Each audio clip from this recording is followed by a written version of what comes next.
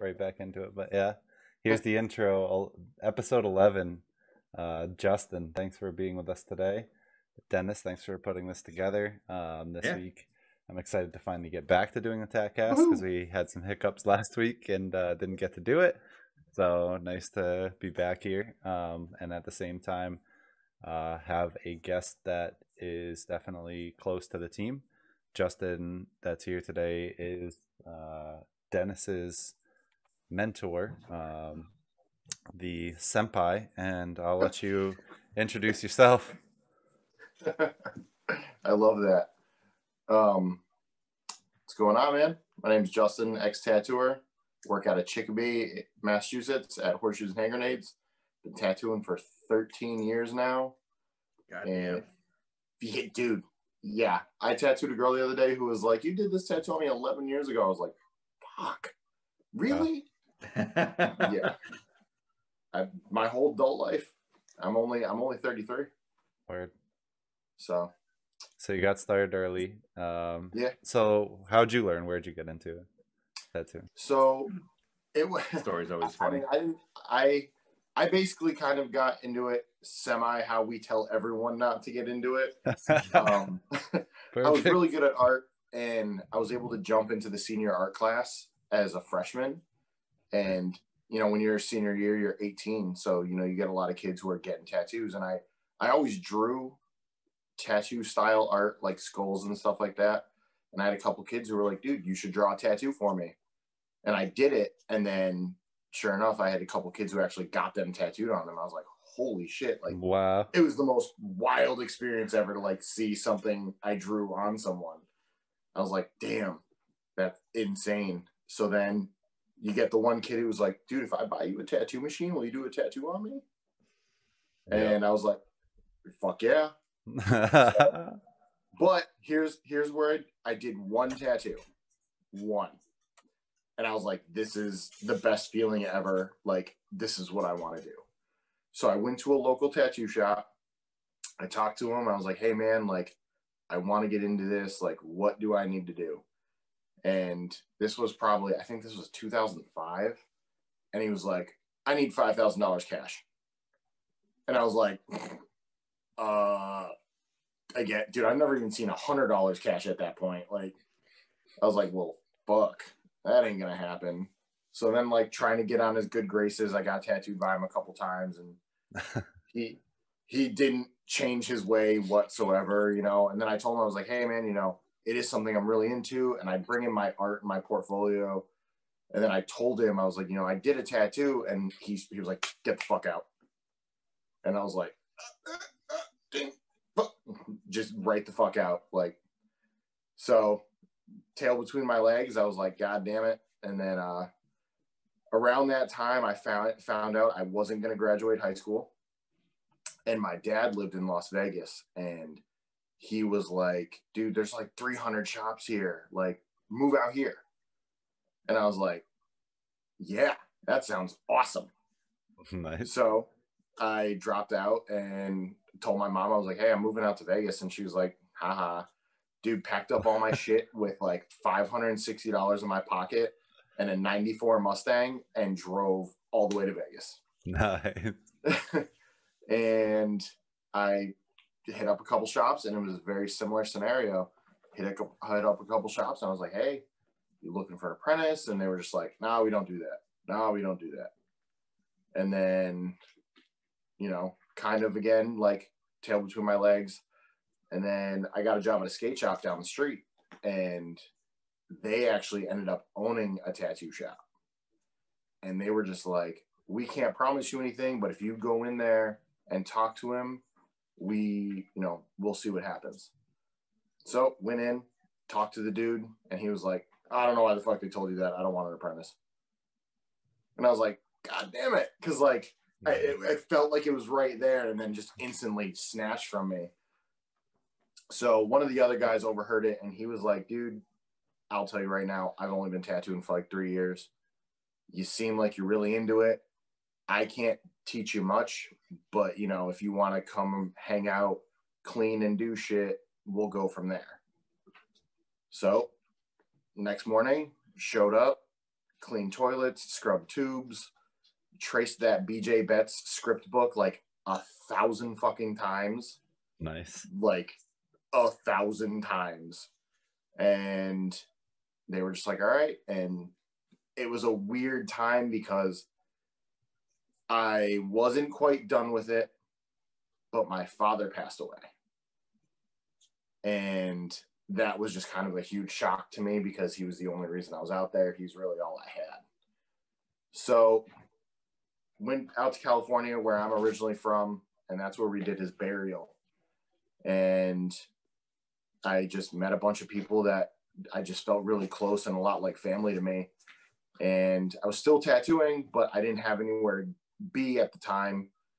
And then, so I moved out there, lived there, and went to a shop that was in skateboarding distance and explained to them, I was like, hey, looking for a job. I had a very small portfolio. It had like nautical stars, a couple diamonds, like a Winnie the Pooh dipping in a honey dish.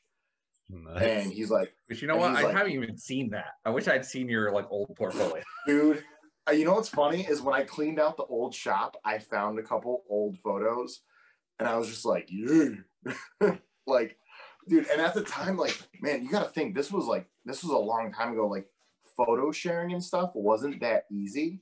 So like I had to take pictures with my sidekick of my work that I had on my shitty laptop and then print them after they were taken twice already. Oof. And they looked, not only were they not good, but now the photos made them look even worse. Oh. So my portfolio was just shitty shit with shitty shit. Can you stop, fucking crackhead?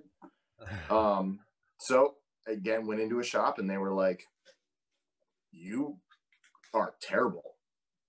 And I was like, okay, waiting for the good. And they're like, you're bad.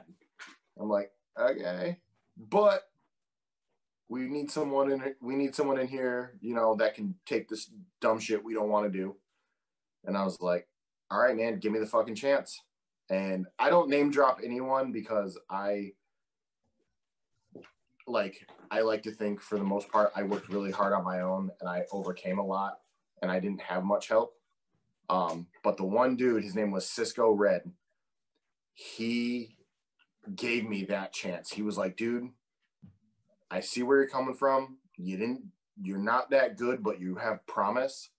And he really molded me. He didn't make me do bitch work. Like I did it because I was part of the shop. Yep. But he didn't I was taken advantage of. Like I very rarely ever got to touch a fucking tattoo machine. Like, which I get, you got to earn that. But like, it hit that point of like, how many times am I going to scrub a toilet before you even like, you know, you got to earn it. And if I'm earning it and you're not giving it to me, like that sucks. Yeah. You know, you got to give someone scraps so they can keep coming back. Definitely. You know, if you're not going to give me anything, then. So he was the one who like really was like, listen, man, I'll mold you. I'll help you. I'll take you. And that dude literally took me to my first tattoo convention. I worked my first tattoo convention with him. It was the Queen Mary convention in California and in the Bay. And it was fucking amazing. It was so sick. And nice. I got my first, like, what year is this? 2007. Cool. Yeah. 2007. Yeah. That was like my first like year in. And I got my like first good set of tattoo machines, which I was funny. I was talking about this at the shop. Like I had a Danny Fowler flatline, which was like $350 at the time. And then a Pulse Solution. Yep. Yep. And those were like my first like drop, because my first machines that I got was a Paco Rollins liner. Nice. And a Mickey Sharp West Coast. Cool. Yeah. Like those were my first, and they were like, I think I bought my Paco Rollins for like $190. Yeah, Paco, they always are a really good price. Like I still think that they float around like 200, 220. Like you get a good ass machine. Dude, and it was awesome. I never had to tune it. I never had to fuck with it. It was great. And it got me through. you know, a bunch of traveling and all kinds of shit. My cat's a crackhead. But now I use the Flux, and you know, going from $190 machine to a $1,200 machine. Yeah, it's a big jump in over the years. But you still have your Cheyenne pen? Do you still use that? No, everyone's wireless at the shop, so I use the Flux. We've been going wireless since the beginning of the year. Like we got the because we both have a Zion. Yep. And we got the lightning bolt. The lightning bolt. We started with the jetpack. Actually, we got the jetpacks. He's last using year. the jetpack too. Yeah, I got the dudes who do jetpacks sent me a couple, and I used them on my Zion up until COVID. Yep. And then, ironically, they dropped a $1,200 machine over the time tattooers can't tattoo. Yeah. Yeah. So Flux, I bought it. But honestly, so I love it. Of course. That machine is fucking so sick. Yeah. It like everything about it. That's pretty much everyone at the shop is like wireless. We have one dude at the shop who was still using like coils and everything, and we were all like, yo, you are loud as hell. Like you gotta cut it out. That is the best though. You need that sound in the tattoo shop. Yeah, you do kind of need that sound at a shop. Otherwise, you gotta have at least one person in there ripping. We talked about hooking like a Bluetooth speaker up to a station and just playing coil sound just to get that feel. Yeah, you need the vibe. Like, every once in a while, you just need like a zzz, zzz, zzz, like just a little dip sound. It's crazy because like we'll have 5 dudes in there. We'll all be tattooing, and you hear nothing. Yeah. Like people will walk in and they're like, "You guys are doing stuff," and we're like, "We're all tattooing." You know, it's fucking crazy. But yeah, I mean, I don't miss that sound, especially from this fucking guy. Right. Your machine always sounded like it was a Honda. Loud as shit. I have since upgraded my machines. Yeah, so got some fancy stuff. I got the Zion. We messed with the Dan Cuban. Yeah. Contemplating. I mean, it's probably not going to be until after the holidays, but I'm contemplating getting another machine. So, probably another Cuban, just for another liner. Yeah, but I'm definitely like I don't use my first rotary anymore. It just kind of sits in my drawer collecting dust. Oh, dude, yeah. My Cheyenne pen, it's got like 15 hours on it because I got the Zion right after. Fast, yeah. And then I just really liked it, and it was wireless. You know, I got the battery pack, so I was wireless, and now it just sits. Dude, same with my like critical tattoos, like my supply, just fucking hangs there. Yeah. Hasn't been touched. The only reason I use the supply is because of the Cuban, because the Cuban uses a clipboard. So that's the only reason I still use the critical. And like and Angelo convinced me to get the wireless foot switch too. So you know, so I had that. I've had that for like 2 years. I haven't had to change the batteries. You know, yeah, so same. I've never changed the batteries. I'm just wondering, I've had it for like 2 years. I haven't changed the batteries on the damn thing. Damn. Yeah. I sold my other one to one of the other artists at the shop. So it pretty much paid for half that power supply. I haven't used a foot pedal in like 3 years now. Now, when you did use a foot pedal, you started probably back in the day having to have your foot on it, right? Most of the time. Oh yeah, there was no electric. Like, did you quickly switch? Like as soon as they dropped it, did you switch over to the one-touch foot pedals? No, because actually it really kind of tripped me out. Okay. And it's like, I mean, he had me not use automatic. Yeah, like when I was like teaching him, like I didn't let him have any of those like cool new features. Nice because, things, like, yeah, because you gotta fucking learn. Like you still gotta do it. Yeah. Like, and dude, I even find myself now though, like in habit, like when I'm doing freehand and I'm drawing with Sharpie, I'll catch myself pressing my foot down. Yeah. And I'm like, what the fuck am I doing? Like, you know, and that's a hard habit to break. We did that. We did that for a while when we switched to using battery packs. Dude, it's funny like, sometimes. We kept, like, putting our foot down. Yeah, I've even gone, because I use them all still. I've gone to press the button to start it on the back of my coils. I'm like, why is this not oh, wait a working? minute. You're like, oh shit, yeah, wrong one. Yeah, no, dude, my power supply that I had was, what was it? It was like the American power supply. It was like, dude, it was the size of a shoebox. It was huge, and it had no features at all. It was just high or low. I think I saw that in the back too, in the back room at one point. Oh yeah, dude. I don't know if it was yours or if it was fucking Johnny or Zach. Zach. I know Zach had one still, yeah, just sitting Zach in the back. Had it, yeah, he used the Pulse one too for the longest time. Mm-hmm. That one, I mean, I still have one of those laying around. That thing's a brick. But yeah, it was like I can't remember the name of it. I'm pretty sure it was like, I just remember it had an eagle on it, and it was this fucking big. It was huge. Eagle, interesting. I have an old power supply that's like a VCR. Yeah, dude, it was huge. Dude, those are sick, and they have like the plugins and stuff. Like I've thought of setting it up. When my apprentice, when I was giving her first machines and stuff, I set up a power supply that it was my dad's old power supply and his like shitty old coastal machines that are like totally like obviously dated, like old weird square coil mounts, like really really vintage looking shit. And I set it up, and I was like, "This is your stuff now," and she was all hyped. Dude, that's how I knew. I was like, I thought you might be the greatest apprentice ever, but you really are. Like she was totally unfazed. She was like, yes, like awesome. I'm like, no, I actually got you real stuff. I got you real stuff. Yeah, no, those real things, I swear. Yeah, no, I remember walking into a tattoo shop that was in my town. Just walked in, and it was so bad. And I shit you not, dude. This guy had his machine hooked up to a car battery. Yep. That he would literally but it ran continuously.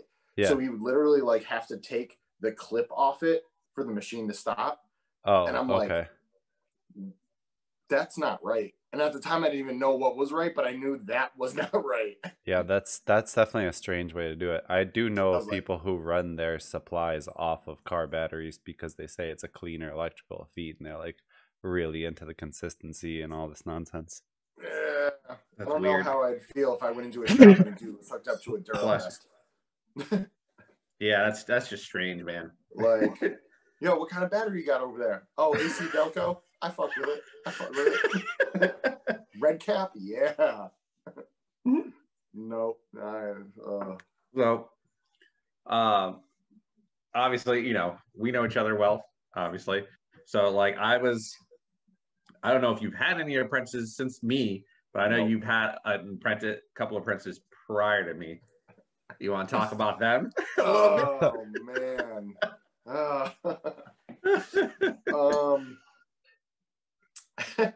Shit. So I haven't had any since you. I think a big part of like, I know I'm not saying because of you, but like having an apprentice and running a shop was very mentally draining on me. And I noticed, and you know me, like I love tattooing. Tattooing is everything to me. Like I've almost lost a lot of important stuff in my life because of tattooing. Yeah. And I hit a point where I was not enjoying tattooing anymore. I remember. And I was fucking off, So no, I have not had one since you. I probably won't have another one. Because I'm at a very happy point in my life where I'm back to enjoying tattooing and I think it's easier. I think for you it's been easier just because of the fact that you haven't had to worry also about a business, which is also kind of put a strain. Like at the time, it definitely put a strain on your family, and it seems like you seem like you're in a better spot now. Oh, dude, and the thing is, like, I don't want to knock, like, man, like, I don't want to, like, deter anyone from opening up a shop or, like, following their dreams. Like, if I could give anyone advice for running a successful shop, get a good crew. because that was the hardest part. Like, that is the hard part. Dude, it's the We kind hard of- part to yeah. have that consistency. Like, you know, there'd be days where, like, you know, I had a couple people who worked for me at the time, and they would all take the same day off. And I would try and take a day off after busting my ass for 2 weeks straight. And then I'd get a phone call on the shop phone on a Saturday at 2 PM. And it's like, we're here for a walk-in, no one's here. You know, and that was like, and I was just so fed up with that. I was like, and then my lease was up, and I was like, this is fucking great timing. I was like, I'm done. But Dennis being like very important to me and a big part of why I kept it going as long as it did. I made sure when I was closing up and doing everything that I made sure he had a place to go before I made any rash decision, because he had a newborn at the time. And him being a key part to, you know, me wanting to stay open as long as I did. I think if you weren't there, I would have cut that shit much sooner. Honestly, yeah, that's respectable. Yeah, I appreciate that, because like that, I mean, at that place it didn't really work out for a period of time, and you know, eventually I ended up here, and I've been working with Angela for like 2 years, and you know, things have just gone up since I've been there. Yeah. You know, I get along with everybody there. For the most part, everybody gets along with everybody. So, and you know, if it wasn't for you, I probably wouldn't have. If you hadn't given me the chance I needed, I probably wouldn't have. Like, I don't know where I'd be at this point. Yeah. Like, I remember meeting you and talking to you, and you were one of the first people that came in to talk about an apprenticeship and actually had art with you. Like, another piece of advice, if I can give it to anybody who's looking for an apprenticeship, do not go into a shop empty-handed. And definitely don't go in with like 2 drawings you traced out of Tattoo Magazine from 2002. Oh my God. Well, I was determined too, because I went in like 3 different times too, like 3 or 4 different times. Yeah. And brought me art, like, and showed me range. Like, I've had people come in, are you looking for an apprentice? Look, no, I'm good. Like, I've never met you, I've never seen you, and you don't even have anything to show me. Yeah. Am I supposed to just look you up and down and be like, you know what? Yes, let's waste 2 years of my fucking life. Like, you know, so that was a big thing for me, because I said before I even took on Dennis, I was never going to take on another one, because my one before him, I opened the shop with, busted my ass for, and did me dirty and dipped to go work somewhere because they got a job offer before it was even over. Yep, I had somebody do that as well. Not that was my apprentice, but an apprentice in my studio, and I felt like really bad for that person, honestly, when it happened. I was like, yeah, you know, you're gonna be the one that's set back here. Like, we offered you the apprenticeship and gave you this opportunity because we believed in your ability to grow, but like, your ability to grow does end at your beginning of trying to make money somewhere that is paying you when you're really not even qualified. Like, just because someone's willing to give you a fucking spot in a tattoo shop doesn't mean take it, because this person is online now, like, doing good shit, but goddamn, did they take like 3 extra years.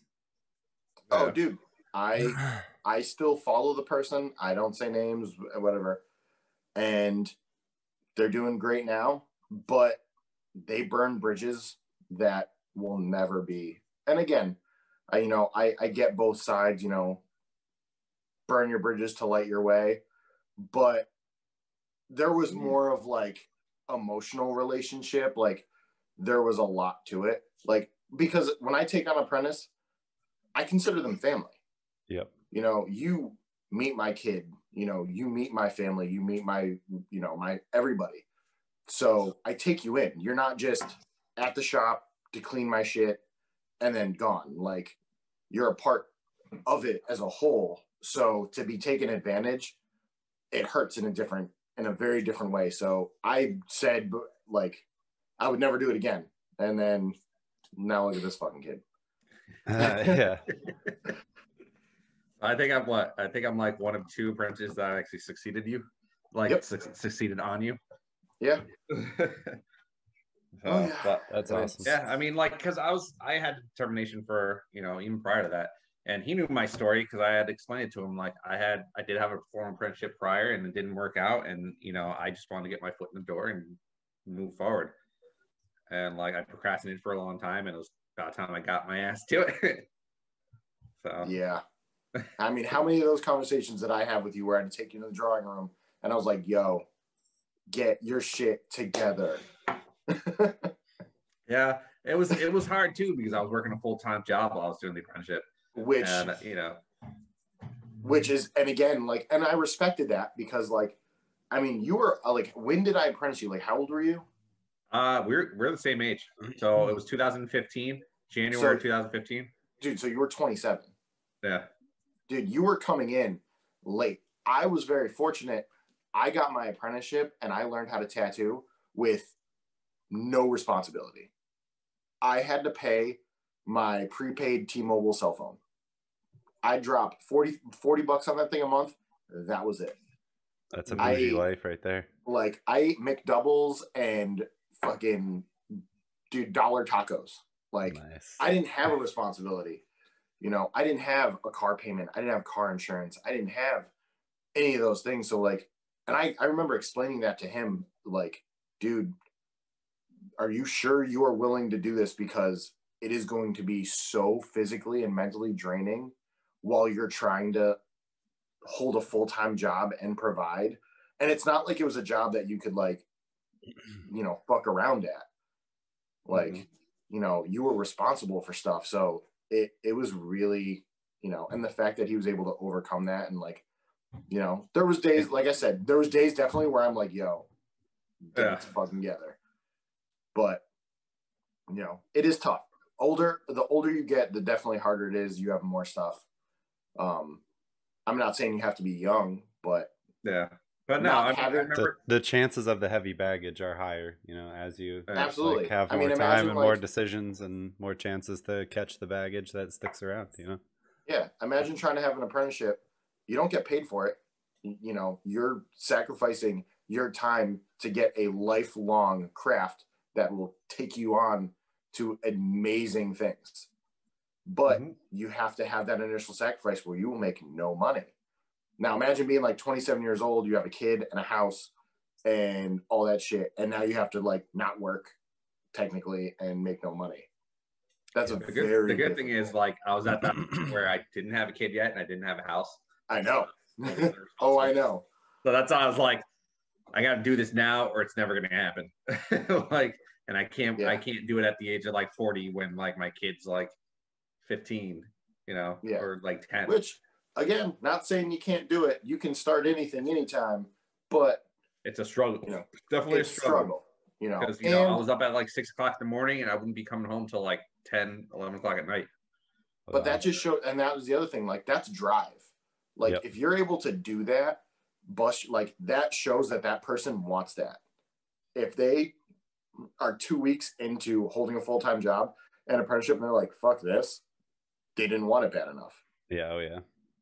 Like, I mean, I've seen apprentices who literally don't have to do shit and they quit just because they didn't want to fucking sweep anymore. Yep. I've seen people with free. The problem is free apprenticeships is always bad. So, like, the ability to quit without any money lost is definitely a mistake. So, like, just like you said, that guy that was like 5 G's, that's where I'm at now. If somebody hits me up for an apprenticeship, I'm like, yeah, I'm interested. We can do an interview, but it's going to be $4,500 up front, and you better actually have real art, and it better not be copied because I'll know. So, like, don't even waste my time and bring me a portfolio like you were saying before with some magazine shit traced. Like, this girl came into the shop not even 2 years ago looking for an apprenticeship, and I looked at her stuff. She actually had a portfolio, so I was like, yes, I will sit down and take 15 minutes. Take a minute, like, all right. Let me take a look. I think I still was in the process of teaching Megan at the time, so I was like, I have an apprentice, but I am not going to be taking a new one at the moment, at least. But I was like, let me see what you got, and like first like page, second page, it's like right. Oh yeah, dude. Just based on a couple of People features, just, like dude, don't come in here with Teresa Sharp fucking feathers traced out and pretend that you drew the fucking feather of the bird.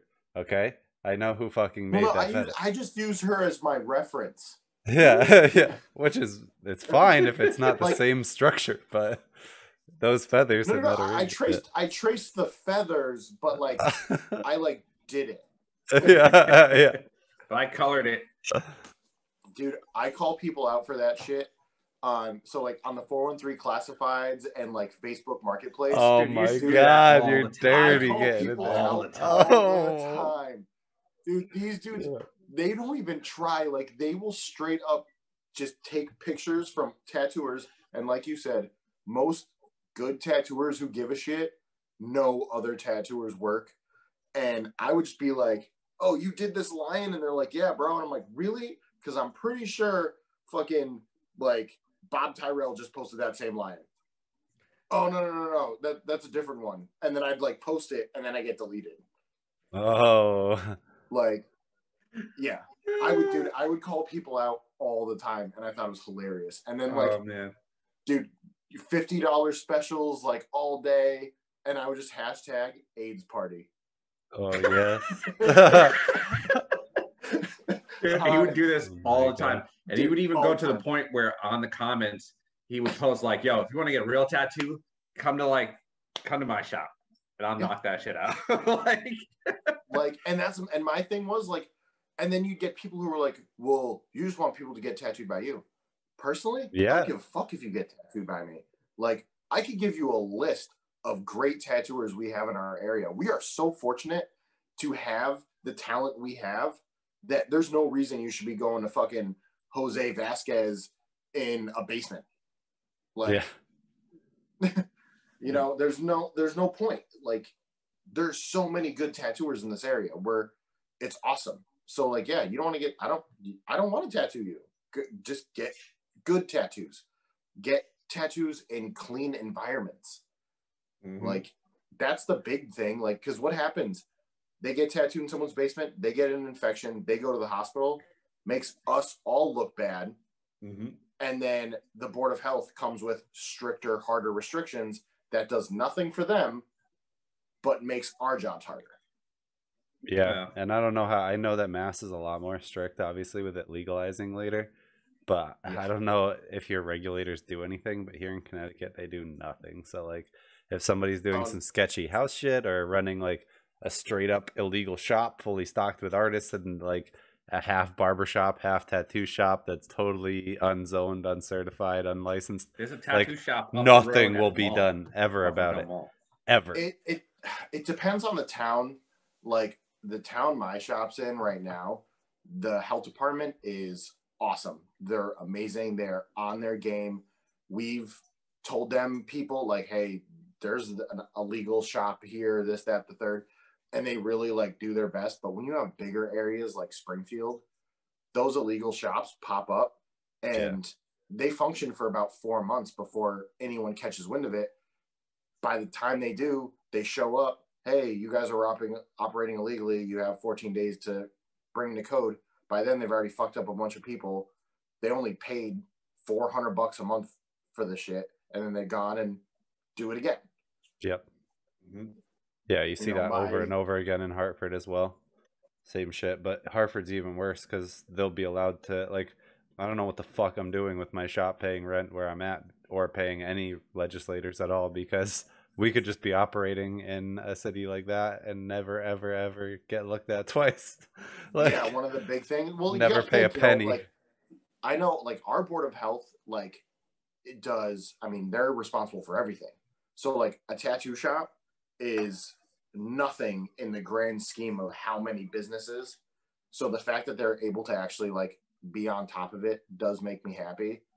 But again, bigger areas, like you said, Hartford, like there's so many of it and there's so much and they're so understaffed that tattoo shops are nothing. Like, I think there's one employee for the entire state of Connecticut that does licensing, and they will not reply. They will not do. They don't even do their job. I'm pretty sure they've had it for like 4 or 5, maybe 6 years. Probably same person doing the job because nothing gets done. Like no one gets their licenses in Connecticut who applies for them. Like if you don't pay, it does give you notifications and shit to pay them, but if you pay it, you don't get like shit. Like they never get back to you. You don't get the shit for it. You just and this one person's never gonna shut anyone down. Never mind, fucking like. Well, I remember effective. I forget when Connecticut made the change, but it used to be if the shop was licensed, everyone who was employed by the shop was licensed.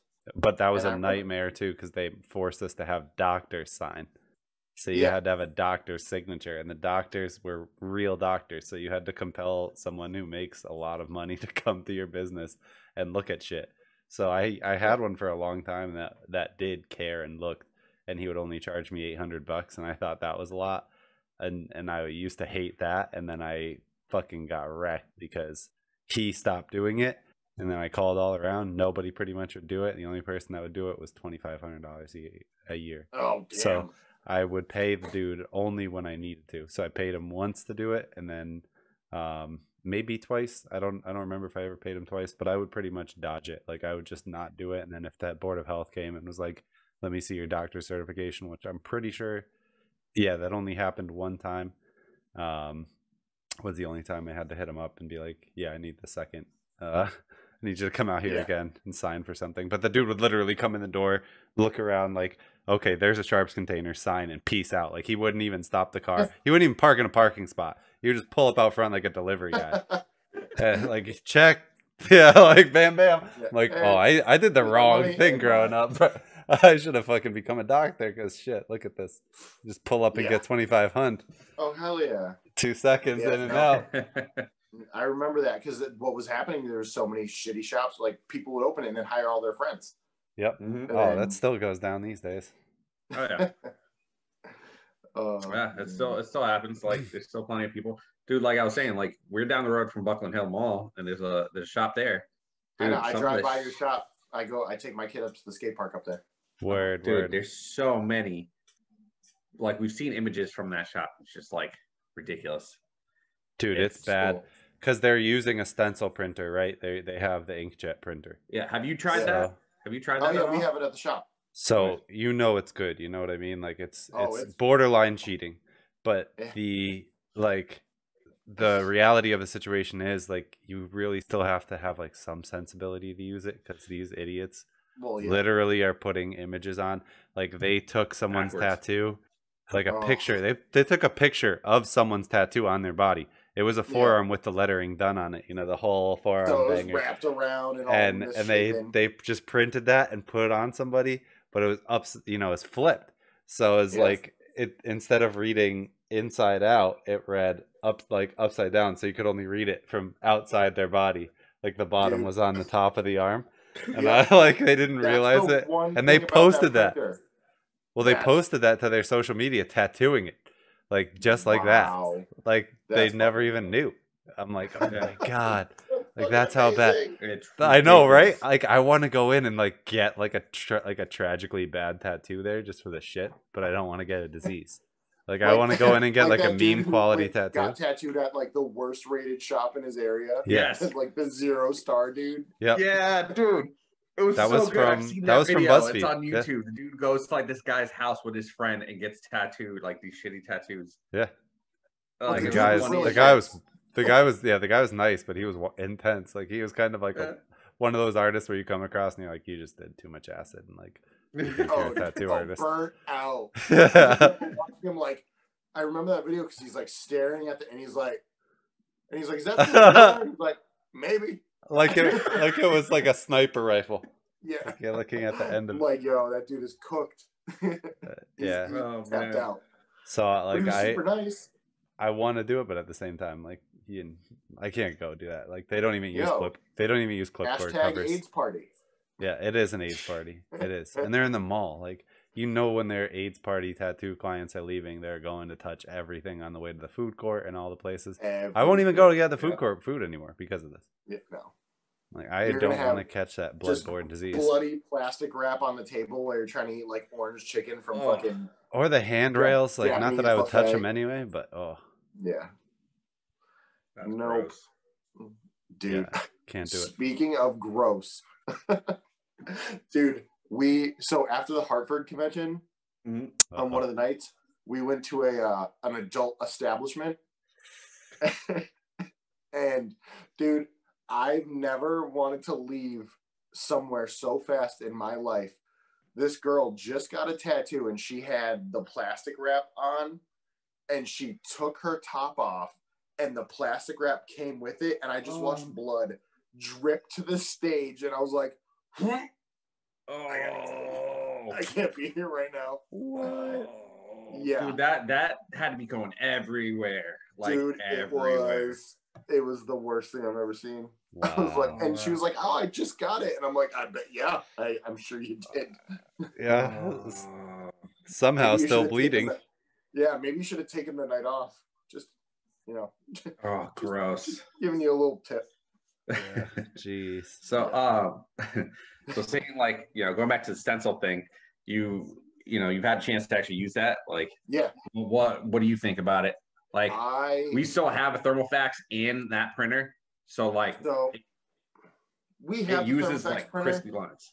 and we have the Thermofax printer, and we have the stencil printer. Mm-hmm. And my boss got the stencil printer, and I remember he got it like right before I started working there, and he was like, "Have you seen this yet?" And I was like, "I've seen them, but I haven't."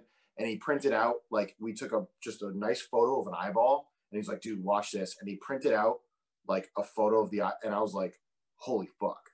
I was like, "That is amazing."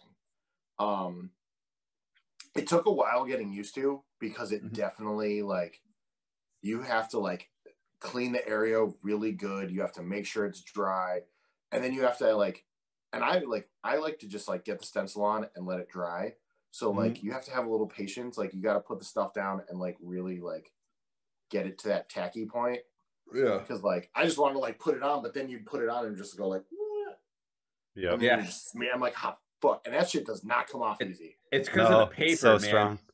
I feel like it's because of the paper. The type of paper they use.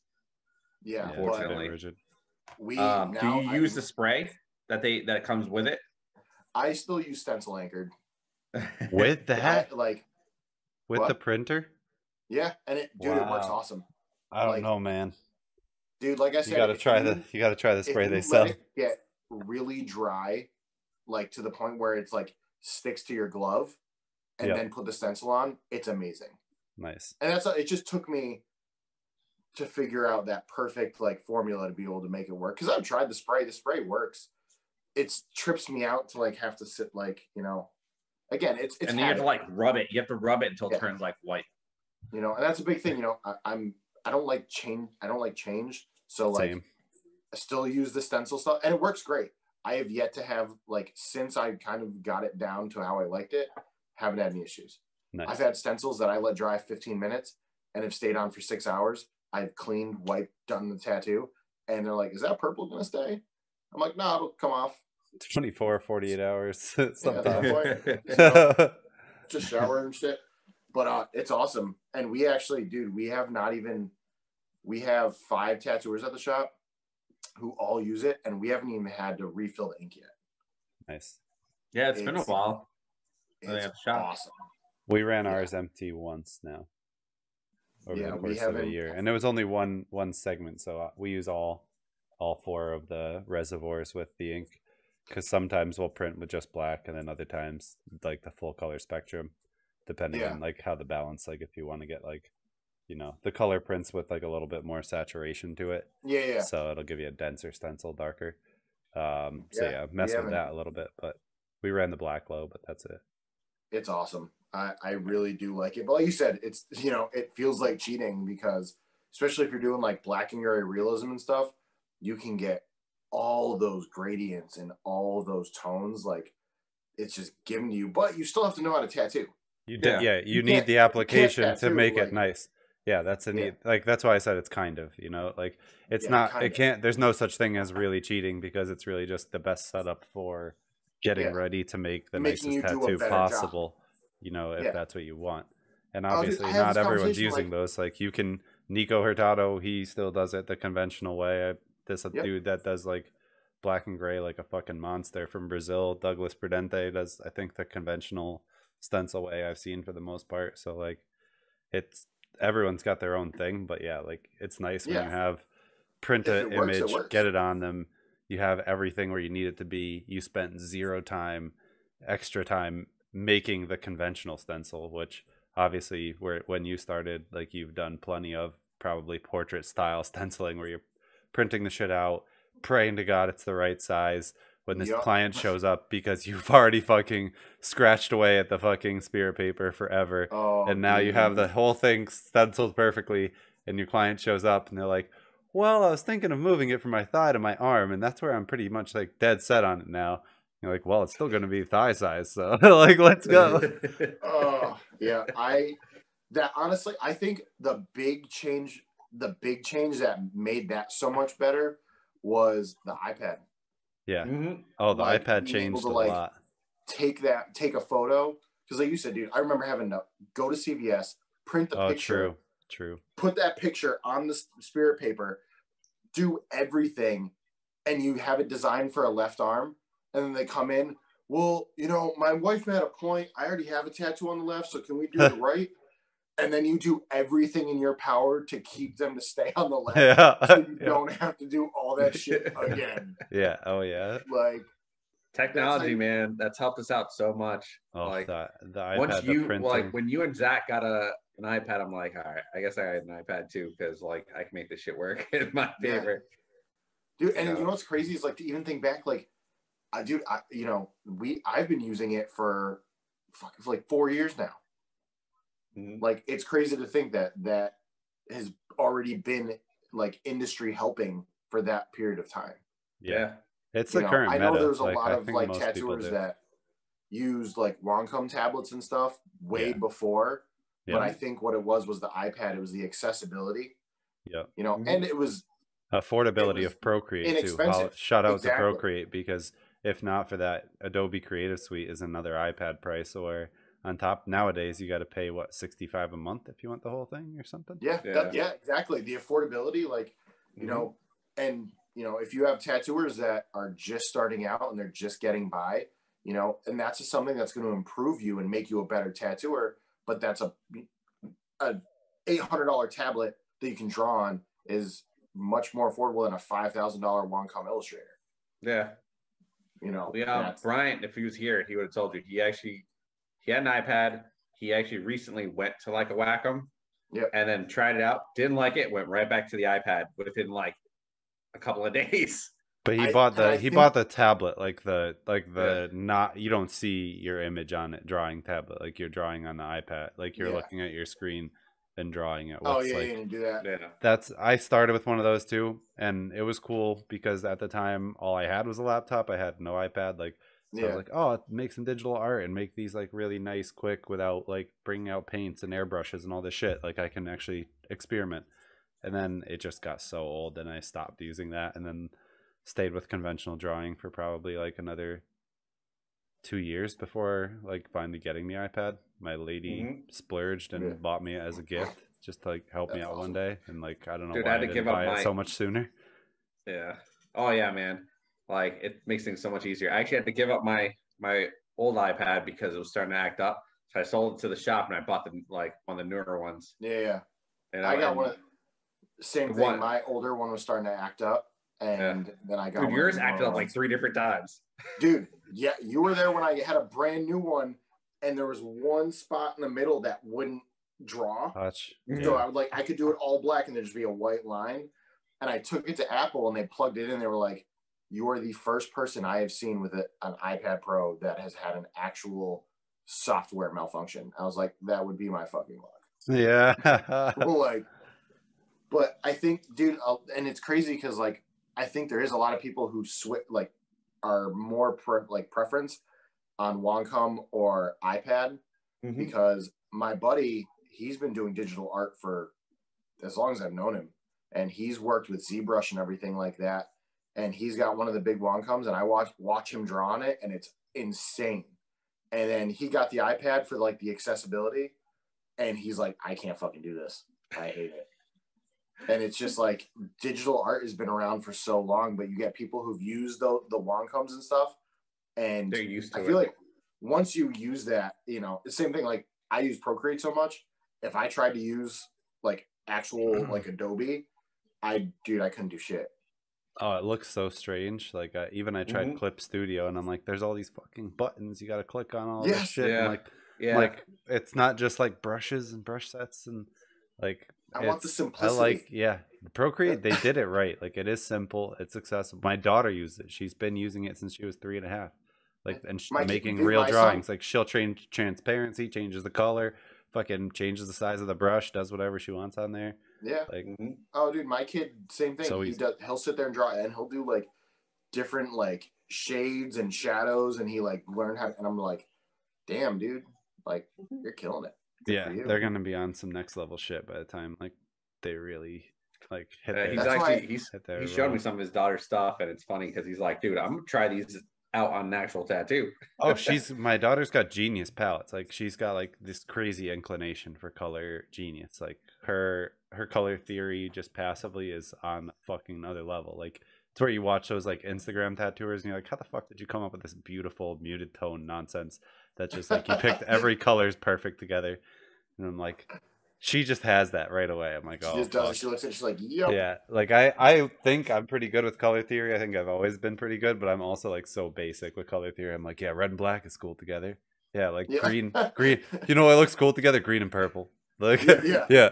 Yo, so nice. Pink and blue. On this green tattoo, a little bit of purple underglow. Yeah. And it's like, bam. Yeah. Yeah. Meanwhile, she's like, if you mix like these subtle colors, like like I feel that they say that women have a much better like palette sensory taste and stuff like that, and I think that's the case. Like this is the first time, like, well, it probably is the case because scientists are the ones who have said it, but it's like, personally speaking, this is like my first super clear exposure that I'm like, yeah, she's got like oh shit, crazy different color stuff going on. But yeah, she like builds these color palettes and I want to borrow them. That's right, especially starting young like that too, because like their imagination is so much more full, and they like, you know, they don't see things in boundaries.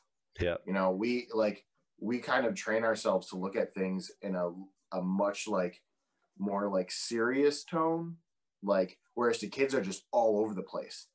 You know, they have fun. They're free. Like I watch my kid draw, and he pays attention to detail so much, but he's just so happy and he's just all over the place. And it's like, then when I go to draw, like I'm like, I try and focus on these little areas. I'm like, man, you do this way better than I do.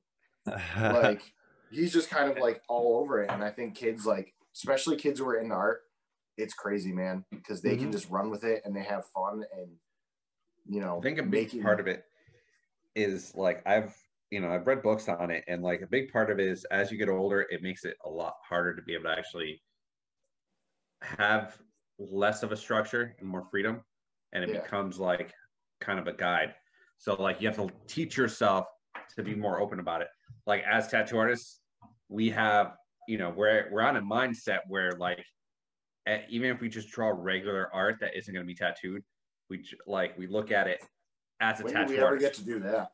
You know what I mean? Yeah, I know. Yeah. Like, but we felt like when we do, we look at it as a tattoo rather than actually just artwork and just painting, because it's just how our minds work. Where like, you know, little kids, they don't think that way. They think any way they want and just make it happen. I think another part of it is, especially as tattooers, like we always have that part where we're afraid to fail. Mm-hmm. So we don't want to draw things that someone's not going to like or we're not going to like. Whereas they have such more of an innocent mind that they just draw what is going to be fun and happy and make them happy. Because they haven't really like grinded themselves down to that point where we'll draw something and we're like, I fucking hate that. Mm-hmm. And then you have to like start from scratch. They find the beauty in anything they do. My kid watches me draw things where I'm like, I can't stand this. And he's like, but I really like that part. And I'm like, all right, maybe it's not completely shit. Yeah. Yeah, that is valuable. Maybe having like that second chance to rethink if you're getting in those opportunities when you're making art with your kids is like take that. Like when they're like, yeah, this one maybe if you're not feeling it and they are, like take those parts and like reinvent that. Yeah, maybe don't give up on it completely. Yeah, dude, I take my kid's opinion. Like he'll tell me flat out if I draw something. He's super honest. He'll be like, Dad, that eye kind of looks weird. Nice. And it's dude, like I something I was thinking in my subconscious, but I didn't want to like project. And I'm like, son of a bitch. If my 8-year-old figured out that looked weird, then like, God damn, he's 8 already? Yeah, dude. Jesus Christ. 8. Yeah. 8. He's Holy shit. He's like a grown teenager. But yeah, 8 years. All he wants to do is tattoo. Really? That's crazy. Never changed. That's cool. From when he could make words and figure out like that he could do something, he's always said he wants to be it's never changed. That's awesome. Preschool, kindergarten, 1st grade, 2nd grade, 3rd grade. What do you want to be? Tattooer. He'll sprinkle in some stuff that he wants to do. When he's 16, he can come to Connecticut and get tattooed. So like, you can dude, guess that's a question I get asked all the time. Like, you have tattoos. Your wife has tattoos. Would you let your kid get a tattoo when he can? And I honestly don't have an answer. I'm with you there. It's a tough call. Because like, if I would have got the tattoo I first wanted when I wanted to get tattooed, I would have a fucking 8-ball on the top of my arm. Like, and I don't even like pool. I just thought it was something that my mom would have said yes to. But that is kind of cool. Like if you think about it in the scope of things. But like coming from the 90s, if you have an 8-ball tattoo, it's like, dude, you were fucking the shit in like 1999. Yeah, exactly. And I think that was like the thought process. So it's like it's tough because like I'm like, if he could come to me and was like, Dad, this is something I've thought about. This would be really cool. I think part of me would be like, yeah, man, like I can get down with that. But he's grown up in tattoo shops. Yeah. So it's like he definitely has more of a open mind to it and like can actually have some structure. Whereas I'm the only person in my family with tattoos. I come from a very more conventional family that was like against tattooing and against tattoos, and no one's got them. So when I asked my mom for a tattoo, she was like, absolutely not. And then what did I do? What do you do when your mom says no? You find a guy. You find a dude who can do it for you in a house. Yep. That's the truth. So that's the debate is right there is the number one for me is where I stand. I'm like, first off, I don't know that anyone should be putting age limits on legal like times of tattooing because when people want something, they're going to fucking get it most of the time. So whether they're going to go for that bathroom hand poke or their buddy's Amazon machine or that guy down the road at the house in the basement, in the backyard now with the wireless machine, he's coming down to you on his bicycle. Who knows? Mine was Mad Dog Bill. And a they're going to see Mad Dog Bill. That's the name I'm going to have to use from now on when I'm making this argument. And that dude was blowing lines like I've never seen God. Dude, it's and funny. You're it's a child in this shit. Because I think back to like all of these terrible situations I was in as a kid. And I'm like, I wanted a tattoo so bad my mom wouldn't let me. And I talked to a friend, he's like, I know a guy.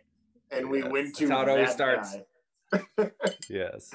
And I remember, dude, his capacitor exploded while he was tattooing. And it started sparking. Wow. And we're all like, and he's like, oh no, that's how you know it's good. Yes. And we're like, okay. That's how you know. You know what didn't get me to start getting it? Like, I didn't get my first tattoo until I was 19. And one of my buddies, the only reason is because I never got like a house tattoo, is because one of my buddies would do that shit to himself. Like a straight up like fucking sewing needle and just some fucking random ink. And he like, dude got like all these shitty ass little tattoos.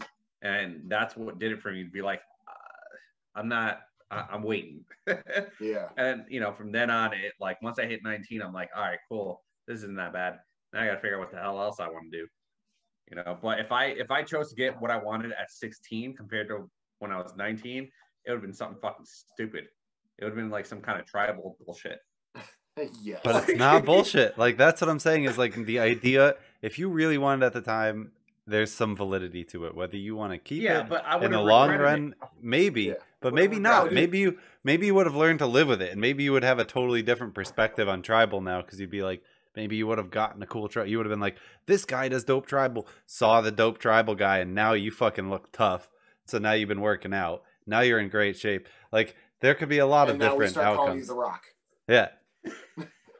But like, there's, you know, that there is that give and take. Cause so like me, I'm the total opposite. Like, my first tattoo is a compromise tattoo because my dad edited what I would be able to get, and he edited it, which it's a cool tattoo. It's a dope tattoo. I love having it because it's a shared tattoo. Like, I got kind of like a matching thing ish because my dad has a cross on his back, so I decided to go with a cross on my back, different cross, but same general area and whatnot. So I was like, that's kind of cool. But what I wanted was a samurai on my back or like something like that. And that would have been fucking dope. So, like, I don't know. Like, sometimes they have good ideas. You know what I mean? I grew up in It's a tough tattoo one. shops, though. So, like, I'm Yeah, that's probably different, more yeah. like your son, where you're like, you grow up, you got some fucking taste. Like, you've been watching guys. You probably notice your son watching people who he likes the art Oh, more. He has absolutely. obvious preferences because he's not going to, like, be like distributing his time evenly. If he likes someone's shit, he's gonna be like, I sit and watch this guy tattoo when I'm hanging out in the shop because I like his art. So like, that's what I used to do. And that's the tough part, because it's like, you know, he's got good taste, he knows better, so it's like he's not gonna be like, Dad, can I get an 8-ball on the top of my arm?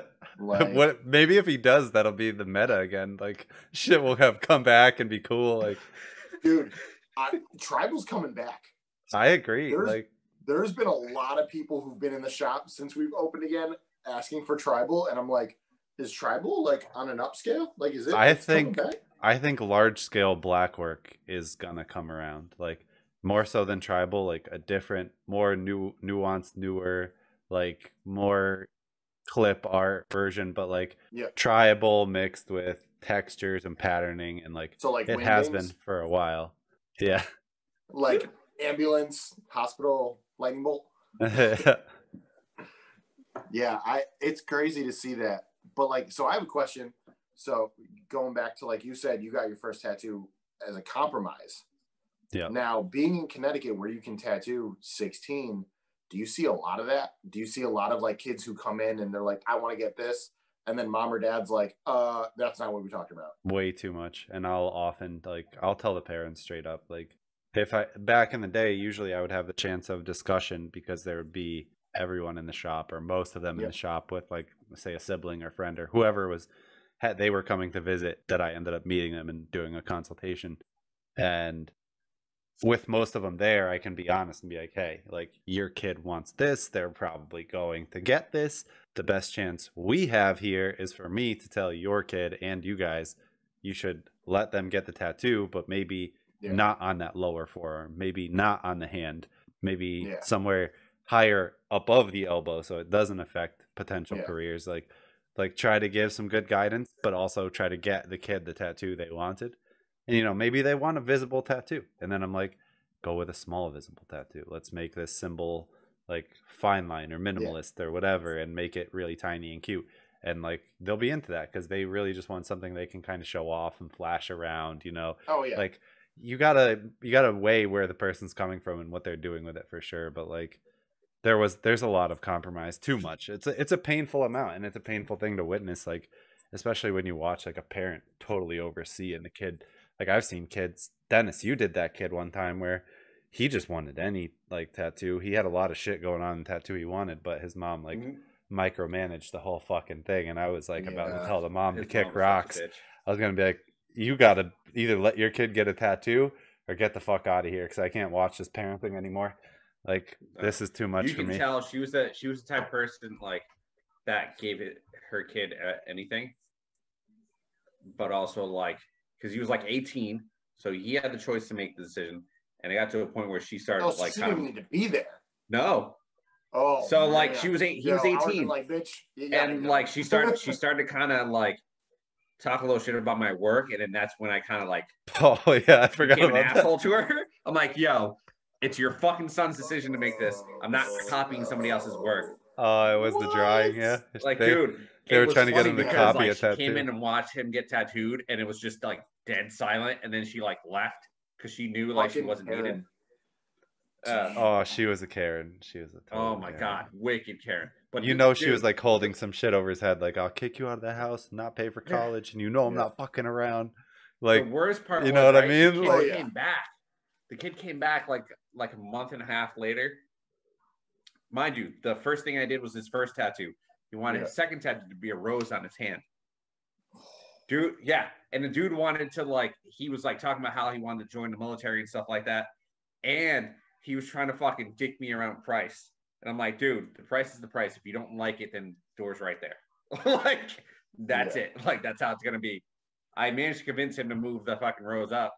But like, I pray I never see that fucking dude again. Like, you can tell he was like a spoiled brat. Like, he talked about how I think he had like a BMW at one point, and it got into a car accident. He got into a car accident with it because he was doing stupid shit. Drugs. Driving around stupidly. Definitely. And you of all people know what it's like to have a BMW. So we have kids all you gotta around, take some like good care with the that. area where we're at, And that shit ain't cheap. Yeah, definitely. There's a lot of kids driving fancy cars around South Windsor and shit. Like, that's my favorite. I want to be in the military, but I want my hand blasted. Well, you can't have both. Yeah, no. No, I should have just done it. Just be that asshole. Like, like the only thing. It also depends. Like, does their military need people? Because our shop was right next to a base, so they would be like, you know what? We need people. No tattoo rules. And then all the dudes would run in from the base, get fucking hands and shit. And then they were like, actually, we have too many people. Let's, make it strict again. Dude, it kept going back and forth every time. Yeah. Yeah, you always hear this and that. I think it changes a lot between, where, when, and what faction that they're looking to get into. But that's how you can always tell if we're about to go to war. Yeah, that's true. Tattoo restrictions. Like, that's hilarious. And they just let people in. They're like, fuck it. They're like, dude, you got your face tattooed? Fuck it. Yeah, like, we're gonna need this. We're gonna need this guy. Yeah, this guy's front line. He looks intimidating. It's fine. He looks intimidating. Yeah, and then as soon as like we're not and everything's at peace, it's all right. You can't have anything below your elbow, above your collarbone. Like, at one point, the rule was you could have your hands down to your knuckle and your neck, but not behind your ear. Like, makes no sense. So I can have my hand, but not like, fuck, dude, the knuckles, I feel like that's not as crazy looking. It's unbelievable. Dude, the rules for that shit is insane. Yeah, I think they own you. Rules fuck me up anytime that there's an age restriction, because age restriction makes it so that there's one moment, like there's 1 second where for that person, like, it's not okay, and it's like, and wait, it's okay. Like, it's okay. You're the same right but like, no, yes. Like, it's that part has always been iffy for me. So like, I feel like it should be more of a judgment call, like artist, client, parents. Like, maybe I would be comfortable tattooing 13-year-olds if there was different cultural stigmas attached. Like, I would have no problem giving a family tattoo to a young 13-year-old as a rite of passage in an area that's ethical, that is gonna like be something that isn't gonna fuck with their future. It's like part of their belief system. Oh yeah, like like if the parents and they all have this stuff, I think that would be cool, and I wouldn't be opposed to that. If my kid was like begging for some sort of tattoo by like the age of 12, 13, which I foresee definitely happening, I'm like, will I cave or will I not? Like, at what point, like, I'm sure I can't get in trouble because I can always just be like, oh, it's a religious thing, and you're doing stuff with your own children. Oh, dude, religious exemption, you're fucking free and clear. Yeah, but like, it's just the ethical thing is where you'd be walking. You know what I mean? So for me, I'm like, I would never do a tattoo in an area that's gonna grow a lot. You know what I mean? But like, most tattoos are gonna do okay growing. If you're gonna get like a simpler, smaller piece by an ankle or somewhere that it's not going to be as affected Yeah. or as like impactful, then I would say it might not be like the worst idea. Even if you wanted to fucking put a little dot on your kid at like 3, 4, whatever, just to be like, I want to make sure my child is marked in case anything ever happened. Like, why not do that? In the Yeah. climate we live in, if you live in a city, your kid should have a fucking tattoo, because if you get your kid snatched, you're going to want to be able to identify them when they try to change their appearance. Like, Yeah. you like there's a lot more to like the current society that I think most of the rules, there's a gray area, and devil's advocate could do a good job pushing into it. Yeah, I think a big part of it is morals, essentially. Like, tattoo. Like, we had a discussion about piercings, last week. The same concept. Yeah. Like, if you can have your kids' ears pierced, but what if they got something else pierced? You know what I mean? Like, in other cultures, early nose piercing is super common, or even septum, like from a really young age. Like, but if you did that here, people would be like, "Oh, you're a monster," or like call some child services. You know what I mean? People are just so judgmental. Like, everyone wants to have an opinion, and everyone's going to be negative. Like, there's always going to be something, but it comes down to just like how you feel and how you're going to approach the situation. Like, I personally think, we should have a lower age restriction on tattooing, because Definitely. I've noticed, especially now with this uprise in like mumble rap and SoundCloud and everything, like, dude, I went 10 years of tattooing without ever being asked to tattoo a face.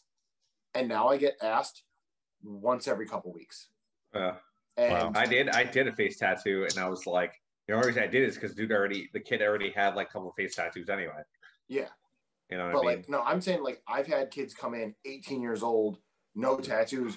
And I had this kid, dude, I shit you not. He was like, I want to get sad boy on my throat, no stencil, as shitty as you can do it.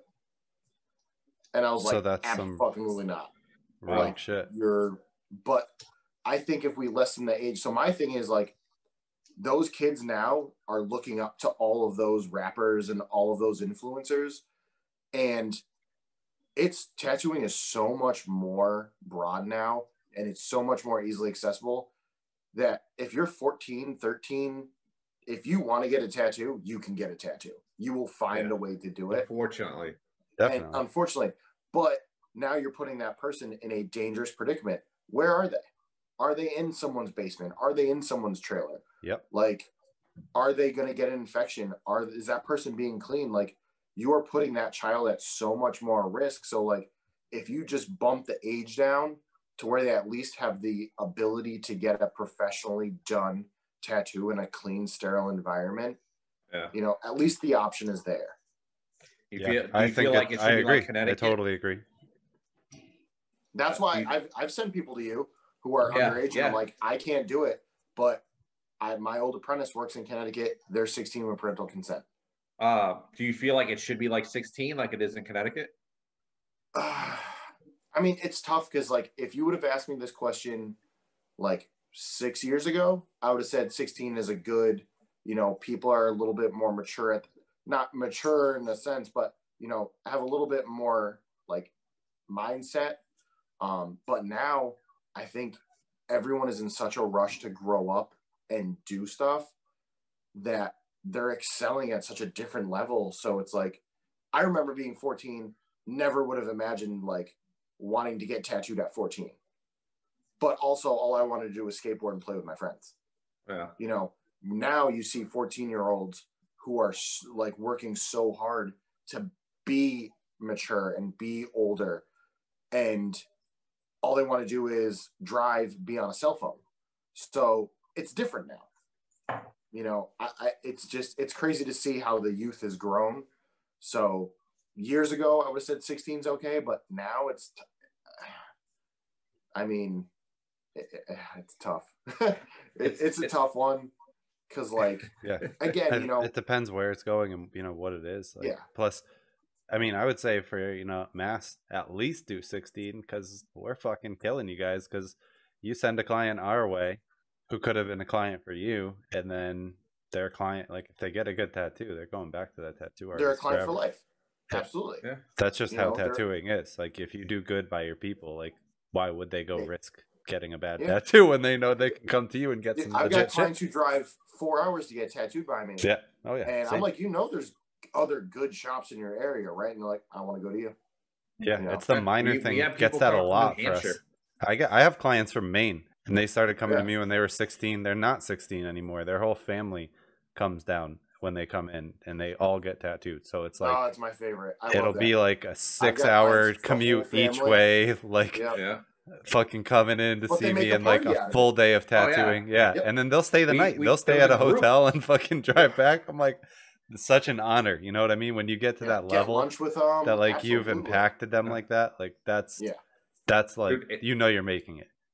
Yeah, nothing beats that feeling. No, Like, not to at have all. someone Agreed. who's committed to you like that, and is like, I've had people who like get a small tattoo from 3 hours away, and they come to me and they're like, I'm sorry, but I got this, and I'm like, dude, awesome, like that's fucking cool. Like, where'd you go? You know, but they feel bad, and like in a way, I'm like, that's really humbling. Like, that's awesome that you care about our relationship as like client artist that much, but at the same time, like, I don't want you to feel bad. Like, I'm always open. Like, I expect like to eventually hit a point, you know, within the next like 3 years or so, that I'll be tattooing more collectors, you know, tattoo collectors and people that are looking for serious stuff, or at least I'm going to try to push my work in that direction. Yeah. And like, as you get there, you're going to share canvases, like, and absolutely, that's a privilege, like when you're on that canvas with other good artists. And if your clients want to look elsewhere to get different whatever pieces that they get, it's just cool to have even the clients leveling up to that like higher sensibility, and where they're looking at it like as their own little art gallery and stuff like that. That's why I love my shop, because we are very like, we're all do something different, and we all collectively work together, and we're all like, dude, I don't have time right now, but like Sharky's real good if you want to grab something from him, or like, dude, Vic would have a blast with that. And I've had people who were like, yo, would it be weird if I got tattooed by so and so? And I'm like, fuck no, dude, that's awesome. Like, you know, we're all eating, we're all happy, you know. I want to see that. I don't want people to feel like they are like committed to me. You know, if you want to get something cool from someone, go for it. Like I said, man, we're in an area where we have a lot of great tattooers. Go off, experience, have fun. Like, you know, I would rather see you get 10 awesome tattoos by 10 different tattooers than a bunch of dumb shit from shitty tattooers and then like one good one from me. Yeah. Like, because then when I do the tattoo, I make all your other shit look worse. Yeah. I love that though, because like you'll have a client come in and they'll get a tattoo from you, and they're like, "Holy shit! All right, great. Now these tattoos I have that are next to this really good tattoo need to be touched up or You fixed." end up fixing up a lot. I think we've fix up all a lot. been there. That I've like, had they'll clients just that want way. you to They're like, fix fuck, all their man, shit. I got to get this fixed, and then this brought back to life, or this covered. Oh, dude, I know when I'm putting in a fresh tattoo in an area swarmed with bad shit, I try 10 times harder.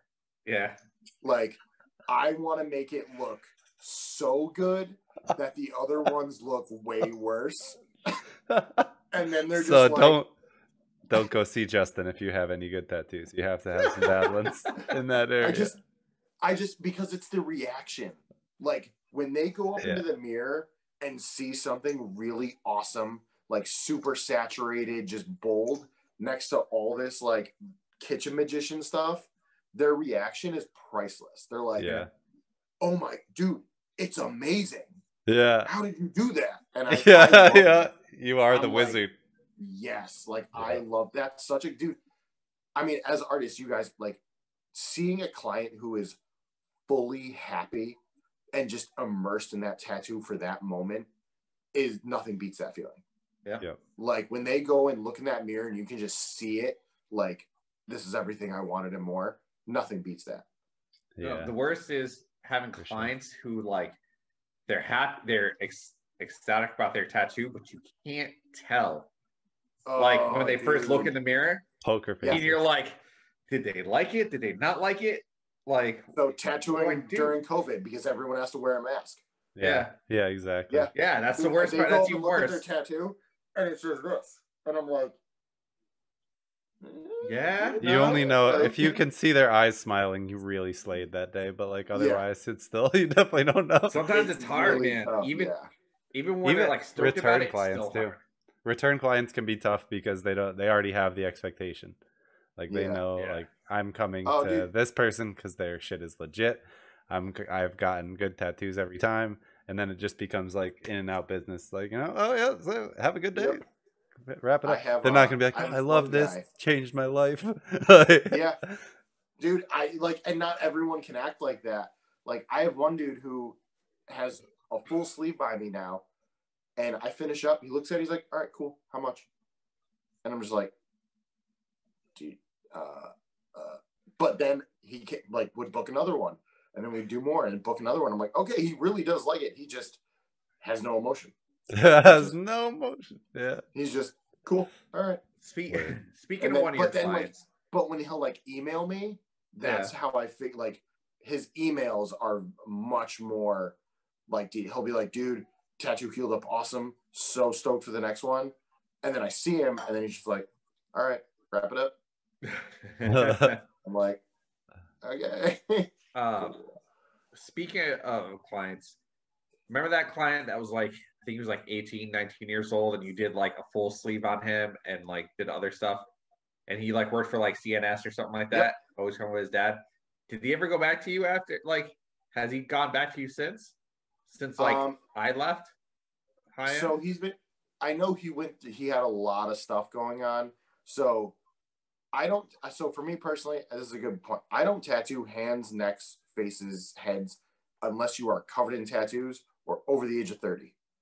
If you have no tattoos and you want me to tattoo your hand and you are 31 years old, you can make your own damn decisions at that point. And if your life is fucked, it ain't gonna get better. So I'll do it. He was one of those. He's the reason why I had that mindset too.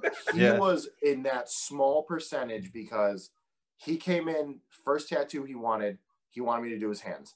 And I was like, I'm not going to do it, man. And he's like, really? And I was like, I'm dead serious. Like, your money isn't important enough for me to potentially ruin any future employment or things that you might have. And I was like, I'll do anything else, anywhere else. And he's like, all right, cool. This kid at 18, within a year and a half, got 2 full sleeves, shoulders to wrist.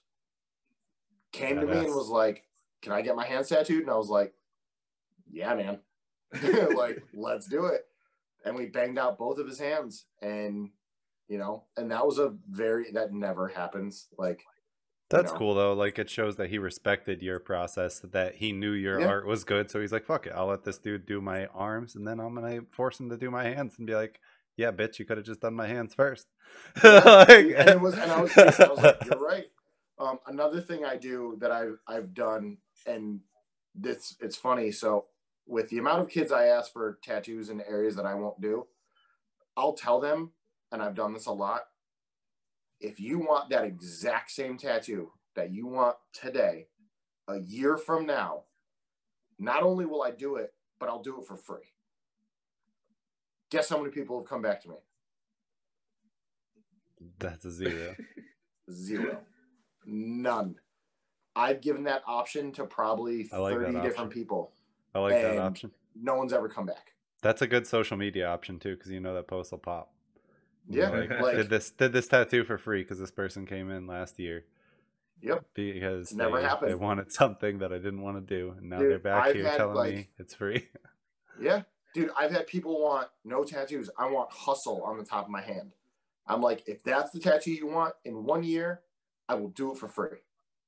Never saw him again. I've had kids come in and thank me, like, dude, thank you for not fucking up my life. I decided I wanted to join the Navy. The Navy's got a really strict tattoo policy.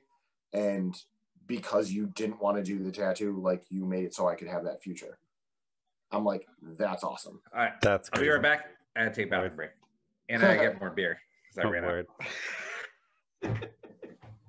Yeah, I could see that being like really rewarding. I've never had that level of feedback. I'm only 5-6 years in now, but I usually, like, my policy is more like I feel like people are just gonna go get the shit somewhere. So I'm like, let's fucking do it. Like if you So- really want it, like I'll tell you like over and over, it's a bad idea. You shouldn't do this. You know, I really don't even want to do this. I'd be happier, you know, giving you a deal on getting something legit somewhere else. Like try to coax them, whatever. But like if it comes down to it and they're like, yep, but no, I still want my original shit. I'm like, fuck it, bro. Sit down. Like my family's got to eat. Like I'm ready. It's dude, and I've struggled with that same exact concept because I had a tattooer that I looked up to one time because I explained to him why I don't do it, and he was like, "If you don't fucking do it, someone will do it, and that's money you're losing on." And it's true. Like I am, and potentially they get a bad tattoo if they do. Yeah. If they really do go do it, they do get, you know, maybe probably a worse tattoo.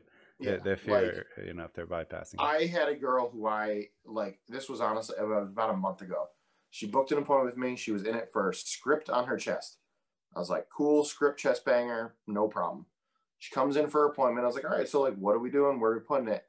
She wanted lettering across her chin with no other tattoos. And I was like, I'm going to tell you right now, I'm not going to do that tattoo. And she was like, really? And I was like, I'm dead serious. I was like, you don't have any other tattoos.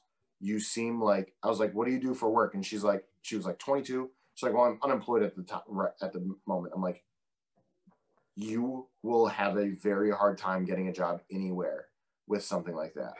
I was like, I know. And I told her, I was like, I know that I can't sway your opinion. Like, if you want it, you'll get it. But if you're going to do it, please go to a professional. Please find someone who will do it correctly. Because the last thing you want is this big script banger across your chin that looks like shit.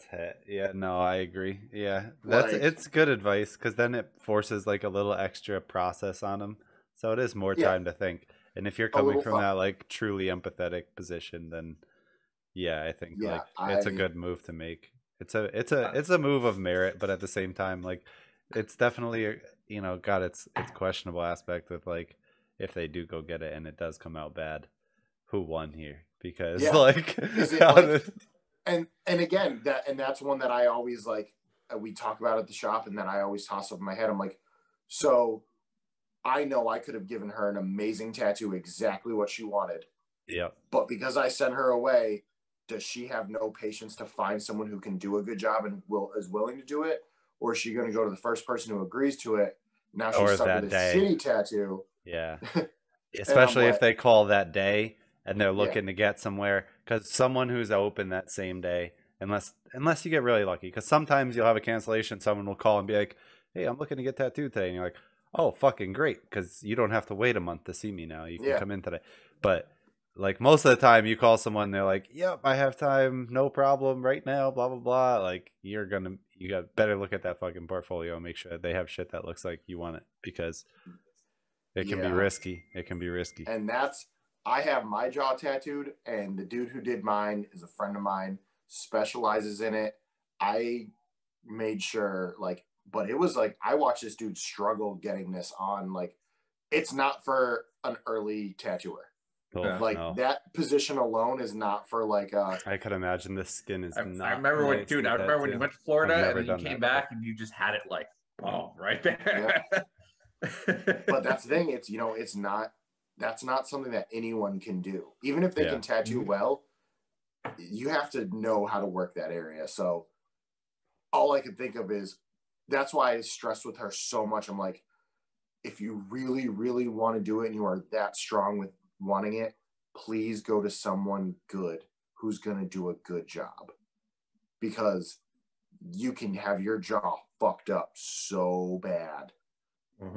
Like, and that's a big tattoo. Most of the time I'm like okay with it, like especially if it doesn't have color.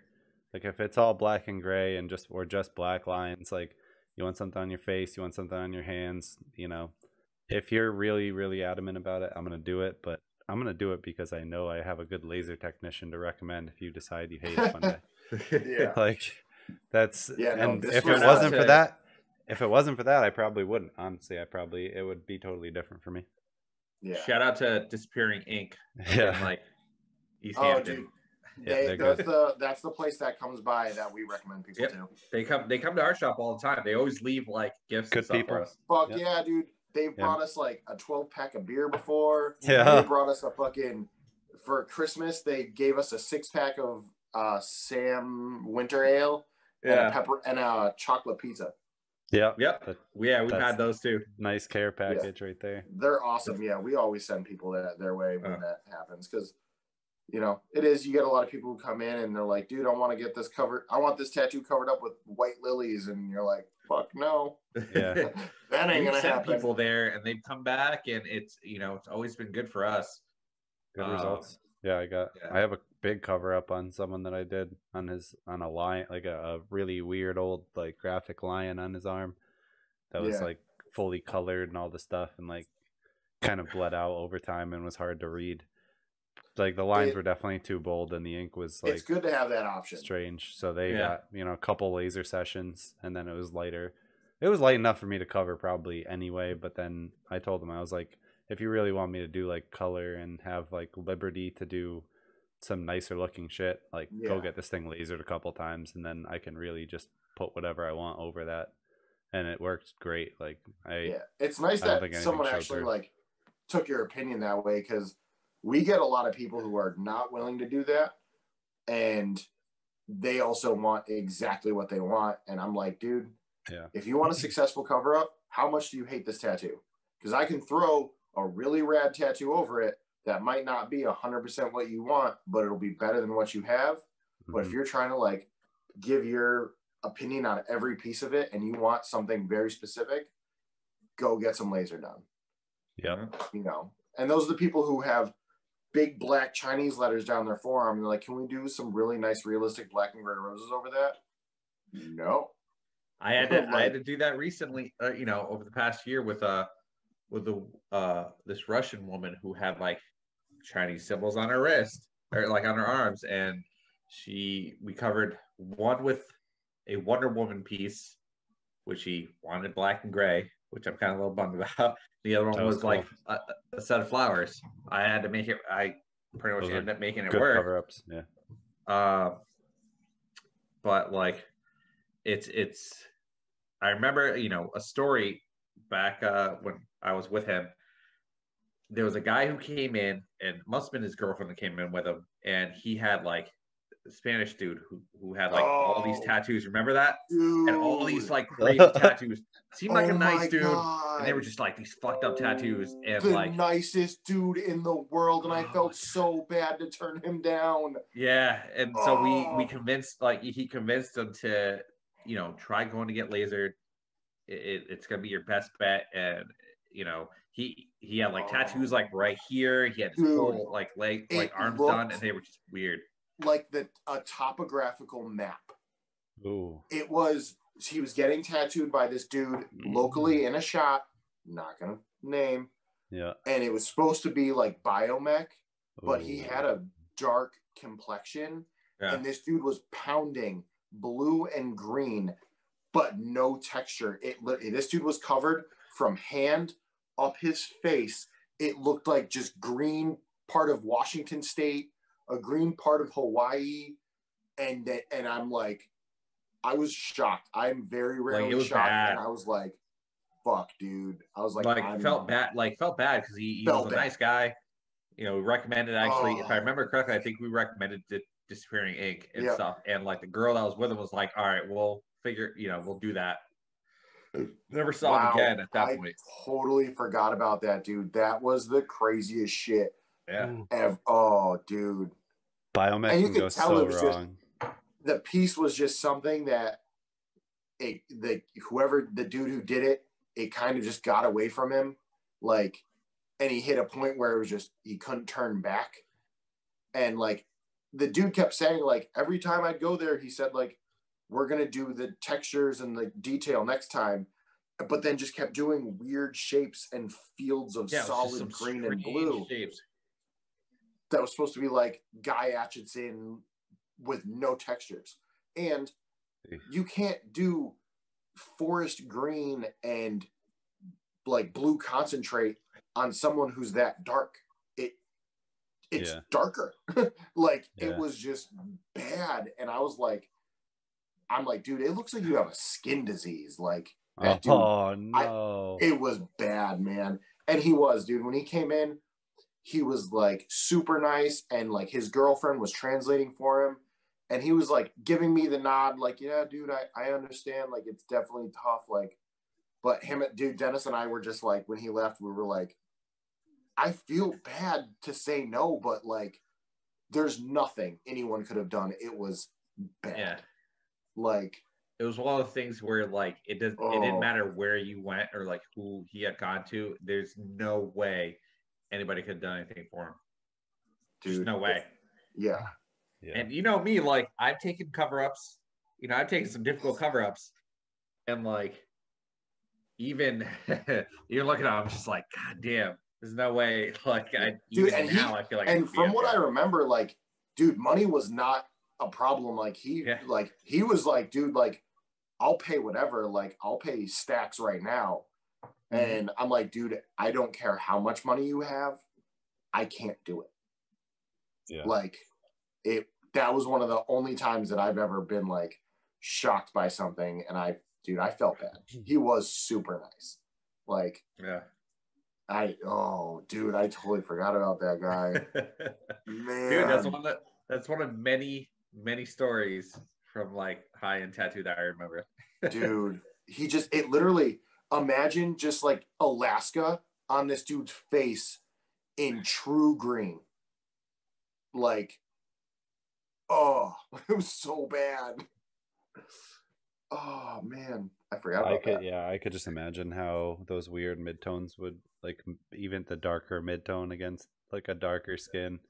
Yeah, would be pretty foul. He was darker than me, essentially. He would, yeah.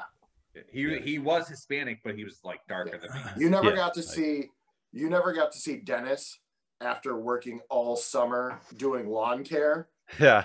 But darker than what he would be when he did that. Yeah.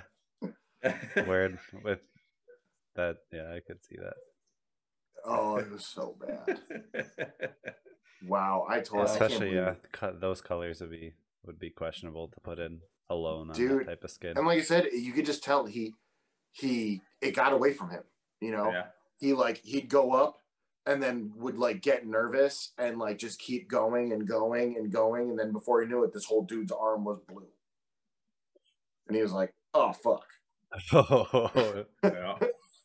That's a big yike. Like, yeah, and that was the thing. It was you could tell it was supposed to be like bioorganic. Like there was some shape in there, but it was just so bad. Oh man. Oh, I can't remember. You remember that? Dude, there were some interesting times like at the shop, man. You know, during that time I was there. You know, we had that one. You had that one client who took a tumble. All you did was like her kid's name. Dude, I was just talking about that. We were talking about passed out stories at the shop. Yeah. And she was one of the only people that I've ever tattooed that did the tattoo, wrapped her up, she paid, like gave her the aftercare instructions, no issues, went in to check in what he was doing. All of a sudden I hear, boom, boom. Dude, she collapsed at the door. Oh. And I like not even at the door, dude. By the couch, by the window, because she had hit the window. Yeah. Oh. After everything, I'm like, oh shit! Like, caught a body, dude. I was like, what the? But it's not. My worst pass out was my first shop I worked at in Massachusetts in Granby, and I was doing mom. It was just mom on this kid's forearm. I did the one line. I did. And he's like, dude, I don't feel good. And I'm like, hold on, put your head between your legs. I'm like, this is like second year tattooing. And he's like, no, I got to go sit down. He gets up and makes a mad dash to the couch, mid stride, boom, right down. Dude, I run over, I put him up on the couch, and I'm like checking I'm like, dude, are you okay? You okay? I'm like, just put your head back. Dude, he puts his head back. His fucking pin just falls open. Dude, 14 stitches from here to here. Just, And I was like, oh, fuck. Oh, Yo, dude, faces bleed so much, too. Dude, and his mom was his ride, and she was in the car. So I had to go out and like, yo, you got to take your kid to the hospital right now. And she's like, instantly, she's like, what the fuck did you do? And I was like, no. I did nothing. Like, your kid passed out. He's okay. Dude, he came in like the next day and just to show me, and it was just stitches across his entire chin. Yikes. I was like, holy fuck, dude. I like that they came back. I like that he came back to the shop to show you and be like, yo, that is what happened. Dude, the worst. I just remember he like put his head back like this and then just unfolded. And I was like, oh. Dude, I could see the fucking bone, dude. I was like, I'm gonna throw up. I'm gonna throw up. Yeah. Dude. Wow. The bone. Yeah. That's intense. That dude, so bad. And I always remembered him as Big Fucking City because he got his girlfriend's initials on him when he was 19 years old and they were BFC. And I was trying to think of things that we could make it be if they ever broke up. I did the same thing with a different client. Oh my god. The kid was 18 and he was getting his girl's like name on him. Idiot. Like this big. And it was Sky, so I'm assuming it was short for like Skylar or something. Yeah. And he got like the logo from like The Weeknd on him too. Yeah. And I like for a hard good 20 minutes, I'm like, dude, are you sure about this? Dude was 18. They've been dating for maybe like less than a year. And I'm like, dude, are you sure about this? Yeah. So like did you meet her? Did she come in? No, she wasn't there. Okay. His two boys were there. Even so better. Dude, I bet you it was a stripper that he fell in love with. No, all high school. So there's another artist that was at shop who he's had 3 girls tattooed on him, like, and all covered up. And you can't say nothing. You can't say anything because I can't. 3? Can't say anything. Are you staying at our shop? Yeah, Nick. Oh yeah, no, I think he's well past 3 if I'm correct. But go ahead. So he even, Nick like, is a hopeless like, romantic. dude, he's got all the cover ups. Because this is like real. Like this is gonna happen. So when I put the stencil on him, I'm like, before I even started, I was like, dude, I'm gonna ask you one more time. Like, understand this and understand this well. That, you know, I'm not saying they won't work out, but if things don't work out between you two, you will have her name on you for the rest of your life. I'm not saying it's not going to work out, but homie, it ain't going to work out. So he stopped. The second I said that, he stopped and thought about it, and he's like you can see like everything turning, and he's hamster like, wheel just slowly moving. Yeah.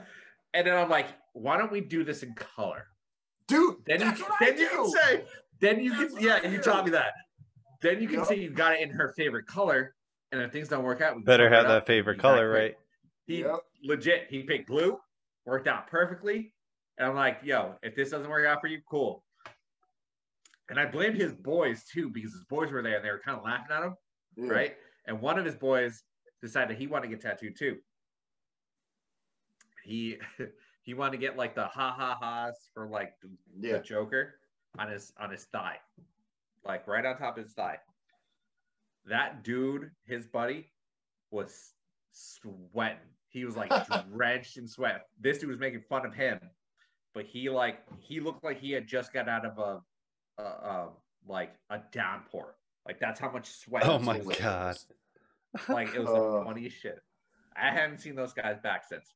Dude, the color name, because dude, you were there the first when I did it.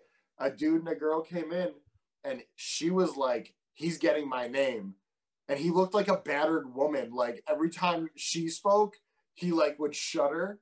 So she was like, "He's getting my name," and I was like, "Are you sure you want to do it?" And he's like, "Yeah." And I was like, "How about we do it in red? So if things don't work out, we can cover it up." And he's like, "Yeah, dude, this girl gave me the death stare." She's like, "What the fuck do you mean it's not going to work out?" And I was like, "I'm just saying you can't predict the future. Like, it's still there."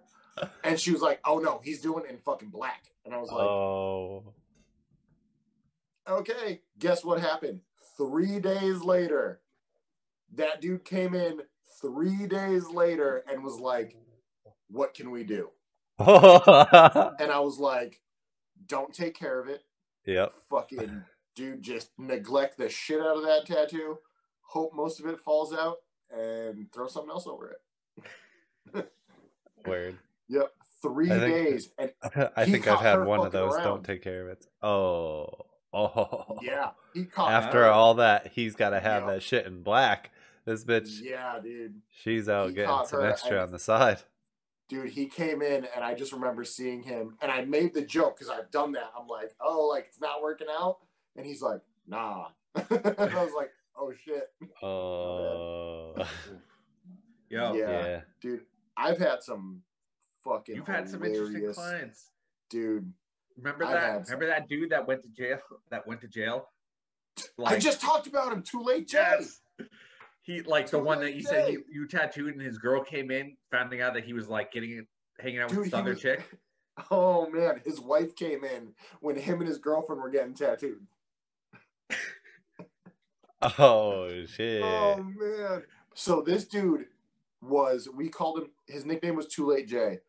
He would call the shop and be like, "Yo, you got time?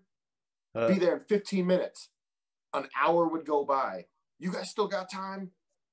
Yeah, man. Are you on your way? Be there in 10. An hour would go by. He'd show up. So first time, annoying. Second time, not as annoying. Third time, realized this is just how he is. It's like kind of endearing. He'd buy everyone lunch. He'd buy everyone dinner. He'd bring beers, snacks. Like, he was super nice. So one time he calls up and he's like, "Hey man, I'm getting locked up tomorrow. I need to get tatted right now." And we're like, "Sure you are, man." Like, dude, like, and it was like 7 o'clock. And he's like, "I'll be there in 20 minutes. And we're like, "Are you going to be here in 20 minutes or are you going to be here at 10 o'clock? And he's like, "I'll be there in 20 minutes. Sure shit, not there in 20 minutes. But does show up, starts this like 2-hour tattoo, gets a phone call, and he's like, "Yo, I'll be there in 10 minutes. And we're like, "No." Like, so we just found out that's what he does. So he leaves all happy. Dude, next day, I go on Facebook, Mass Live, picture of him right there, turned himself in after 1,000 grams of cocaine, guns, money was seized from a search on his home. Wow. And we were like, he was not lying. Ever. Like, he was telling the truth. He got to be coming out soon. Man. That was like 4 years ago. Yeah, Too Late Jay. Wow. Too Late Jay. That dude came in. Oh my god, dude. He was awesome. Holy shit. Yeah. Dude, he was hilarious. He was cool as shit. He was good. And he always took care of the shop. He would always, like, if it was after close, he would fucking tip everyone. Like, nicest dude ever. Would have never expected that. Like, and we also didn't believe him. He struck me as gotta get by. Right? Yeah. But we didn't believe him. That was the thing. It's like, if someone's always running late, they're either... You get dudes who come in and they're like, "Yo, I'm a baller, I'm a baller, I'm a baller," and then you tell them 300 for a tattoo, and they're like, "Nah, fuck out of here." Like, but that anyone who would say I'm a baller, you know? Yeah. Oh wow, Too Late Jay. It's the people that come in looking nice and humble and like got like a normal looking whip, and you can just tell they're fresh. You're like, you got money. It's like, if you come in trying to look too fancy, you're like, either you got tons of money or you got no money. First question is, what's the minimum? Yeah. Dude, you used to have that other dude that he used to come in, and he would drive a couple of hours, and he was, how do I say this without actually like trying to give anything away? He was he was into that kind of a business, but like he always carried on him. Antique sales. Oh man, It was that Street white pharmacy? dude who like he would come in with like a duffel bag and it was just pounds. Oh man, yes. Yeah. Yeah, we can't really get into detail about that. No, we can't go into crazy detail, but that dude, like he would just be like, all right, yeah, you know, hold on 1 second. Zip. Like, Yeah. okay, hold on. What do you want? Yeah. Dude. Whatever happened to him? Do you still tattoo him? No. Dude, remember that time you took edibles and disappeared in the drawing room for like 5 hours? Oh Dude, my God. he was like, he was right at the forefront of like mass legalizing all this stuff, and he was one of the producers of like edibles for Netta when it first was coming down. Nice. So he'd give us free samples, but they didn't have any like dosage on them. Oh. So we would like take one and be like, I didn't feel anything yet. And then take another one, and then all of a sudden they both kick in, and just like, what? I saw you do that a couple of times. It got to a point where I remember Dude, you were on the couch. Terry had to come pick me up. Yeah, you were on the couch because you couldn't move. You couldn't do anything. And there was a person who came in and wanted to get the back of her ear done. She wanted to get like a small little flower, like rose. I'm trying to tell you, I'm like, dude, I can't do this. He's like, dude, you can do this. You got this. I can't like function right now. I can't function. That's why I don't do edibles, bro. Yeah, edibles will wipe you out. I've missed the TatCast back like when we were just getting the shit rolling, I think. Yes, like, there was one time where he's like, an edible. He's like, dude, I can't do it tonight. And it was too strong, man. I was just like magnetized to my couch, and I was like, I am not speaking in any public forum, despite how few people watch us. Dude, I was done for the day, and he gave us, I think it was like banana bread. Oh, and I was like, I don't remember that. I don't think I was around for that. That was the one where I was frozen on the couch. I thought it was the candies that did it for you. No, the candies were fine. It was the banana bread. Oh. But it was the funniest thing because I remember you were in the middle of a tattoo when it kicked in, and then you sat on the couch and you just couldn't function. Nope. And you were just like, yo, Terry, you got to come and get me. Yep. I need a ride home. And even now, dude, I will smoke weed. I'm happy, and I won't do edibles because I just can't. I die. I take small dose edibles, but like definitely any large dose, like if I'm like, oh, today I'm gonna try doubling my edible dosage, like it usually slaps way too hard. Like I don't know how to like ramp that up, but like I'll take like an edible to start a day if it's like a day off or something, chilling. Most days I'm sober until I get home. Like I smoke. I'm a night smoker, like for me. So like I'll do my work and bust my ass. I'm totally sober all day, and then when I get home, settled in, chilling, blaze up, and then eventually make my I drawings. smoke like generally every morning. Like smoke, and it just chills me out, relaxes. I do all my drawings. I do all my prep work. Like nothing beats that. But it's as soon as you get into like, I've tried edibles a few times and I've never had a good time. Word. Never had a good time. Smoking I feel like is the right dose. Like there's definitely different doses like in bud anyway. Like you're obviously have your different qualities, but like a bong high is a lot different than like a joint or a blunt, like smoking something like that. Like I prefer either of those over bowls too. I've never been like a bowl smoker because bowls, like I feel like you get like a small bit of it and then like it doesn't carry long enough, so then you have to redo it too frequently. Like for me, like a blunt's probably I think the best balance because like even if you don't finish the amount once it's hitting, dude, it's gonna last. Prefer smoke something like that all day. Like that's my go-to. Edibles are just not. Lost your video for a sec. Edibles are just not my friend. Word.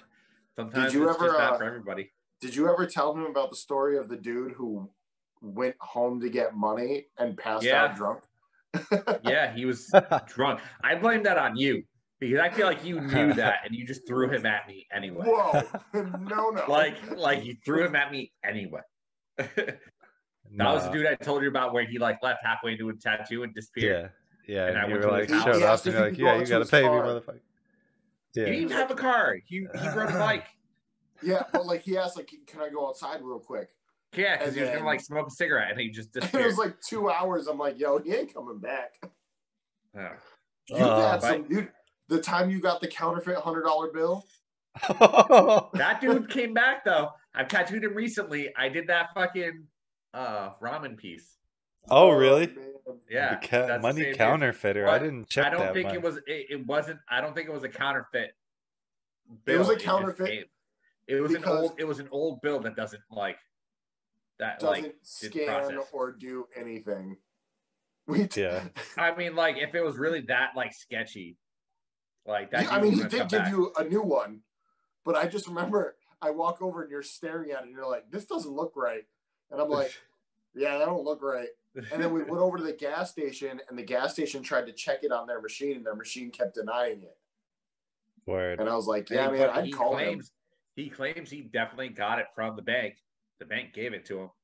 Dude, I got a counterfeit $100 bill. Oh, banks can get counterfeits. Yeah, they don't. Yeah. They don't fucking check I mean, every bill. If it looks good, they take it. I tattooed him recently, like a month and a half ago. He came in and got the ramen bowl that I did, and I mean, he still paid me in cash. It's just funny. Like, it's just that's such a dude. funny. That shop, man, we had some weird shit happen at that shop. So weird shit happen. Like, you know, since that, like, it's funny because that was a lot. Like, the only time I had somebody pass out on me was my buddy, and then only until I started working for Angelo is when I started having more people pass out. So, and the worst part was, we had a moment where there was a kid and his father who came in, and Angelo had just bought one of these new chairs. Yeah. And probably had it for maybe about a week, and he let me try it out. So I'd like moved over. It's one of those chairs that like moves around and like you can adjust it to make it like a table and stuff like that. And that dude fucking 5 minutes into a line work, he like didn't feel good, threw up all over the chair. Yeah, so we had to like stop what we were doing for like 20 minutes. Wow. And like clean up the whole damn chair. And he had like literally had it for less than a week. Dude. So, and you know, because it moves and everything, you have to like get every crevice and everything to you know, like, and then he came back like a couple weeks later. He's like, do you guys kind of talk about your clients like before, like, and people? And I think one of the people at the shop was like, "Are you the dude that like puked all over the chair?"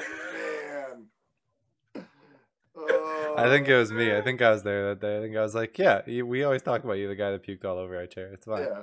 It's like it's all good. You're part of the history here now. Don't feel bad about it. Yeah, I've tattooed him a couple times prior to that. After that, so we were just talking about, have we had anyone puke from passing out?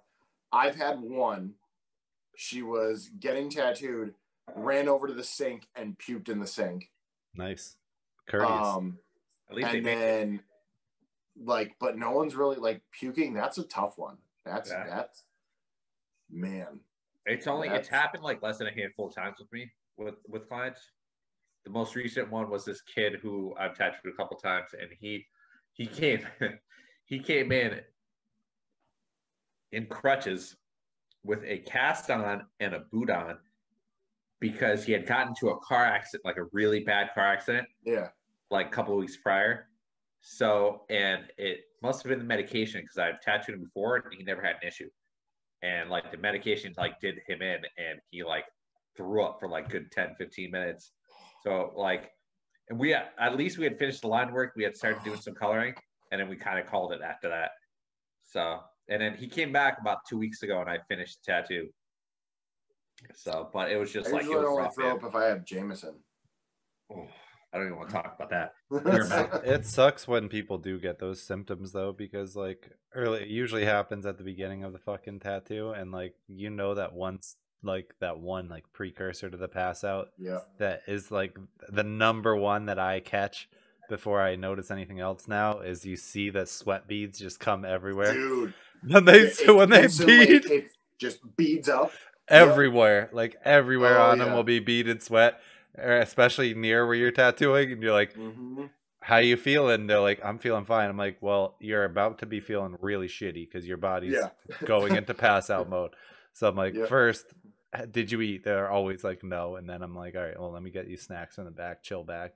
Like, I feel bad about that one person that you said got up and ran, because like I have the hardest time sometimes when people are passing out. Like, stay in the seat, lean back, they have like a panic. Commit to the chair, because I don't want you slipping or falling out. Like, just like fully relax yourself, because when your body loses that, like, your muscle mode. It's gonna be fucking, you're gonna be slithering down like a snake. So like, you need to fucking get secure. Like a 200-pound like person, 200 pounds of dead weight. Unevenly distributed with like elbows and fucking armpits. Yeah, it's like it's a tough one to scoop. That's a tough scoop. Dude, the sweat starts to bead. You look up, they're like just pale as shit. Yeah, the lips no color. Like, you good? Uh-huh. Nah, maybe you should take a minute. Okay. Like, and that's what, like, we'll give our counter girl like a nod, and she'll like go grab a Snickers bar and like a juice. I'm like, all right, man, like just put your head below. And usually they're like, oh yeah, but it's the ones who are like want to be badass that try and like pump through. Oh, I'm doing good. I'm doing. It's true. And then it's like, they're like, dude, did I just pass out? Yeah, man. Oh, that never happens. Oh man, yeah, it's because like big dudes, especially, like you just need more blood sugar to keep going. So like when you get your body gets starved for blood sugar and then you traumatize it and you don't see it coming, like of course your big ass is gonna pass out. Like it takes a lot to keep you fucking running. So like you're gonna fucking get hit hard. Like it doesn't happen to little people as often. Like no, just dietarily. Big dudes who fucking weigh too much that you can't stop once they start collapsing. It's the biology's involved plus the ego. So like because it's also mostly males at that size, like it's the male ego's involved. Dude, and we all know that's toxic. Yeah. Dude, you want to talk about that? You can't say you didn't have a girl pass out, because we just had a conversation about a girl passing out. Dude, that's like my only one though. Word. All my that was pretty bad, because like there is detail to it. There's other detail that we won't get into, because I feel bad for it.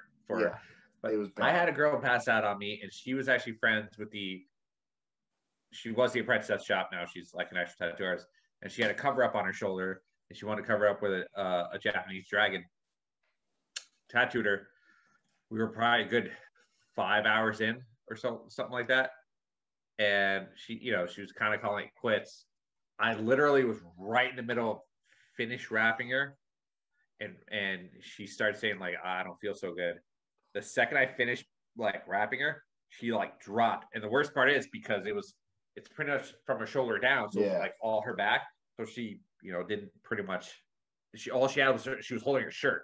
Yeah. She didn't have broad. So I'm like trying to hold her while trying to make sure I don't grab anything, and I fell to the ground like holding her because I caught her. Otherwise, she would have hit the wall.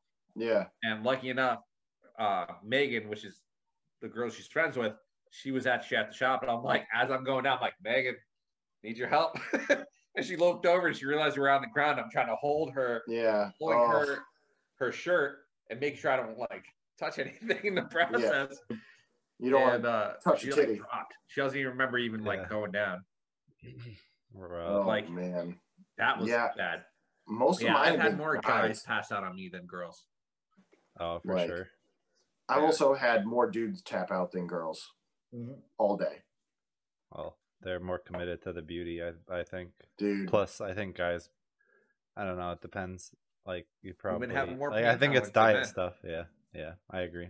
Women's pain tolerance. I think like for me, I think a lot of like guys especially come into it with that mindset like, oh, I'm getting this big badass fucking tattoo finished. Whereas to like girls are just like, I'm getting a cool tattoo. It is what it is. They don't stress it. And that's what I tell people, especially for big sessions. I'm like, hey, I just want you to go into this right now. You don't have to finish it all in one session. And I think like taking that stress away instantly makes them sit better. Yeah. Because I like once the stencil's down and they look at it and then they're like, how long is this going to take? I think that part of it gets in their head. So when you kind of give them that reassurance, like, doesn't have to all be done. We can split it up. And I've had people who can sit so much better just instantly. You can tell, dude, like that anxiety and that stress starts hitting. They're like, fuck, that's a lot. You know, and you're like 2 hours into a very large tattoo where there's clearly a lot left. And they're like, oh, fuck.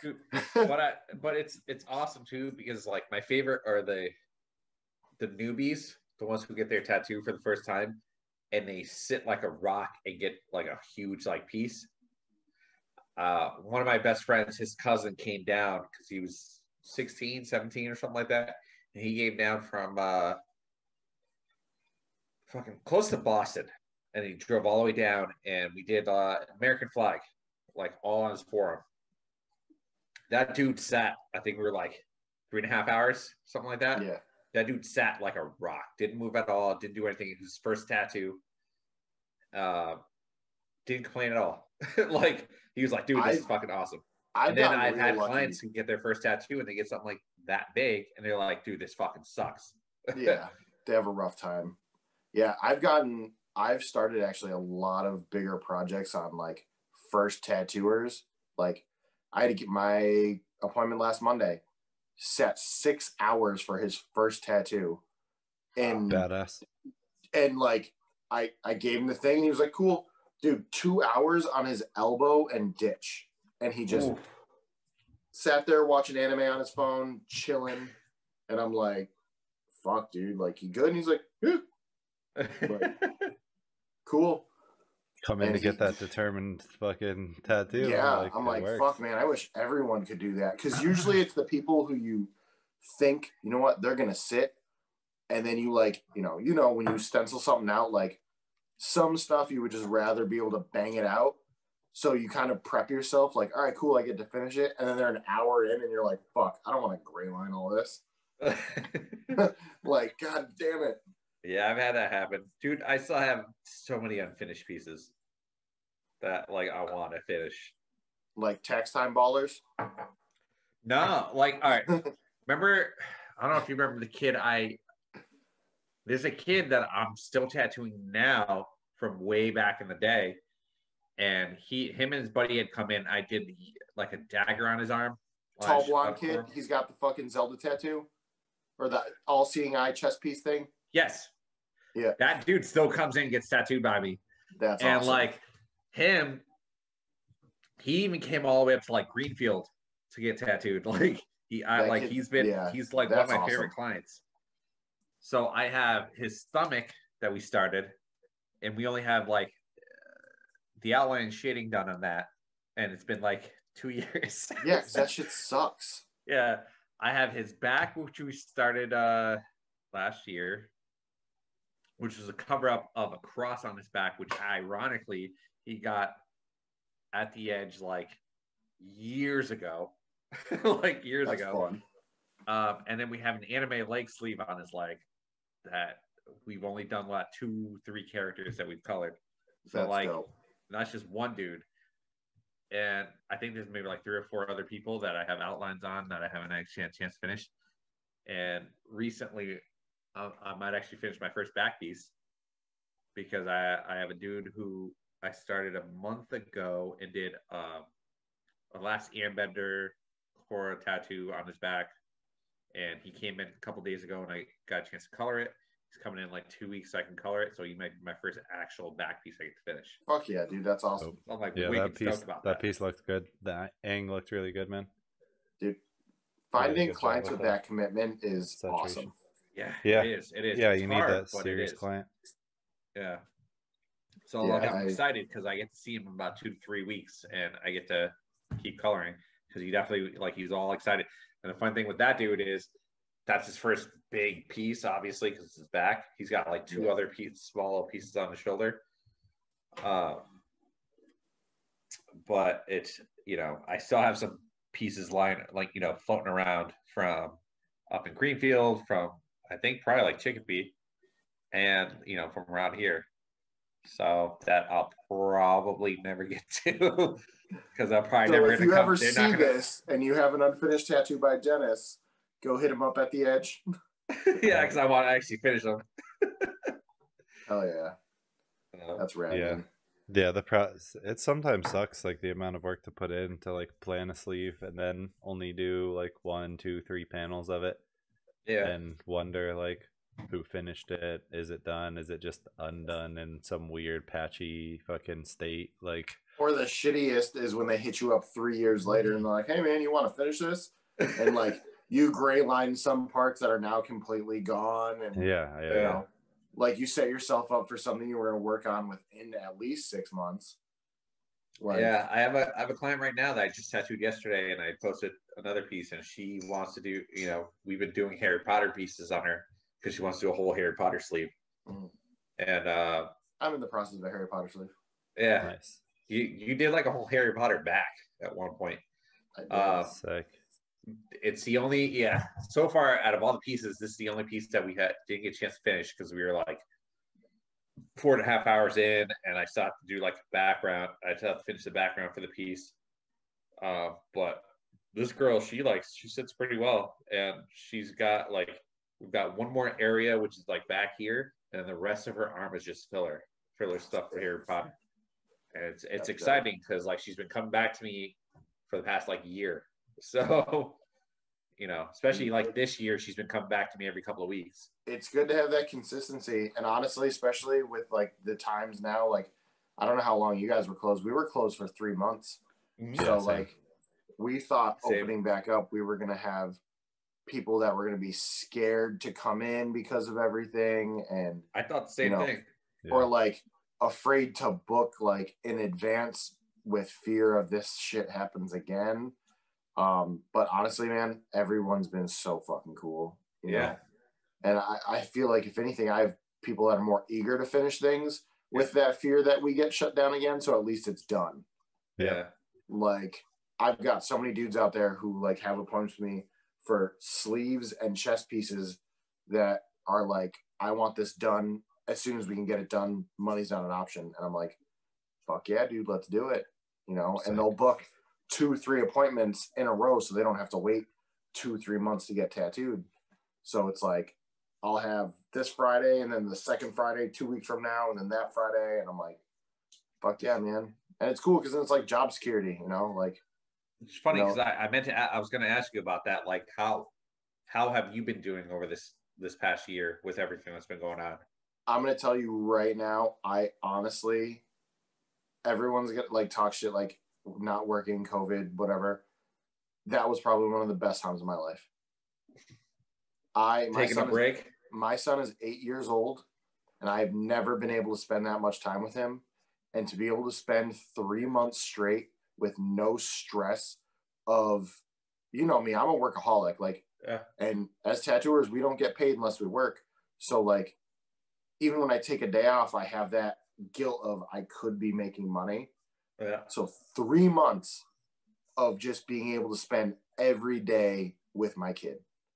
I was watching cooking channels. I learned how to make the perfect omelet. Like he calls them egg burritos. Nice. Like I got to do so much stuff guilt-free, no stress. Like, dude, we went on bike rides every morning. Like we went to the skate park. Like, it was just awesome. Obviously it sucked to not work and like how unemployment and mask did everything, but nothing like I wouldn't give that up for anything. It was amazing. Yeah, I definitely agree with you. During those 3 months, my son's younger, so I got to watch him grow up for those 3 months. It was right around his birthday and stuff. We went for walks around the neighborhood because he wanted to do that. Yep. It got to a point where like we were like 2.5 months in, and he's like, "Daddy, I'm bored." When your 3-year-old says he's bored, there's something wrong there. Oh, but, dude. I mean, I did enjoy it. I enjoyed that aspect of it. And one of the things that like I always go back to is something that you taught me. It's like, you always got to hustle. You always got to make that money. So like, I feel the same way you felt, like, and it's one of the things that like, I find interesting with the fact that like, even after, I think we haven't really tattooed together in 3 years, I still have, I mean, I still have that would. mindset. Like, I'm like, fuck, man, I could be drawing right now. Yeah. Why am I hanging out, like playing a little, like taking a Good. little break I'm just to play glad some that video games? stayed. It does. It did stay. And There that's there are good. definitely things that stayed with me because of you. And you know me, man. And that's what the wife hates. Like, I could be on my day off, and I get a text message, and it's like, "Yo, I got $300 to spend right now. You want to bang out something?" Fuck yeah, I do. Like, what job can you legally make that kind of money in that short of a time?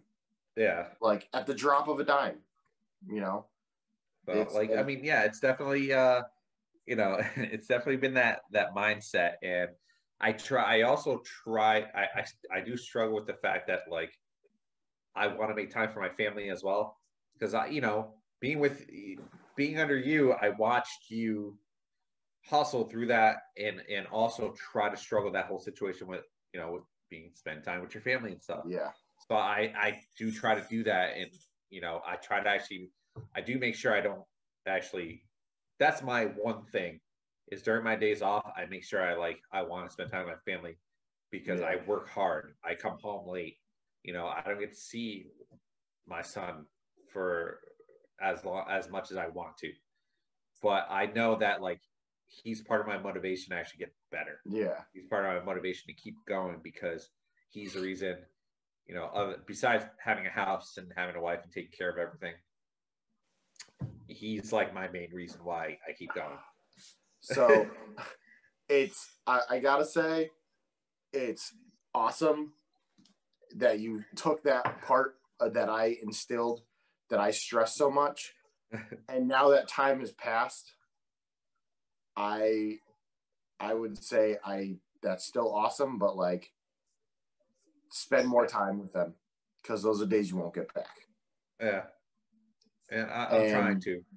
And I lived through that, and I did that, and I almost lost a lot of it.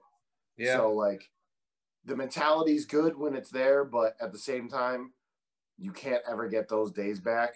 So if COVID taught me anything, it's to spend more time with my family. So I respect that. I did a lot of, like, just chilling too. I think, like, I don't have as much time, in the industry under my belt. So I feel like when you're at that 10+ year mark, for the people that I've spoken to that have that kind of career, that got 3 months off, like, y'all definitely, like, appreciated it on a different level. Dude, 13 years of tattooing, I've never taken that much time off. I still think about that. I'm like, fuck, man, that's crazy. Because when I met you, you were only 7 years in. Yeah, I'm about to hit my 6-year mark, dude. Yeah. From when I started working with you on, like, I'm about to hit my 6 years. And I've never taken that time off. Dude, even my appendix burst. I had emergency surgery. I was tattooing a week later. Like, I've always been one to just, like, dude, when can I work again? Like, so 3 months off was nice, but I don't. On a side note, one of my shirts got bought. That's sick. Yeah, nice. The plague doctor. Somebody bought, like, a plague doctor. Dope. Oh, your banner? Yeah, it's one of the 4 shirts that I made that are available right now. One of the other ones is actually a tattoo machine I did on Angela. Yeah, I saw that. I was like, I might grab my shirt. Get it for the little guy. I might retire my pencil that I have right now, because I've had that since I worked with Justin. Yeah, it's so good though. That pencil is so good. I know, but I've had it for so long. That's branding, though. That's branding imagery. Yeah, man. Don't break it if it ain't broke. Don't fix it if it ain't broken. That's true. People. You can elaborate and keep doing the more spin-offs, but yeah. People love that fucking sticker too, because brand recognition, man. Any of those, I'll still make, like, T-shirts out of it. But every time I go to a convention, between the tattoo machine sticker and the angry pencil sticker, the angry pencil sticker sells or like gets taken more often, because the angry pencil sticker is considered more art, so it's more widely accepted. A tattoo machine, not as many people are going to respect that. Yeah, they're not gonna. Other than like tattoo, most like people, tattoo artists. Yeah, most tattoo tattooers artists will. aren't gonna look at that machine and love it anyway because it's just Yeah. like it's a eternal Welker machine. Like it's Yeah, but if you're it's going like off of standard, but just appreciation, 9 out of 10 people are gonna be like, the pencil's fucking cool. I can put that on my binder. I can put that on my car. Tattooers will appreciate the tattoo machine, but you know, Yeah. so the pencil that's yeah, that one's So, but that one's like, I'm fire, happy dude. that somebody actually bought one of my shirts at least. Yeah, You that's know what I dope. mean? So I'm like wicked stoked about that. Yeah, to sum up the COVID thing though, my like the last few years I've done like a month off every year, and I would say that that's like such a beautiful thing to do. Like a month is so nice because a month you can have a staycation, get everything like you really need to get caught up on done, feel well rested, go on a trip, ball out for a week, week and a half, come back, have another week of rest, and then return to work. Like that process, it is a long time. You know, you're taking a 12th of the year, but if you're not doing a lot of other vacationing during the year, it's you know, it depends on where you're at financially and how you're making ends meet. But for me, like I was able to make it work, and that was awesome. But like 3 months was insane. Definitely was It cool, was rough, but like man. for me it was more of like a project. Like yeah, I basically was the same thing. Like I was in a place where I was like super felt like I had just been overworked and didn't have time for my family. So I was like, I'm gonna seize this time with them for all of its worth, and then worry about the financials later or as it goes on. Like what I, you know, as a business owner, it was way worse because I actually spent like one week way more than full time, like the whole week working on finances and dealing with like what I needed to do to get federal, you know, whatever I could get. And then like another week on top of that, that was actually like also beyond full time. But like, yeah, like the first week I would say was definitely like a 100-hour week. And then the next week after that was like a 60-65 of just like face in fucking paperwork and looking at a computer screen to figure out how the fuck to come out of this bullshit with some of the money that the feds were giving out. So I was like, that sucked, but like then I got back into chill mode. So bad. It was rough, man. Like the first, like enjoying the fact that we had a whole month off. I'm like, cool. You know what? I get to spend time with the family, get to work on the house, and then once we get close to that month, it was like, oh, we got another month. Yeah, the extensions pulled some steam out. Yeah. Well, my thing was it was the inconsistency. It started off as you'll be back to work in 14 days. 2 weeks, yeah. And then it was 1 more week. 2 more weeks. A month. And it was like, dude, like I know you guys, because in Mass, it was a couple of weeks. When was it like official for you guys? Our official last day was March 21st. So that was a week after us. Yeah. And we were supposed to be opening back up on April 4th. Yeah, we were supposed to. I think ours was like April 2nd or something. And then April 4th got pushed to April 28th. And then April 28th got pushed to May 5th. Then May 5th got pushed to May 20th. And then it got pushed to fucking sometime in June. And then we officially opened up on June 22nd. So on my birthday. I was working. I would have had the day off. No, I would have been working too. Did a traditional eagle on a thigh. Nice. Speaking of thighs, you still got to work on mine. Oh, man. I still have an unfinished piece on my leg. We started in Hartford? Yeah. At least I was able to get Zach to finish his piece. So you still got to finish the skull. That's probably very faded and needs to be relined. No, actually, because like I wear clothes over it all the time. It still looks like majority of it still looks like it did very fresh. Like you mean you don't tattoo naked?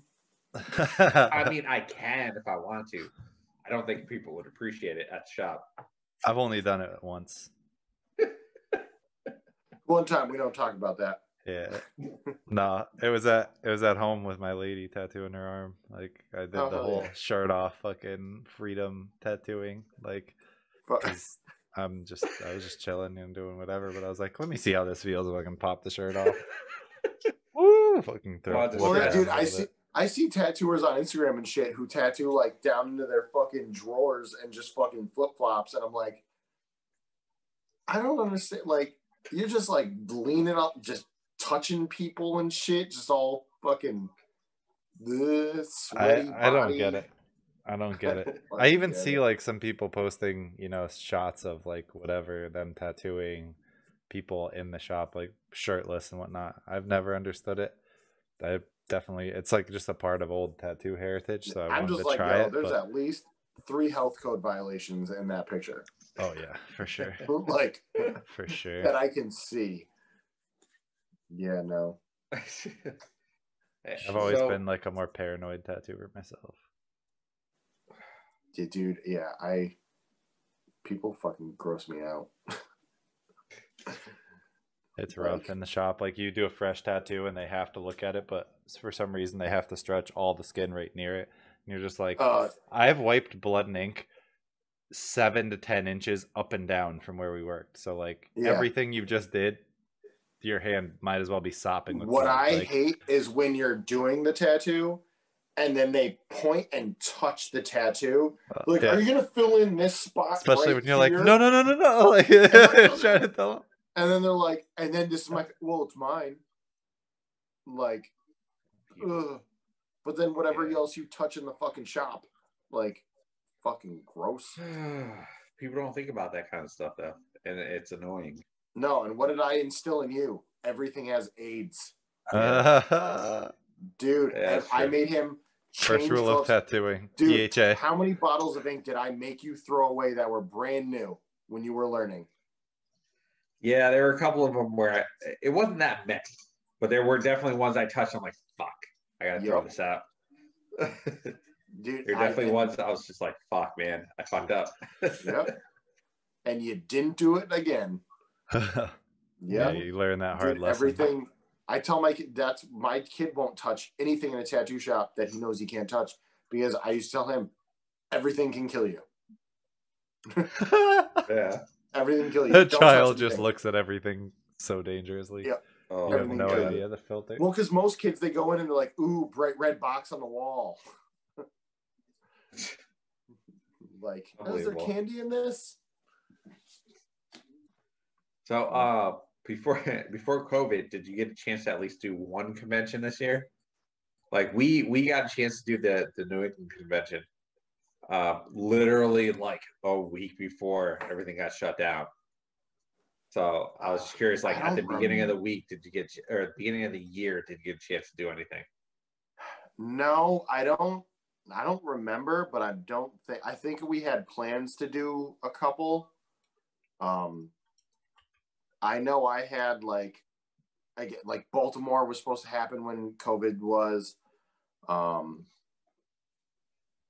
obviously Wildwood got canceled. We could bump by that. What else? Yeah, no, I didn't do any before that. We were gonna do the casino one, but the New England one, dude, you should have done it, man. We did it, fucking, for the fact that it was the first convention. Yeah, for Mohegan, it was amazing. Yeah, I've done conventions in casinos, and it's just they're so hit or miss. I thought the same thing, but when we got there, from literally the second I started, I had a dude hit me up to come up to me and see if I had time today, and I was already working. I was already had a full day. Yeah, it was crazy. We wanted to do it. We just we were so booked up and everything. It kind of crept up on us to the point where we're like, fuck, do we want to reschedule 9 things for that weekend? And it was like, nah, no, we're good. We'll do it next year. Yeah. Because they're still doing it next year. They do plan it for next year. My shop, dude, we collectively have between the 5 of us 60 years of tattooing, and we've done a lot of first shows that have not gone good. Yeah. So I think that was the other part. We didn't want to take a chance,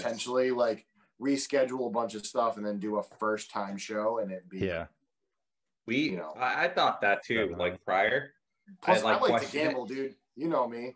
Yeah. Like, I would have been like, if it would have been dead, I would have blown all my money Yeah. playing craps or some shit. we questioned it. Like I questioned it at least, and at the time, one of the artists was kind of had a very big connection to the Tommy's situation. Oh, we got the hookup. We got the hookup. So, like, you know, they're like, this is going to be big. Like, this is going to be a very big convention. So we're like, all right, let's take a chance. The whole shop went, pretty much closed the shop down for like 3 days. We all went and we stayed busy from the second it opened up until like the second it ended. We were busy the whole time. I think I left there like with like three grand or something like that by the end of it all. Like I left it with a good amount of money.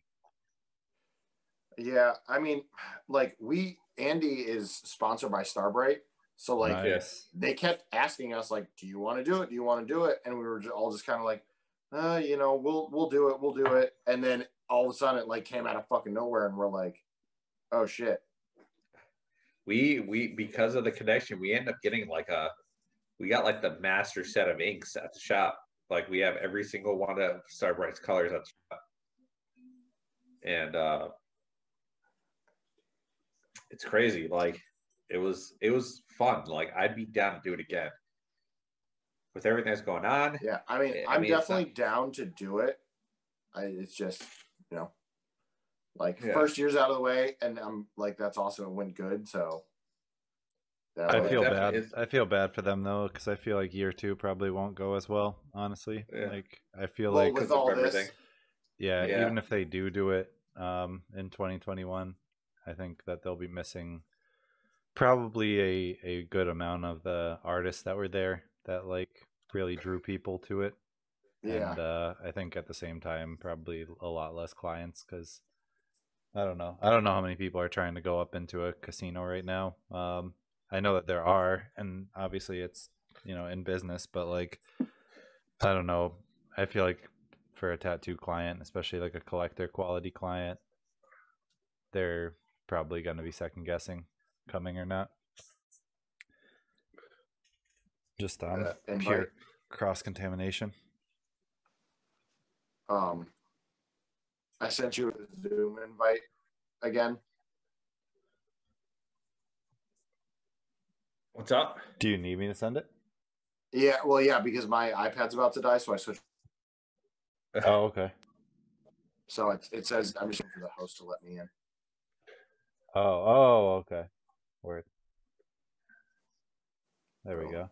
Boom. There we go. Good. Oh, it's me twice. All right. You gotta turn that side of it. Feedback loop. Hype. Nice. Hopefully your iPad settles to widescreen. Sick. Yeah. Cool.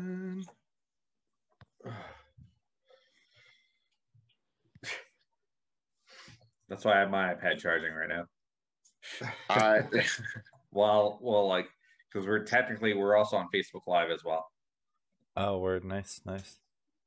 Yeah, so Bryant came into the chat and he's been writing. He missed the show tonight because he's in the ER for the heart stuff that he's been going with. But he has that procedure coming up. So hopefully after the procedure he'll be at 100%, but some sort of intense procedure where they got to go in and like microscopically add something and then burst something open, right? Yeah, they have to like essentially electrocute cells in his like heart to actually like stop certain things from working, or like because his heart overworks. Yeah, extra beats. Sounds like. Yeah, so, crazy. Hopefully that solves that for him. Yeah, hopefully he's doing all right. But yeah. Word to Bryant. You're here in spirit, dog. Thanks for being in the chat. But yeah. Otherwise, I mean, you know. Go ahead. I mean, I feel like a lot of times, like as fun and enjoyable as being a tattoo artist is, like, because I enjoy it, I love it, I appreciate every second of it. You know, for some, it comes with like the stress at times. For some, you know, it comes with constant like worry. I feel for some tattoo artists. For others, it's like an everyday thing. You know, Justin, you know, working with him, he was always just hustling, getting stuff done, but making sure like it was good quality, because you know you have those artists who are out there who just want to hustle and just make that money. But you know, one things I learned from him was hustle, make that money, but make sure your fucking work is on point. Otherwise, like that reflects you, that reflects the people you work with, and it just doesn't work well. You know, ain't that the truth? Yeah. Well, I've said 100 times, you know, and I've said this to you a million. You do one good tattoo, no one gives a fuck. You do one bad tattoo, 100 people know about it.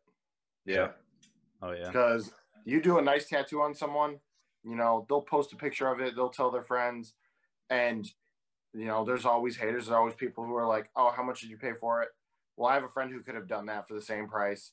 You know, they're not, but the person likes the tattoo, but no one cares that they like it. Yeah. But they get a bad tattoo, every one of their friends is like, "Yo, fuck that place, never go back, da da da da da, fuck that dude." You know, there's, you know, so you always want to do the best you can. You know, it's funny because like we talk about one of the things that like that's cool about the shop that I'm at is, you know, we all have our own styles and stuff. You know, we have Megan's our youngest artist, and she'll do like some simple stuff, and she'll get like a bunch of people like stuff. One of us will do like something that we've been working on for hours with so much detail and stuff, and might get a shout out. You know what I mean? Yeah, like we might get a little thing that. You know why? Because whenever you do custom pieces, that piece is for that person. Mm-hmm. Whenever you see those simple little line drawing roses or anything like that, those appeal to a broader spectrum of audience because that's something that they could wear themselves. Yeah. So it's like when you get people who come in with that Pinterest tattoo and they want to show you exactly what they want. The only reason they're getting it is because they found exactly what they wanted. Yeah. So when they see those little tattoos, they're like, that's what I wanted. That's exactly it. And then it gets done. And then so many more other people see it and they're like, wow, that's the exact tattoo I want. But when you draw something specifically for someone that you're hyped on and they're hyped on, most people are going to be like, I don't get it. Like, why did this dude just get a huge half sleeve of a zombie tearing open a gravestone? I wouldn't get that. Yeah. Simple line rows on a wrist.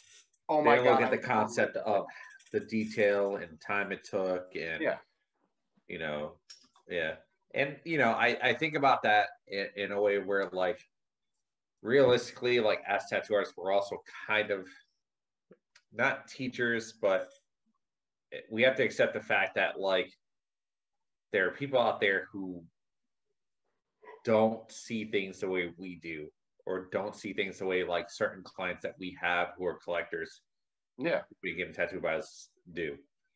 And it's one of those things that we, like, in a way, we kind of have to teach these newer people who come in to the shop who want to get tattooed by us and explain to them how, like, things are done, how these things look and whatnot.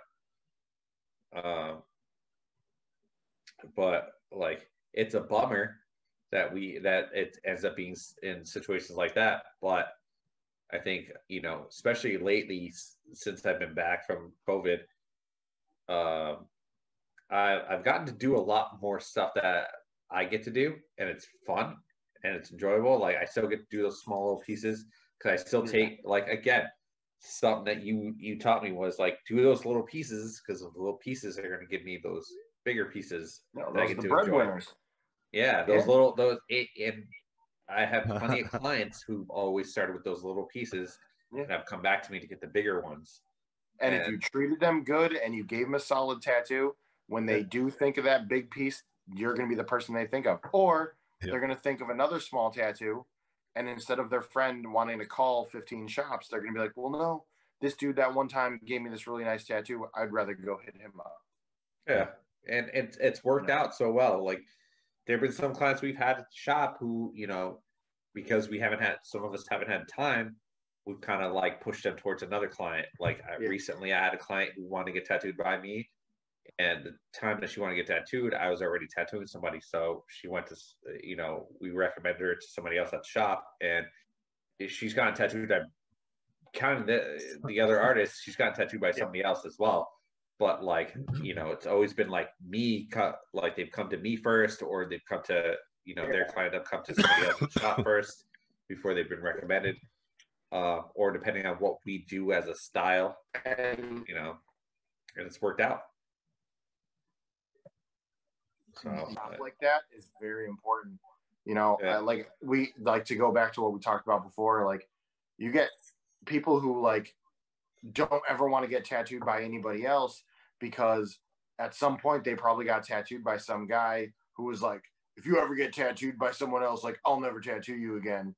But being in a shop where you can like share that love and spread that growth, and, you know, is a big sign of progression as an industry. Because I remember growing like, and I haven't even been tattooing as long as some people, but like, I remember when I started, it was very cutthroat. Like, if you got tattooed by someone else, you weren't allowed to go anywhere else. Like, you know, I've worked in shops where like someone got tattooed by someone in the shop and then wanted to get something by me, and it was a fucking issue. Oh wow. Like, yeah, I feel like that's strange. I would never accept that like as an atmosphere for myself, like, or anyone. Like, I feel like that comes from such a place of like douchiness and possessiveness and like desperation, because like you just don't see that there is an abundance of tattoo clients. There is more than enough for all of us to go around. Good artists, mediocre artists, bad artists. Like, for tattooers, like there's plenty of people and plenty of money coming in.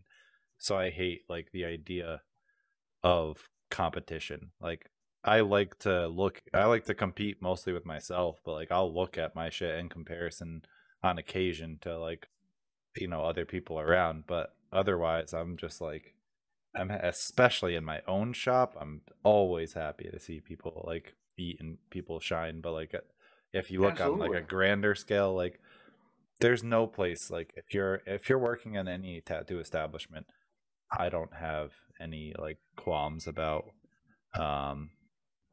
what is like being done with like in other shops. Like, my clients go wherever, you know, come see me, go to whoever you want to collect from, like, especially if it's in my shop. Like, that's I just couldn't imagine, especially, you know, I mean, now you've owned a shop and worked in shops, so there's like that difference in dynamic where like if you're the owner, like you have to address if that came up in your shop, then you'd have to like definitely put the artist in check, because you want, obviously, hopefully you don't have people that have that mentality in the first place. But if you do, you got to try to help them see the light, and like, don't be stressing about what your, you know, people around you might be making by working near you, when like there's just so many more fish in the sea to keep it going, that are, the fish are also your fish. So like, and if you potentially make that one person uncomfortable, they're not going to come back to the shop at all.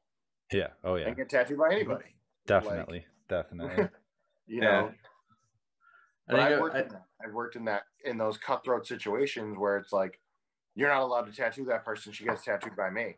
And that's when you didn't own the shop, I'm guessing, right? I didn't own the shop. That was that was when I worked at a shop that wasn't owned by a tattooer, and I would never do it again. Word. That was like, money's money. I don't give a shit. Like, you know, do whatever you got to do. I don't care.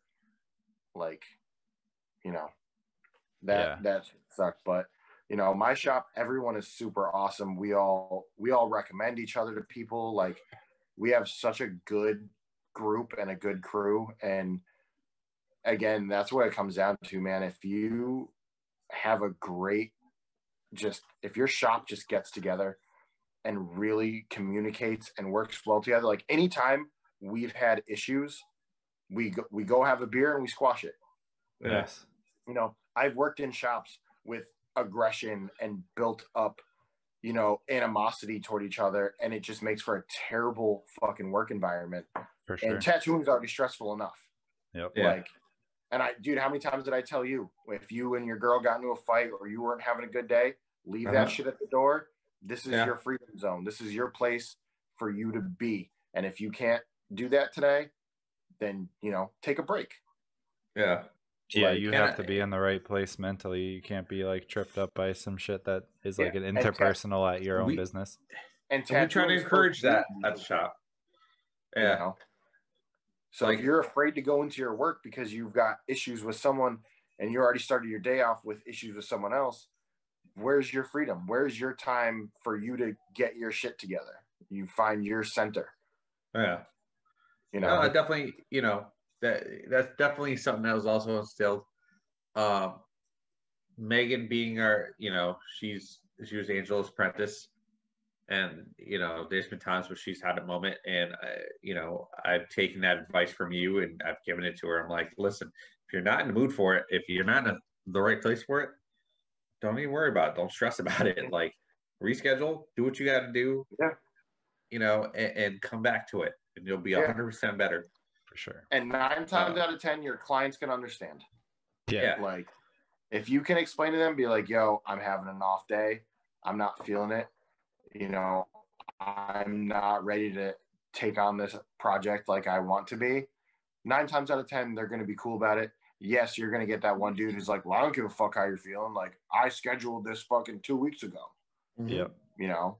Yeah, but I think the vast majority of people are going to look at you in a more favorable way. Like, they know that you are caring about it so much that like you are willing to take that and make that inconvenience.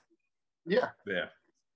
And that's what I do. If I'm having that, I explain to them, I'm like, listen, I'm stoked for your tattoo. It's drawn, it's ready.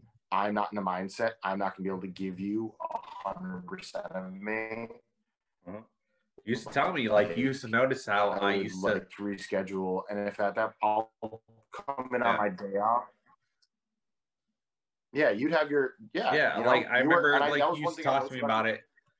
You used to talk to me about it, and you used to tell me, like, sometimes you have a tendency to run on your emotions, and you can't let that happen. You can't let it ends up affecting your tattoos.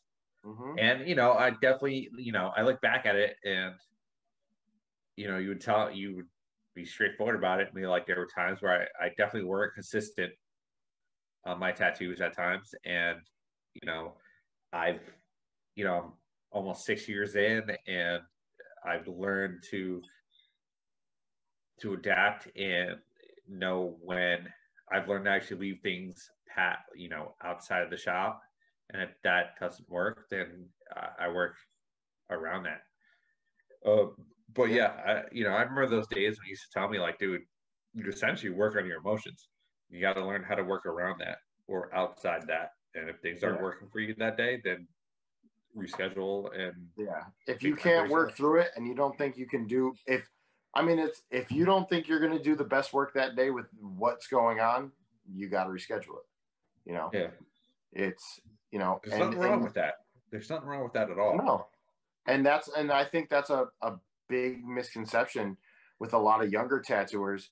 You know, they feel like they don't have that freedom. They can't do that. And that's again, you know, that's why working in a good shop that has a lot of like positive attitude in it is helpful, because if you work in a shop that you're just a fucking workhorse, you're not going to be able to have that. You're going to be having a shit day where you shouldn't be tattooing, and you're going to feel forced into it. You know, like, no one should ever feel that way. You know, like we got into tattooing because we enjoy the art, we enjoy the freedoms, we enjoy, you know, not having to listen to someone, you know, bitch about being in our fucking cubicle, or if we sent an email. Yeah, you know, I think there was an artist, there was a tattoo artist who said it very well. We're, as tattoo artists, we're pirates. We're outside the norm, and you know, it's our job to just enjoy it. Like I enjoy my job. I enjoy this. You know, prior to this, I had multiple different jobs working like customer service and this and that next thing. But I feel like it wasn't my time at the time up until I met you, and it was able to actually, I was able to appreciate being in this industry more. And like, I don't take this for granted. I definitely try to put up, 110% into, 110, 150% into my tattoos as best I can. And I feel like I constantly still so much more to learn, I'm still wanting to learn more during that process. You gotta, I mean, there's so much, and like this industry's ever growing and ever progressing. And like, if you ever come across a tattooer that says like, you know what, like I'm the best I can be, I don't need to learn anymore, then you should quit. Yeah. Yeah. Like, I envy, and honestly, I mean, I don't want to say I'm partially jealous of a lot of the newer tattooers coming up, and it's in the fact that like they have so much more at their fingertips, and I feel like sometimes they take advantage of it. And I'm like, or like if I see a younger tattooer complain like his iPad's not working, I'm like, bro, I used to have to do this shit by hand. Yeah. Like, and dudes before me used to have to do it like way harder and more. Like, again, I've got 13 years, but there's dudes who've been tattooing for 20 consistently, 30 years. And like, so we're ever progressing. The industry is always getting better, and it's making for better tattooers because it's making our jobs easier, and it's making us tattoo better. Now a lot of tattooers, they don't have that fucking brick in their hand, and they can tattoo for longer sessions. Yep. And like it's like the stencil printer, or like making stencils off the iPad. The more detailed stencils we have, the better the art we are producing, the better the quality of the tattoo we're going to give. And so the time wasted, like, and when we talked about like the portraits, like how much time you spend like just carving out that portrait, even if it is successful first time, you could spend 2 hours, 3 hours fucking on a portrait stencil, like with a pen and the stencil. And like, never mind that, like the drawing process of like drafting out a mandala before fucking digital art. Folding dude, the like tracing the paper time 15 saved, different times. the amount of time saved, like the amount of more time you can either spend tattooing or drawing or doing what you want that actually is going to move you forward is exponentially larger. Like the shit that used to have to be done, that was just so not getting like pissed off or frustrated 3 hours into a drawing, and then by the time you go to do the tattoo, you're like, fuck, I don't want to do this. It's funny because like, I was right in that era during my apprenticeship where like it was still like you still had to draw everything before like the iPad came out. And it's one of those things where it's like, it's awesome that we have it, but at the same time, like I've noticed that sometimes I stress out if I don't have my iPad or if I don't have my pen for my iPad. Yeah. And I'm like, I have to stop and think. I'm like, dude, I'm an artist. I shouldn't rely or depend on my iPad to be able to draw. It's become like second nature to me to actually have it. Yeah. And sometimes I think about it, I'm just like, I kind of want to put it down, like my iPad, and kind of just draw physically and fuck up and like redraw, but at the same time, as tattoo artists, we just don't have that kind of time to be able to do that. The less time we have for, the less time, the better, because that allows us to actually be able to draw more for our clients or whatever. We can fit more tattoos in, we can fit bigger tattoos in, we can, we're saving time and producing more, which in turn makes us work more, make more, and be more successful. You can turn out 2 good, solid, awesome tattoos a day, whereas opposed to, dude, 3 hours of prepping a stencil, fucking, and all that shit, you'd get 1 good size tattoo out of the day. Now we're freeing up that time, we're freeing up that space, and You know, and again, my biggest thing is it's just better stencils, better reference, better tattoo. Yeah. And that you're spending more time tattooing, so your tattoo skills are advancing so much faster because if you have the clients, at least, that you're 3 years full-time tattooing now is probably a lot more actual tattoo time for an everyday fully booked tattooer than say 10 years ago. What 3 years was then was maybe a half of that amount of tattoo time, or slightly somewhere around there. Yeah. In some ways, it's gonna get faster. There's tattooers I see that are 5 years in that I'm like blown away by. I'm like, you're fucking amazing. And you know, again, they have a lot more things that are accessible to them, and a lot more technology, and you know, it's awesome. And that's just where the industry is going. And I'm a little envious because I'm like, shit, man, like I wish I had a little bit of this. Like I remember like someone would come in and want a sugar skull, and I'd have to go to Barnes and Noble and look at like if there was any in Tattoo Magazine, because the internet wasn't big at the time. Yeah. Like if you typed in sugar skull tattoo on Google, you get 3 things and they weren't tattoos. Like, you know, now you type in sugar skull tattoo on Google and it's infinite. Yep. So yeah, I'd go look at Tattoo Magazine. I'd fucking like, you know, rip the page out and be like, all right, cool, like sugar skull reference. Like, because I couldn't afford it. It was like $7.99. Fuck that. Like camera phones were shit too. So yeah. Oh yeah, dude. I had a sidekick. Like gank the camera on that page. thing was fucking awful. Yeah. So dude. You know, I remember having a library card because I used to go to the library to find reference photo. You know, because that was all that was accessible to me. So you know, now but again, it's making for a lot more experience, better for tattooers, and giving us so much better tattooers. You know? It's awesome. It's awesome to have that much accessibility to clients. You know, they don't have to go to California or go to Sweden to get that tattoo they want, because there's so many tattooers now that are capable of doing those styles and making that work that you are looking for, because there's so much more going on in the industry. It's grown so much. It's awesome. I love seeing it. I love seeing the growth.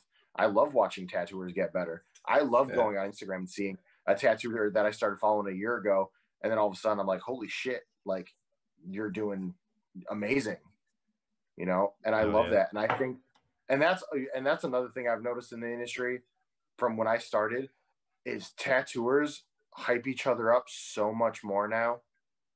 Like, I'll say this much though. Hold on. I'll say this much though. You being my mentor, I know what you're doing, but you always have a tendency to be like,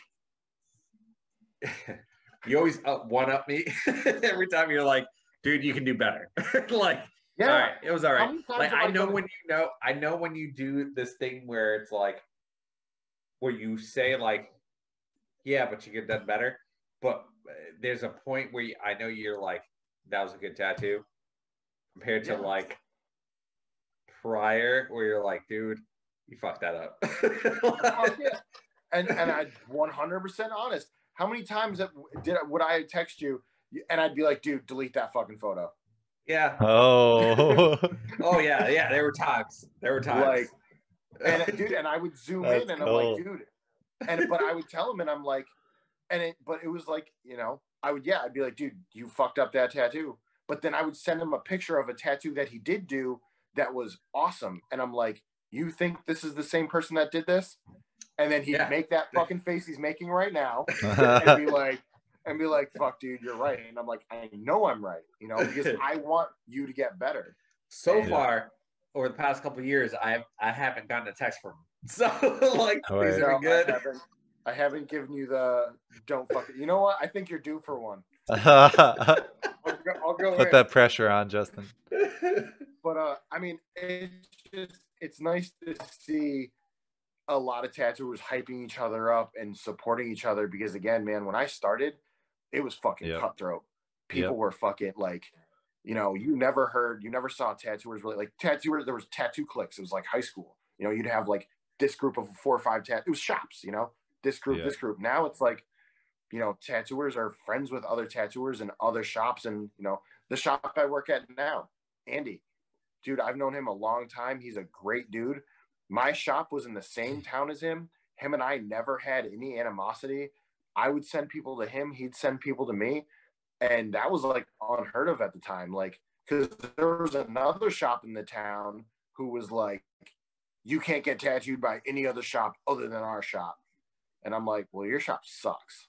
Yeah, there's some shops. There's people, like a shop. Well, that is usually the type of person, you know what I mean? Or in like, Chicopee that were terrible. So yeah, we'd hear stories and we'd get people. Dude, we had we'd get people from those other shops to come into our shop.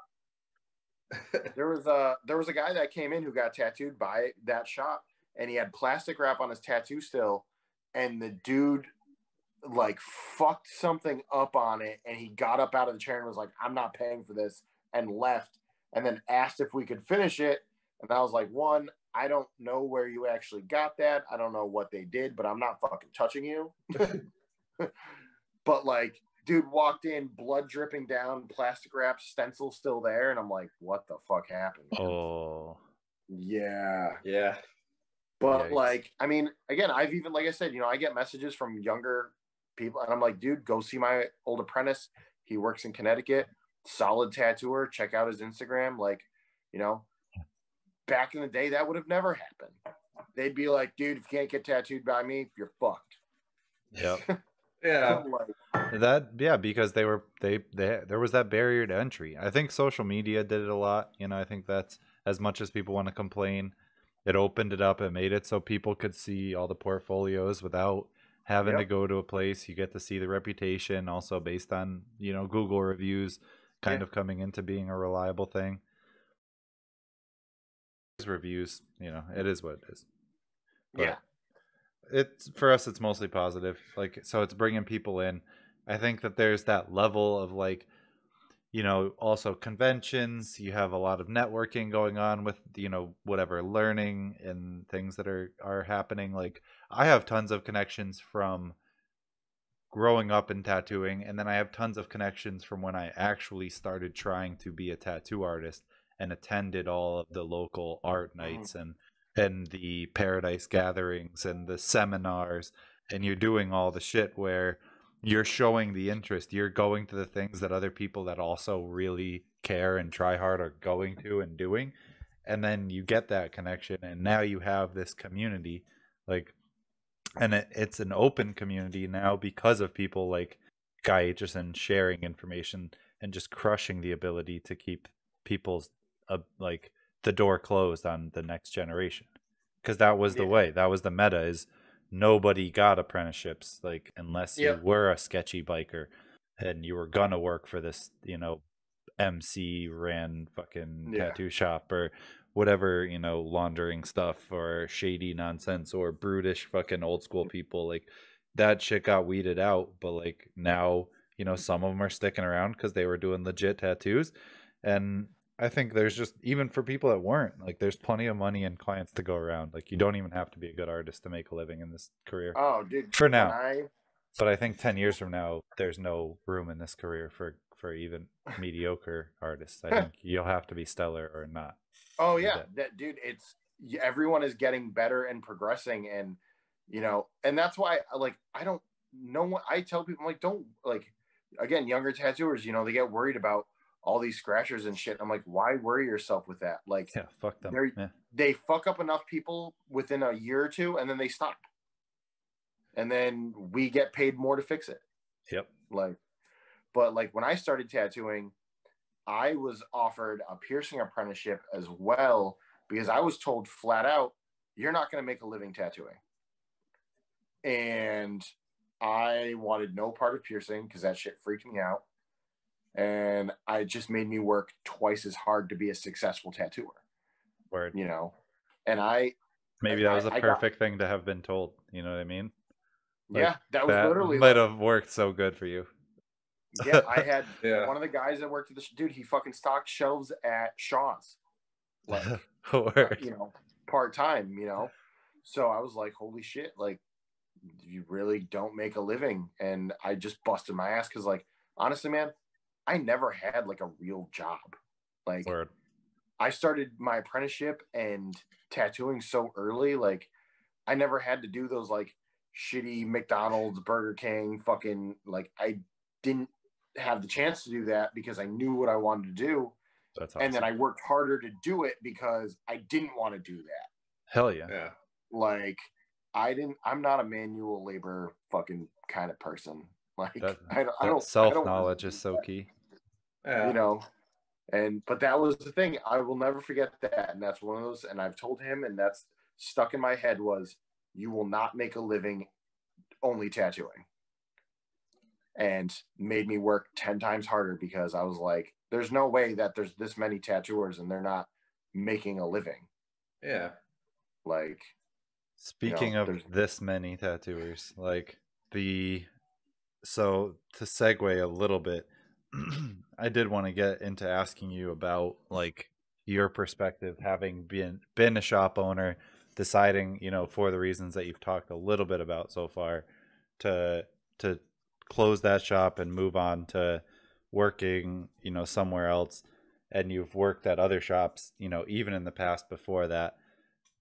I say all the time, like as a business owner, like I know that I would much prefer to work for somebody who was like me and gonna run shit like similar to the way that I'm doing it, and yeah, I could manage, like, you know dealing with whatever things that they had done maybe slightly differently that I didn't agree with or would try to affect through discussion or whatever. But I feel like there is that sentiment where, like, a lot of people are like, oh, you gotta open your own place or own your own place.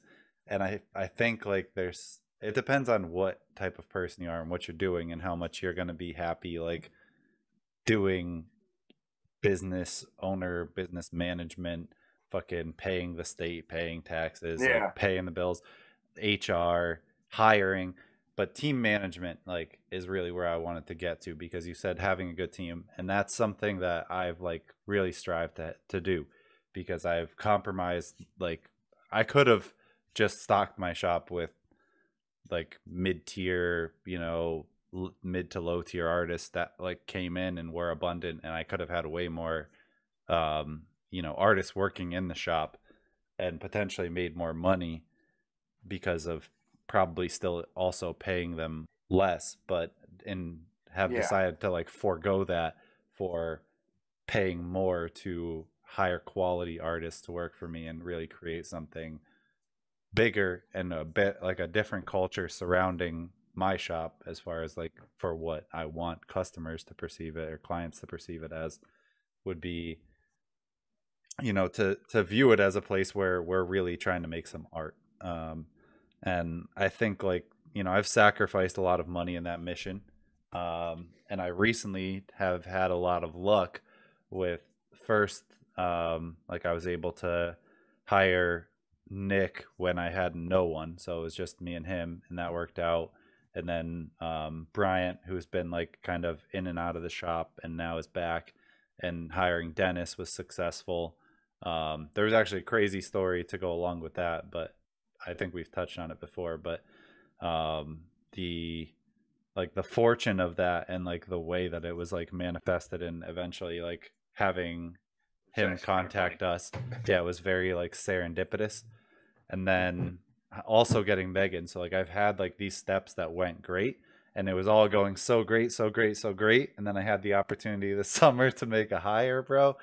I hired this dude that I thought would work with the team. Like, he's worked with some of the people in the past, which I should have known that was a big no-no, and that should have been, like, the number one thing that I should have stayed away from, was, like, past, like, connections. But I thought it would be good. Went for it. Fucked it up. They were super toxic. Fucked up. Fucked the whole team. Fucked the whole team dynamic. Now I'm losing uh, the homie that started holding it down with me, like, to leave to a different shop because of, like, animosity that this dude helped to create, like, the new hire helped to yeah, create. I'm losing, like, one of my homies, my probably if not my best, like my definitely top 2 ever employees that have ever worked for me. Um, just like so solid, absolute ripper tattooer, super dependable. Like like you don't come by those type of people. You know what I mean? Like you No. fucking really hate to see it happen. But like, what have you done or would you do or have you seen successful to duck and dodge adding those bad apples? Like, because like that fucked, like I was like, I only saw it as being a positive. I was like, oh, if I hire this guy, it doesn't work out, I get rid of him. But then, you know, lo and behold, hire this like person, they come in, fuck up everything for everyone, and then you have like a whole shop in disarray. It's so, like, I mean, again, I'm very fortunate to be in a shop where we all get along so well. We work together really well. It's having a team, and a team dynamic is so important. I didn't have that, you know. I wanted that. I wanted to bring that, and it was just tough because there was animosity with other guys I had working for me, because I would be busting my ass, and I enjoy things. You know, I collect sneakers, like, so I would be busting my ass tattooing 14, 15 hours a day, and I would buy myself things that I liked. And then it would make other artists get all pissy because they weren't making enough money because they weren't working. Word. So Like, some they would sit jealousy. on the couch and just expect shit to happen, and then they'd be like, well, dude, I took out ad space. I would post all the time. Like, I did everything I could. But at the same time, like, you know, if I'm doing all that work, it's making me the face of the tattoo shop. So then when new aspiring clients were coming in, they were like, where's the dude that always does it? And I was like, well, that's me, you know, and I would hand them off, but it was never enough, you Yeah. know. And when I started working at Horseshoes, um, Andy knew where I was coming from, and he was like, "Hey, man, like, you know, treat it like your own. You know, I want everyone to be happy." And I was like, "Cool, man." And I still have that owner's me. It digs into me, um, and I think we all have that, and I think we all have that just good, positive, like, attitude that we bring in, because we all feel so strongly about the shop. And I think having that is important. And he takes everyone's opinion. Like, if we hire a new counter person, we all get to put our opinion in. We all get to meet him, you know. Um, if there's someone that came in as like a new hire, and he's like, what do you think? You know, he doesn't want that sole decision. You know, he lets us all have a piece of what that decision is. And, you know, that's important, you know, keeping that everyone in your team happy, because like you said, you had 2 people that pretty much were your those were your A team, you know, that was you. And because of one toxic relationship that came in, you lost that. And that, you know, those are going to be more important in the long run than that instant, you know, the for lack of a better word, that instant gratification of a new hire. Yep. So you might not make the same revenue because you've done things a little different, but you're going to have longevity, you know. Yep. And longevity is what this industry really needs, you know, because that's something that I hear from clients is, oh man, I went to go see my tattooer and I don't know where he works anymore. You know, yep.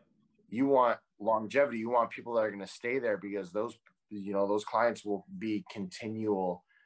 And, you know, if you lose 2 dudes that have been there for years and have brought you in good money and built relationships, and you lose them for someone who's going to be gone anyway, you lost more. Oh yeah. So I think I would just, like, if I were to ever do it again, which I don't think I would, I would definitely be more cautious of who I hired, and I wouldn't hire out of need.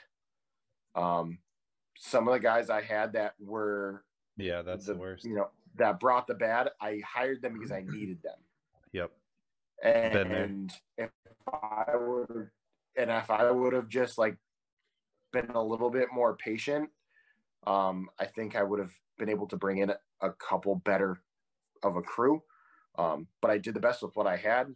You know, it was just tough, you know, and now I'm at a place where I have the same freedoms, but less responsibility, Yep. but as much as I want to have. Yep. You know, do I have to feel, if someone writes a bad review of whoever, do I have to feel away? Absolutely not. But I care about the shop and I care about the people I work with. And Hell yeah. that's huge. You Yeah, know, I mean, that's a you big one still to have feel. that. Yeah. And I feel that attachment because I really appreciate everyone there and I appreciate the shop and I want us to all do good and I all want us to all strive. And that's what you need. You need to have guys that want to work for you, but have that same pride in the shop that you have. Yep. And that's what I lacked when I owned the shop. I lacked It's tough guys to find. and it's tough. And again, you know, I said at the beginning, a good team, a good group that you can work off each other and there's no bullshit. You know, we're not perfect. There's been times where I've had an issue with a guy at the shop or vice versa. We go have a beer. We're like, dude, what the fuck, man? And we squash it. We give each other a hug and we're like, cool, let's go fucking kill it tomorrow. Yep. You know, there was times where I had issues with someone and 2 weeks, no one would say anything. And it just built up and built up. And then it was a fucking blowout, fucking arguing match. I fucking quit. Good. Fuck you. Leave. You know, and then a week later, yeah, sorry about that. You know, just rough day. Well, guess what? If you would have addressed the situation at the beginning, that would have never happened. Yep.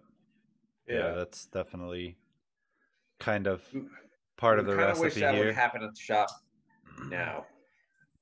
Unfortunately, like, you know, yeah, there's an artist, you know, with everything that's going on, that has been going on recently. It sucks that it's gone down the way it has. You know, there's no ill will towards the artist that's leaving, but we kind of wish things were talked more about. Yeah. You know, it's in this time we're in right now. People have got a lot of built up aggression, a lot of built up feelings, a lot of different feelings with everything. So it's tough, you know.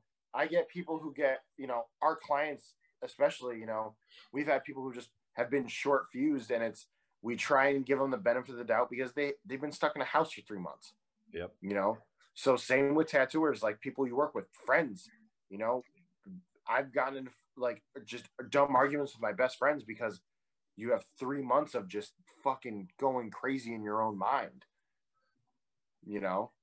So it's tough. And I think that's what we all do really well together. Like, and if one of us is having that kind of day, we come in, throw on our headphones, do our work, you know, to not stir the pot if there is any, and just trying to, you know, get it done. And, you know, and always, if that happens, next day they come in, hey man, yeah, sorry about yesterday. I was having a rough one. Cool, man. No worries about it. Fucking shake it off. Yeah. I think like in the beginning, I always had a hard time, like, especially before I was a tattooer, I had a really hard time being a manager and owner of a tattoo studio. But like after becoming a tattooer and really adjusting to like, really my goal is to give the people who work for me the opportunity and position that I would want to have, you know, given the other circumstance, which I feel like is just like the basic way to enjoy and live life the best, is just treat others how you'd want to be treated. And it does work out. Like it just always does. But the truth of the matter when it comes down to it is like, you know, as a business owner, like you do not, like your employees don't work for you. You know, you work for your employees. So like you have to work to get things done. They are there to do their job to the degree that you have set it out and arranged for these things to happen. So like the orchestration of it all, and I had the hardest time coming to terms with why like front desk people wouldn't do their job, or like why I couldn't get artists to like care about marketing themselves in, especially when, like, before social media really took over, where I'd be like, just hand out your business cards. Like, you should be going the drum shit up. Like, if you're sitting here relying on walk-ins, then you're fucked, because you're not going to get to the place you want to go. Like, the dude, people that are getting clients are marketing. Yeah, and come November, there's no fucking walk-ins. Yeah. Like, you hit that slow season, and if that's what you're depending on, you're beat. Dude, Yeah. before social media, I used to fucking make my own flyers at Staples, and I'd print out 100 flyers on just regular letter paper, and I'd put them in fucking car windows. I'd go to concerts, I'd hand them out. Anywhere. I'd go to the mall, I'd put stacks at every spot that seemed remotely tattoo friendly. Yeah. I was constantly out there grinding and doing that, So when I see tattooers complain that they don't have anything, I'm like, dude, you can market yourself from your fucking couch. Yep. Yeah. For free. For free. And even if you want to spend like $20, you can promote yourself with a boost where everyone sees your shit within 40 miles. Yeah. Like, you physically have to do nothing now. Like, if you have a little bit of drive and some cool photos, there's no reason you shouldn't be working. Yeah. Yeah, I would definitely agree with that. And I think that's on me too. Like, any tattooer now that says they're slow or they're not doing anything, it's because they're not doing anything to make themselves busy. Yep. Yeah. Yeah, there's definitely that element of, like, that you have to do. Like, there's the business inside the business, of course. Like, you guys as tattooers working on commission are employees of the employer, and even myself, I'm a business within my own business, because I need to market people that want to get tattooed by me and not just the shop. Like, I'm not trying to ride the coattails of other people who have done good tattoos. Like, I want them to be hitting up my Instagram personally. But at the same time, like I was saying, like, it took me forever to realize, like, it's not their fucking business, so they're never going to care about it and work in it the way that you do. But, like, the best I could do is set up something that works, which I think I have something that works. But now going forward, I know, like, first off, I need to not hire people, in my opinion at least, not hire people with past connections to any of the people who work there if the team is strong and healthy. And then furthermore, beyond that, like, of thorough, in the process of the vetting process, like, if I get a bad vibe, to really take that and not hit the greed button that says hire them and see how it works after you're making money, because that doesn't work. Once you're used to a certain amount of money, you don't want to go back either. So, like, the hire and see how it works was a bad call. But, like, I definitely, I got a bad vibe in the hiring process, like in the like, and sometimes application and like the tattoo. Like, I always have people do that intro. You got to go with that gut feeling sometimes, man. That's a big one. And like I said, man, you can't hire on a need, and that's the tough part. And that's where I learned, like, clearly or agreed. Need or agreed are both bad in the hiring process. Yeah, definitely. Like, hiring to enrich. Yeah, it should be done to, like, enrich you, like, myself, and the ability of my co-workers as my employees to enjoy work. Like, another person who's gonna give a fuck about tattooing, who loves to make art, and is gonna supply something new and unique. And I need to strive for that. But we're gonna be putting out some hiring stuff soon. I'm looking to, like, I have a little bit of shop renovations to get through. I want to be making a video and some content, really explaining where I'm coming from, and then hopefully doing some marketing to try to bring in. Oh yeah, that's awesome. A couple more people. I need people with clientele still, so I need to, like, I'm marketing pretty much to, like, other local tattooers that have clienteles already. Like, if you have a clientele, I'll pay you well. That's the first thing. It's like, do you have a clientele? Because we're not a walk-in shop. We're appointment only based. Yeah. So if you don't have a clientele, you're not making money. Yeah. We work well together. We work awesome. and it's nice to have that. It's nice to be in a place where I don't hate walking into. Hell yeah. Because toward the end of fucking owning a shop, I would sit in my car and I would dread walking in there. Word. I mean, it's unfortunate. Like that's how you felt, because I know we would have conversations about like you feeling like you failed during that time frame at the end of it, and I'm like, dude, it's just a chapter. It's a chapter for you. You'll move on. You'll figure it out. If it comes down to it, you know what I mean? And it was a lot of things just happened at once that played. Yeah, at that point in time, there was a lot going on for you. Like that, dude, the ballast caught on fire. Yeah. And then the city had to come in and tell me all of the shit was rotted out. Mm-hmm. Like the landlord wasn't going to do a damn thing for any of it.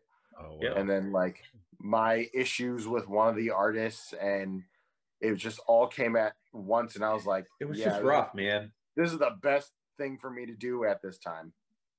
It probably I see that as being a move. Like I don't know, maybe some people would look at it as failure, but like as a business owner, I would never look at somebody who like closed the shop and decided to work someone else as failure, because I'm like, they've found a path that's better for them. Like it's so much work.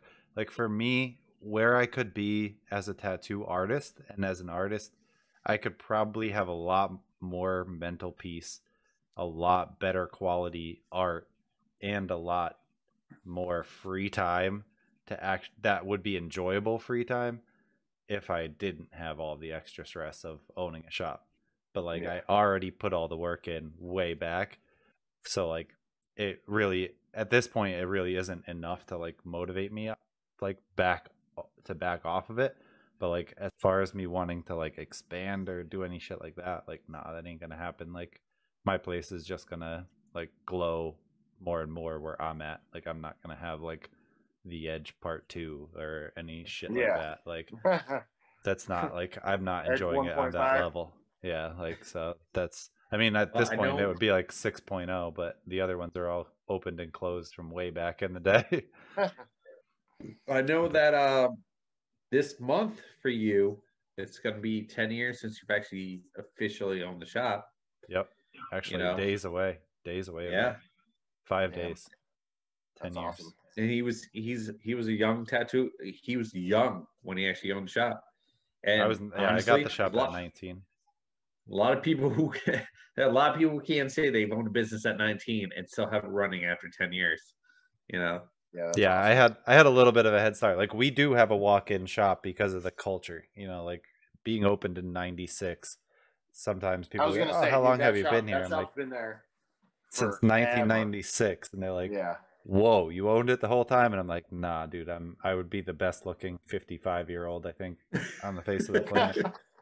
But like I have not been here the whole time. But like it definitely, like I had that benefit, that it's definitely a privilege to have like a huge walk-in clientele, and just like a lot of people that will just like, they don't even, this shop is not even a shop people will call. They will literally just drive there and expect to get tattooed. Now COVID has changed that for sure. Like the culture's super different, but up until COVID, like people would be like, yeah, I got tattooed here 20 years ago, so I drove here and I'm trying to get tattooed right now. Dude, I got a neighbor. I got a neighbor from like 2 houses down the road who got tattooed at the Edge, like 16 years ago. Oh, dude.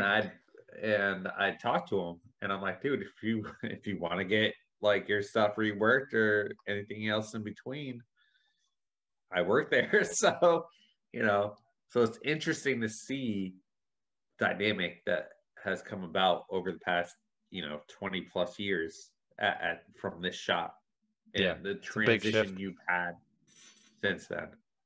Like we are now pretty much like fully almost appointment only, because we don't even have a front desk person at the Edge.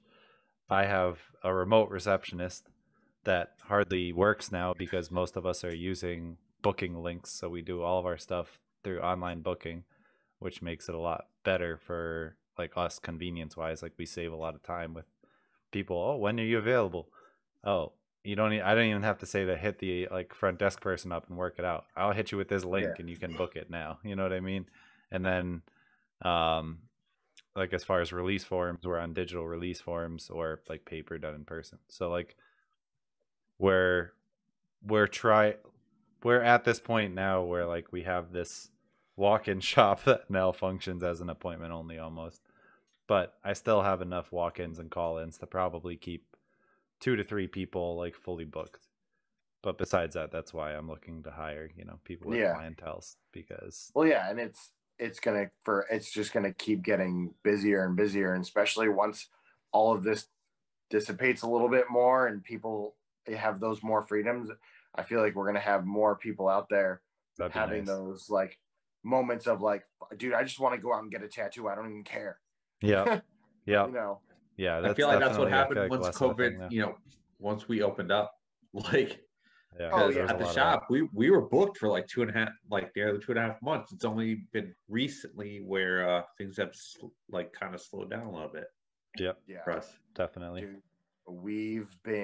it's been wild. Like it is not. Sure. People are just it's nuts. It's like, honestly, your shop is pretty popular in Chicopee. Yeah. So yeah, we're all booking. Like I'm booking into December, January. We're all and we're all there every day, and we're just fucking killing it. And we're it's the best part is like we do our tattoos, we go home. Do my tattoo, go home. Get a cancellation or something like that. Take it as a day off. Yeah, exactly. It's nice. I do miss the walk-ins. Nothing beats those like random end of the night. You're done. Can I just get something quick on the side of my finger? Yeah, fuck it. Let's do it. I love those. Those are the bill payers right there. Yep. I miss that, but I think what I miss most is I'm a very personable person. I love meeting my clients. I love talking to them. I love getting a feel for them. I love shooting ideas and being able to catch their reaction if they like what I'm, throwing their way. Yep. And the fact that we can't do that anymore and I have to do everything either through phone call or email kind of sucks, because like if someone maybe try FaceTime. Yeah. Or Zoom. Yeah, that's true. Like, if someone comes like, oh, I kind of want to get a snake, I want to be able to say, oh, do you want to do it like new school or this, that? And I want to be able to see that reaction, and you can't do that. So like I tell people if it's something that I really feel like I need to talk to them, I'm like, yo, come by the shop. You can't come in, but I can talk to you out on the sidewalk.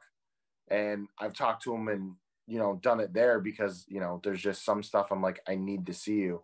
I have a girl who booked an appointment with me for a Billie Eilish tattoo. Nice. And in the email, it was just very vague. And I was like, can you just come by? And she was like, I know I want to do like a blue eye and maybe like the Golden Gate Bridge. And I was like, would be really cool. We do the Golden Gate Bridge warped and fading up and then turning into clouds behind the eye, and then the eye's right there, like raining down on the bridge. And I could see it in her eyes. She was like, I love that. And I was like, awesome. I could have not translated that into an email. No. Yeah. No. like it would have sucked. The email would have sounded so dumb. But like to be able to explain it and like her see my excitement and then see her excitement about my idea, that's what I'm like, that's what I miss. That's what I like. I like that. I get it. We get it. It's rough because with our policy, we only allow our clients in, the people who have the appointments. Mm-hmm. Normally, they bring their friends or their family or whatever, and that's an opportunity for us to actually have additional clients. Yeah. And it's hard on that aspect. Because most of the time, if someone is coming to an appointment with somebody, it's boring. No one wants to be there. It's because they want to talk to you about a future tattoo. Yeah, exactly. Like watching people get tattooed sucks. Depends. Yeah, Yeah, it takes depends. forever. Like You if know what I mean? if you're not used to it, I feel like it's awesome. Like growing up, I could watch people get tattooed forever. But I'm still the same now where like Yeah. I can watch people do tattoos forever as well. Like I am Oh, so happy absolutely. just sitting and watching a tattoo happen. And I'm still like even when I'm doing it, like it's all the same for me. I'm just the one fucking holding the machine now. Yeah. And I'm still loving watching it because that's exactly what's going on. Like I'm doing it, but I'm watching it happen. Like watching ink get put into the skin, and especially if you're the one that's privileged enough to be putting it in the skin, it's so fucking cool. Like it's so Yeah. fun Oh yeah, and dude. like Like for us, crazy. it's awesome, but like for your For everybody else, it regular- sucks. yeah, like I'm like, why do you like why? You know, people are like this is boring. I'm like, yeah, no shit. I don't know why you came. Like, If someone is on that level of like this is boring, then yeah, they're fucked because 5-6 hours of sitting there while someone else is in pain definitely is bland. But I like if you're like interested enough to try to Justin, it's watch you. yeah, Basic Bitch Pumpkin Yeah, Dunkelweiss. that's all you right there, buddy. wiser. We can thank Megan for that one. Nice. This is my 9th beer, by the way. Jesus Yeah. Christ. Yeah, I missed that, but yeah, we're not allowed to have anyone in the shop unless they have an appointment. Yeah, same. So it makes it tough for those like, and we have people who are just very sure like I just want to come in and talk to you, and we're like, I understand that, but you can't. Like, yeah, it hasn't happened as much, but we've had a few people like kind of walk in. It's always the people like they just open the door. They have like no Yeah, mask they don't on. read the Like, giant sign on the door. do you have an appointment? But I mean, oh, dude, we keep our door locked. oh really? Yeah, Our door's locked at all times. So that's a Like, fire hazard safety. I just want to let you guys know that that's like you can well, get fucked for that. We have a counter girl who mans the door, so she's right there. She takes care of all that. I just mean like if you're, I don't know how often your guys' fire marshal comes to check, but that's a big no. Right now it makes things easier because if we had it open, no, I agree. I would maybe opt to lock our door at times, but like for most days, it's not. Well, we do have a rear door that's open. Yeah, I think you need a front and a back door. Don't use it, but but yeah, we just we've had a couple people who like come in and we're like, stop, go back outside. You have to put a mask on. Yeah, and they're like, okay. And then they come in and then they pull it down. We're like, no, that defeats the purpose. Like, and in Massachusetts, like our governor, like put together like a COVID task force and then a website that you can specifically go to where if you go to an establishment that's not following COVID protocol, you can basically put down their information and they will come down and inspect you. That's what worries us. Sometimes we had an incident with a client that didn't have mask, and that's kind of what partially started the whole situation with 2 other artists. Dude, I just messaged a shop in Springfield. That's a pretty known shop. They posted a picture of the tattooer and the client not wearing a mask, and we're like, dude, you got to get that shit deleted. Like, that's not okay. Yeah. And he was like, oh, dude, we didn't know it was out there. And I'm like, yeah, but like that's the kind of shit that someone will see, and then all the shops get fucked. Yep. Like, I know the mask sucks. It's fucking miserable. But guess what? Yeah. If it makes it so I can work and provide a fucking living for my family, I'll wear 10 of them. Yeah. Like, I agree. All these fucking, dude, we had someone who's like, well, I have a health risk. Dude, if you're that unhealthy, you can't be getting tattooed either. Have a good day. Same. Yeah. Like, it sucks. We all fucking hate it. But if we get to have some kind of normal life, then just fucking do it. Like, I got to go to the movies a couple weeks ago. It was amazing. Like, I love the fucking movies. I had to wear a mask going in, got to sit down and take it off. Suck it the fuck up. Yeah, it's really not that bad. People who spend their time complaining about it, it's not that bad. Yeah. It's not the end of the world. I understand it shouldn't be legal, like a law thing. Yeah. It's more the fact that like you're protecting yourself, you're protecting other people around you. Yeah. And that's all. That's really the big part of it. Um, my favorite are people who don't wear masks and say because they have asthma and their doctor says they don't have to wear it. I call bullshit on that. Yeah. You know, complete bullshit. But it's dumb. Well, I have health risks. And what that's the thing. And then you legally can't ask them what their health issues are. Yeah, that's true. Well, guess what? If your health issues are that bad, you can't get tattooed. Get the fuck out. Yeah, that's where the line is drawn. Same for the same reasons, because you can't ask about it. So I'm not gonna ask you. I'm just gonna, at least in Connecticut, I don't know about Mass, but like we have the right to deny service to anyone for any reason.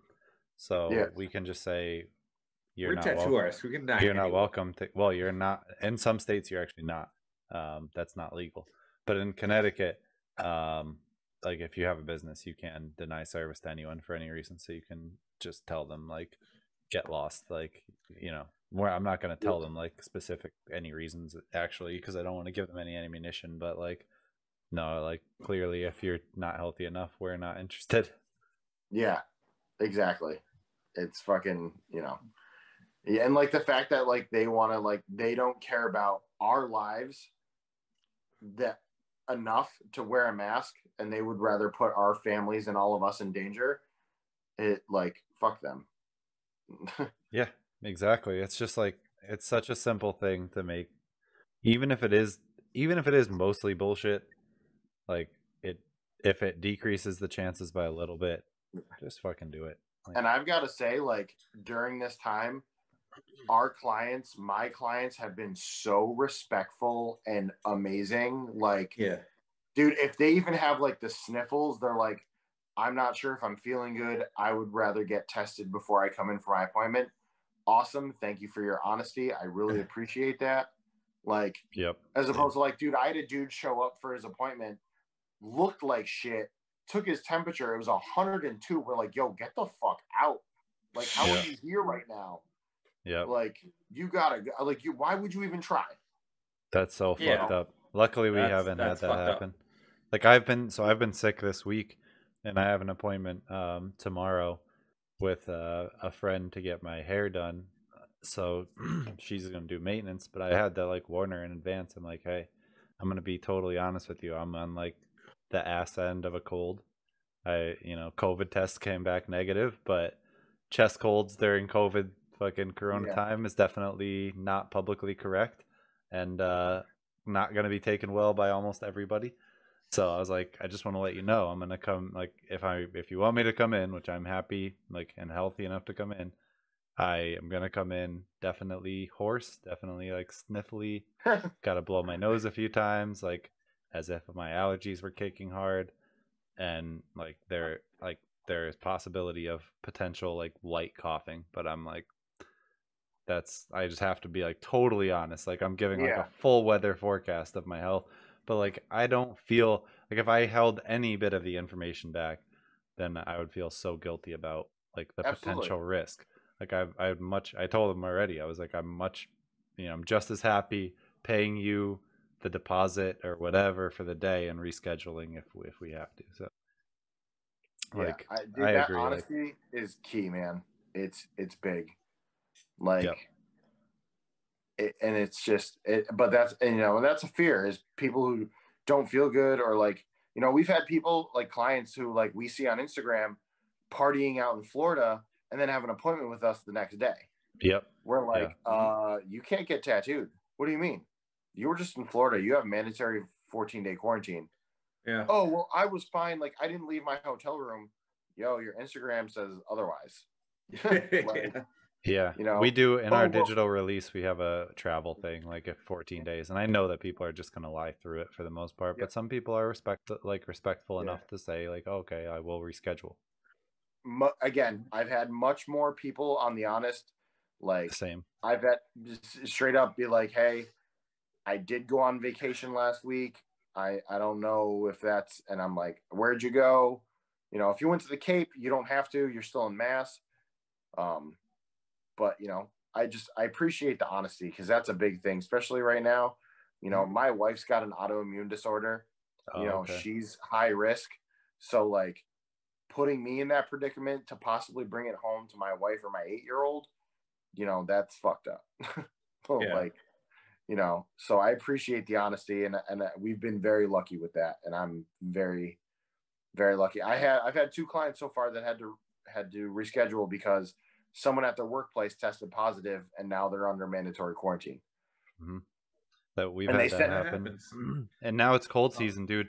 So be ready, and like honestly, deploy lots of kindness to these people because like I'll tell you straight up, this week has been so fucking stressful to be thinking that some random like invisible disease that I could have maybe brought home myself from work, from doing something stupid, or being around somebody who had done something like neglectful or stupid, and now that's gonna fucking potentially like harm someone that is so close to me, and like, and the harm without any like real like ability to like heal well or know that the healing will end and like effects won't be permanent.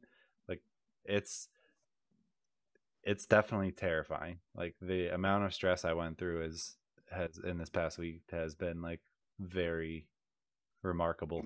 Oh, dude, It's fucked. Chest colds, like if you know someone that gets a cold, like just hopefully you can help them de-stress, because like if it even when the negative COVID test comes back, I still was like, we could still have COVID. Like it's just it's fucking fucked up. Yeah, dude, it's crazy times. I like when I get home, I take my clothes off, I take a shower, they go downstairs in the laundry.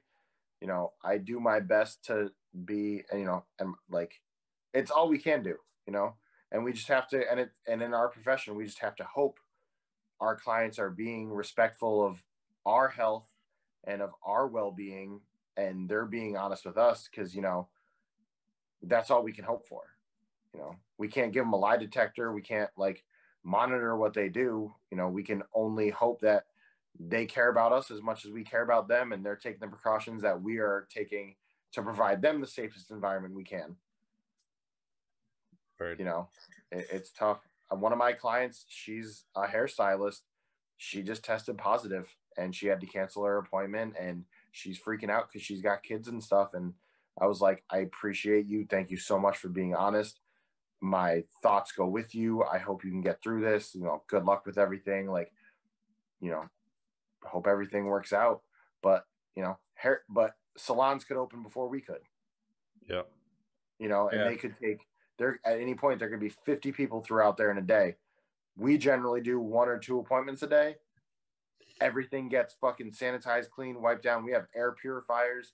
We've got we've got boxes that sterilize all your shit. Like, we've gone above and beyond to make it as clean, healthy as possible. You know, the least you can do is be honest with us. Yep. Yeah. It's a weird like meta to be inside of, but like we've kind of always been doing most of what we're doing now in a way, I think, besides wearing the masks and taking temperatures. Like for me, like it's not too different, but it definitely sucks that the air is something you have to like it was much nicer when all we had to worry about in the shop were surfaces, you know, and what the client was touching. Like I never thought, like back then I used to think that was stressful. Now going back, that would be like fucking paradise. Yeah. Oh yeah, dude. The precautions we take are like, you know, tattoo shops are, you know, good reputable tattoo shops are always take those precautions, and the amount like some have gone above to be better, and then others that don't give a fuck and are lacking. I'm like, you're all assholes. Like, it's weird that there is a market for being an asshole now. Like those people that were in those shops that would do that, I think were super fucking close to on the way out. Now some of them may have made it by with some federal money, and now some of them are also going to make it by with a new market that's emerged, which is non-mask wearing idiots that want to Don't give fucking a get fuck. tattooed. And Yeah. yeah, of course there's a market for that. There's a huge market for ignorance and ignorant people. So like these fucking shit people and shit artists are going to be able to get by for so much fucking longer than they should have. Well, I mean, honestly, like Scratcher, like those 3 months, that was fucking Scratcher's heaven. fucking Scratcher's heaven right there, dude. Yeah, They were fucking true. killing it. True. Dude, I can't tell you how many fucking shitty tattoos I saw across my fucking news feed. And I'm like, dude, and how many people getting called out, bro? Dude, there's a dude who works in a shop in the area who did a tattoo out of his house. They got pictures of him doing the tattoo with no like, one, you're already doing it illegally, but you didn't do it safely illegally. Like, and then he's like, yo, hit my boy up. He works at this studio normally, but because they're closed, he's doing it now out of his house. Hit him up. And I'm like, you're a fucking moron. Yep. Yeah, that's like that is the whole issue of like why it didn't go as well in America as it could have. If people would have just actually fucking quarantined for literally 2 to 3 weeks, we would have been fine. Yeah. But no, people are so fucking greedy. They're so entitled. Yeah. You have too many groups of fucking people who are like, you can't tell me I can't get my Starbucks in the morning. Yep. You can't tell me that I can't fucking do this. Yep. Those are the people who are like very patriotic. No, it's not. It's that, everyone. Like, their freedoms are being. I think it's almost everyone. I think it's almost everyone. Like, I need to go to Walmart. I need to be able to fucking buy a 60-inch TV with my Uncle Donnie money. I need to get a haircut. Like, dude, it's like you said, dude. If we would have done it right, like everyone else, 2 to 3 weeks, just dude, order fucking Peapod and hang out with your fucking family. Yep. Like, shit, dude. And if you're single, dude, watch porn on the big screen and jerk off 10 fucking times like you're 15. Like, you can do shit to have fun. Play fucking video games. Like, but pick no. up a new craft.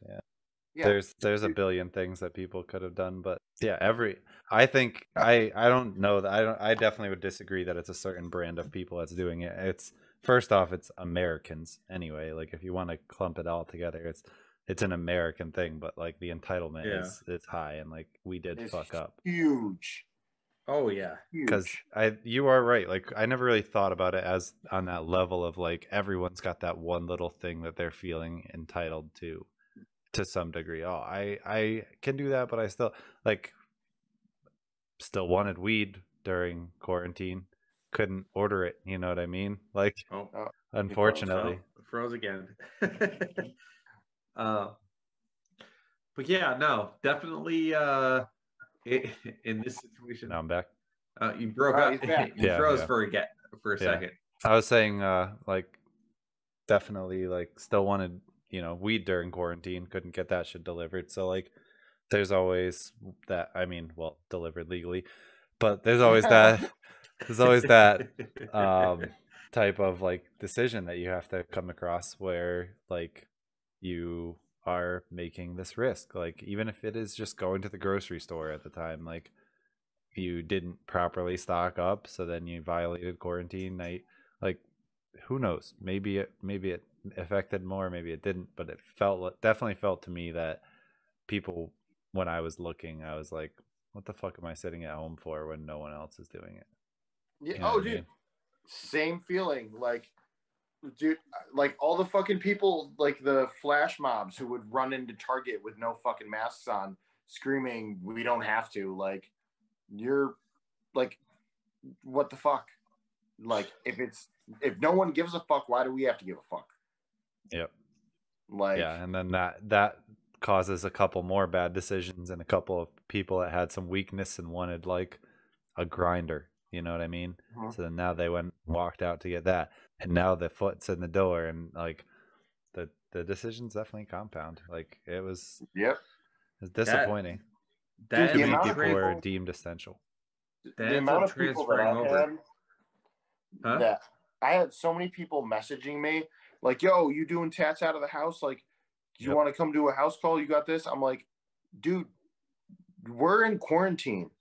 Oh, but like I'm clean. Do you know who says that? People who aren't clean. People who are definitely potentially not clean. Like you have the highest chance of that.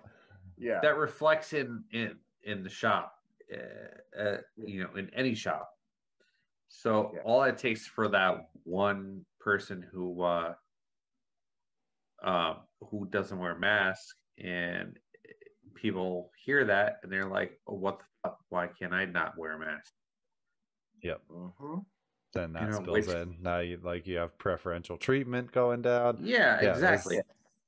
Dude, it's a slippery slope. I tattooed my mother the other night. And really? Yeah. She had to wear a mask. Nice, she had to get her temperature taken. Everything. Oh, dude, she got her first tattoo at 53 years old last month. Little tattoo on her foot. And then she just came in last week and got another little one on her wrist. That's awesome, dude. But I'm happy that you got to do that. She had to fill out paperwork. She had to get her temperature taken. She had to wear a mask. Like, no special treatment. Like, you know, my wife, we live together. She comes in and gets tattooed. Temperature, paperwork, everything. Like, you know. Yeah, that's the way it should be.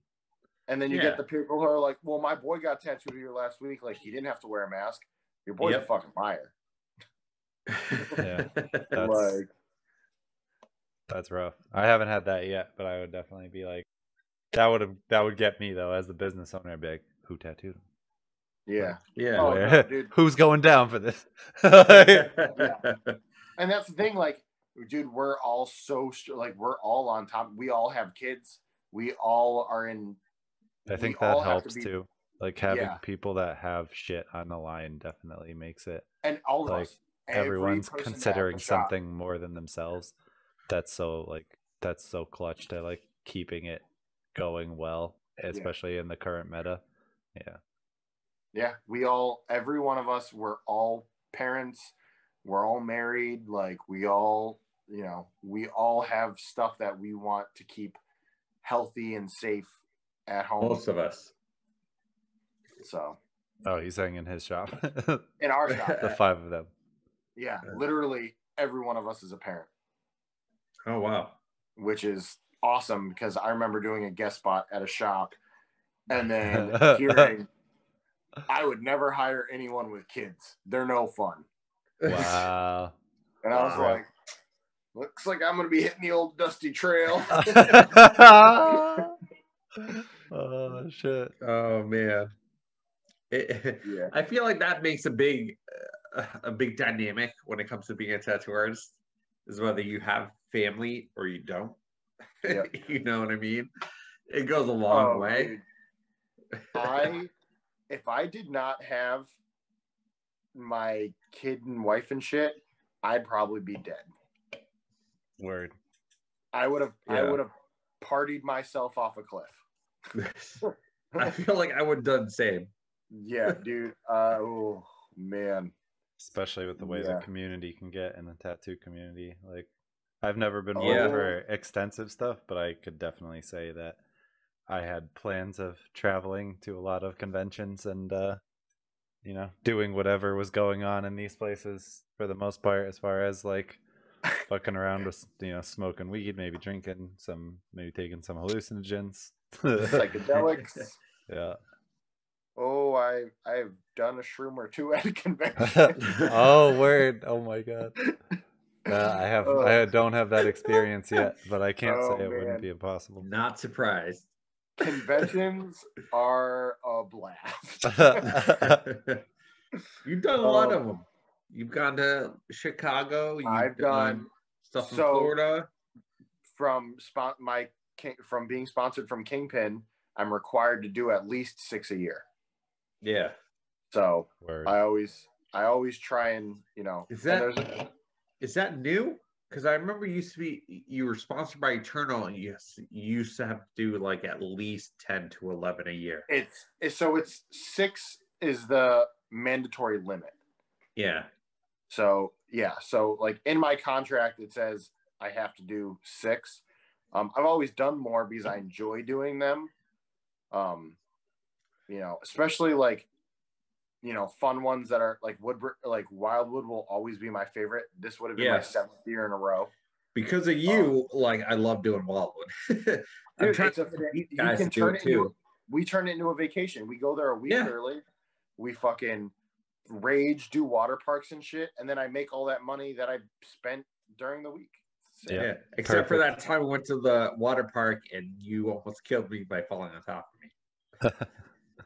Oh, dude, was that on the slide? That raft one. Yes, dude. And the people speak no fucking English, and there's 6 of us, and I'm you fell right on top of me. Well, I asked the dude, I'm like, yo, is there a weight limit? And he's like, no. And I'm like, because there's about 1,000 pounds on this fucking raft right now. Dude, we almost fell off that slide. Dude, and it almost went over the edge. Wow. Yeah. It was no violent, joke. Dude. Then you go at the bottom, there's a sign. The weight limit for the raft is 600 pounds. Oh, we're Dude, we were way over that. Way over that. Dude, I weigh 230. You weigh 2 something. My buddy weighs 2 something. Dude, there were 6 people on it, and of 3 of us, we were already over the limit. Oh my god. Jesus. Yeah. But down there, none of them, they are all foreign exchange students. They don't speak much English, and it's a summer job for them. So I'm like, yo, is there a weight limit? No. And just smiles and nods. I'm like, I'm fucked. But past that, Wildwood is probably, it was the first one I got to do. Oh, it's the best show. And it's so much fun. I'm trying to convince these guys at the shop to do it. I was hoping for them to do it this year. It's a blast. And it didn't happen. It's the best show. I've done so many shows, and that is my favorite I've ever, and I will always do. Yeah. My best money-making show, Baltimore. Yeah, Baltimore. I've made more money in Baltimore than I've made ever. Wow. That show is awesome because that's an area that doesn't have a lot of tattoo shops. So, and it's the convention center they use is really big. So there's so many tattooers, and that place is so heavily populated. Everyone's in there trying to get tattooed. Nice. Didn't you mention it doesn't have a really big tattoo industry area? Yeah, that's what I'm saying. There's not a lot of shops. Yeah. There's really not a lot of shops, so that show is just a fucking banger. It's so fun. It's just, and everyone's trying to get tattooed. Everybody. And there is more than enough work to go around. You can go in there. Dude, I booked the first time I did Baltimore, I was on a 5-week convention bender. I did 5 in a row, and I was like, fuck it, let's go for 6 in a row. And I I messaged the dudes over at the show, and I was like, hey, you got any extra space? And they're like, yeah. And I was like, cool. I booked that show 4 days before it happened, and I was slammed all weekend. Wow. That's sick. That's a mark of a good show then, for sure. And I did 6 shows in a row, back-to-back weekend. Damn. It was fucking That's rad. A lot of travel. Yeah. It was fucking rad. Yeah. It's about a 7-hour drive. It was because I did Boston before that. I did New Hampshire before that. I did DC before that. And then the New York show. It was New York or New Jersey. And I did them all back to back. And it was just, I was like, fuck it, let's keep it going. Nice. And then I think the next one after that was Star City in Austin. I was like, I'm not driving to fucking Austin. I was like, I'll stop it. It's like a 3-day drive. I'll stop it at, dude, that was Chicago when I drove for the Chicago convention. Yeah, I remember that. That was fucking rough. I bet it was, man. When I did Detroit Motor City, I drove to that one. I think the only convention I've actually flown to was Gathering in the Giants in Florida. Yeah, Florida. Word. When that's I did Tampa, if I recall correctly, that's where you got your job done. No, I got my jaw done at the No Limit show in Long Island. Oh, okay. I thought Long I could Island would sworn be it a was cool Florida. spot. That sounds like a That cool was spot. that show is really cool. That's put on by the world famous guys. And it's at a air museum. Oh, cool. That's a fun show. That's a good one. All those dudes are super nice. That they put on a good show. That's a fun one. Yeah. You still using Eternal? All All around? Only Eternal. Yeah. Word. Only and all. Best ink on the market. We had Ballman on a few weeks back, and he's sponsored by Eternal, but I know. he still uses at least for portraits and stuff. He'll still use like World Famous. Yeah, I mean, you've known me, dude. I've been using Eternal for like 8 years now. I've never strayed from the path. I've only ever used Eternal. I don't plan on ever using anything else. I've used other inks.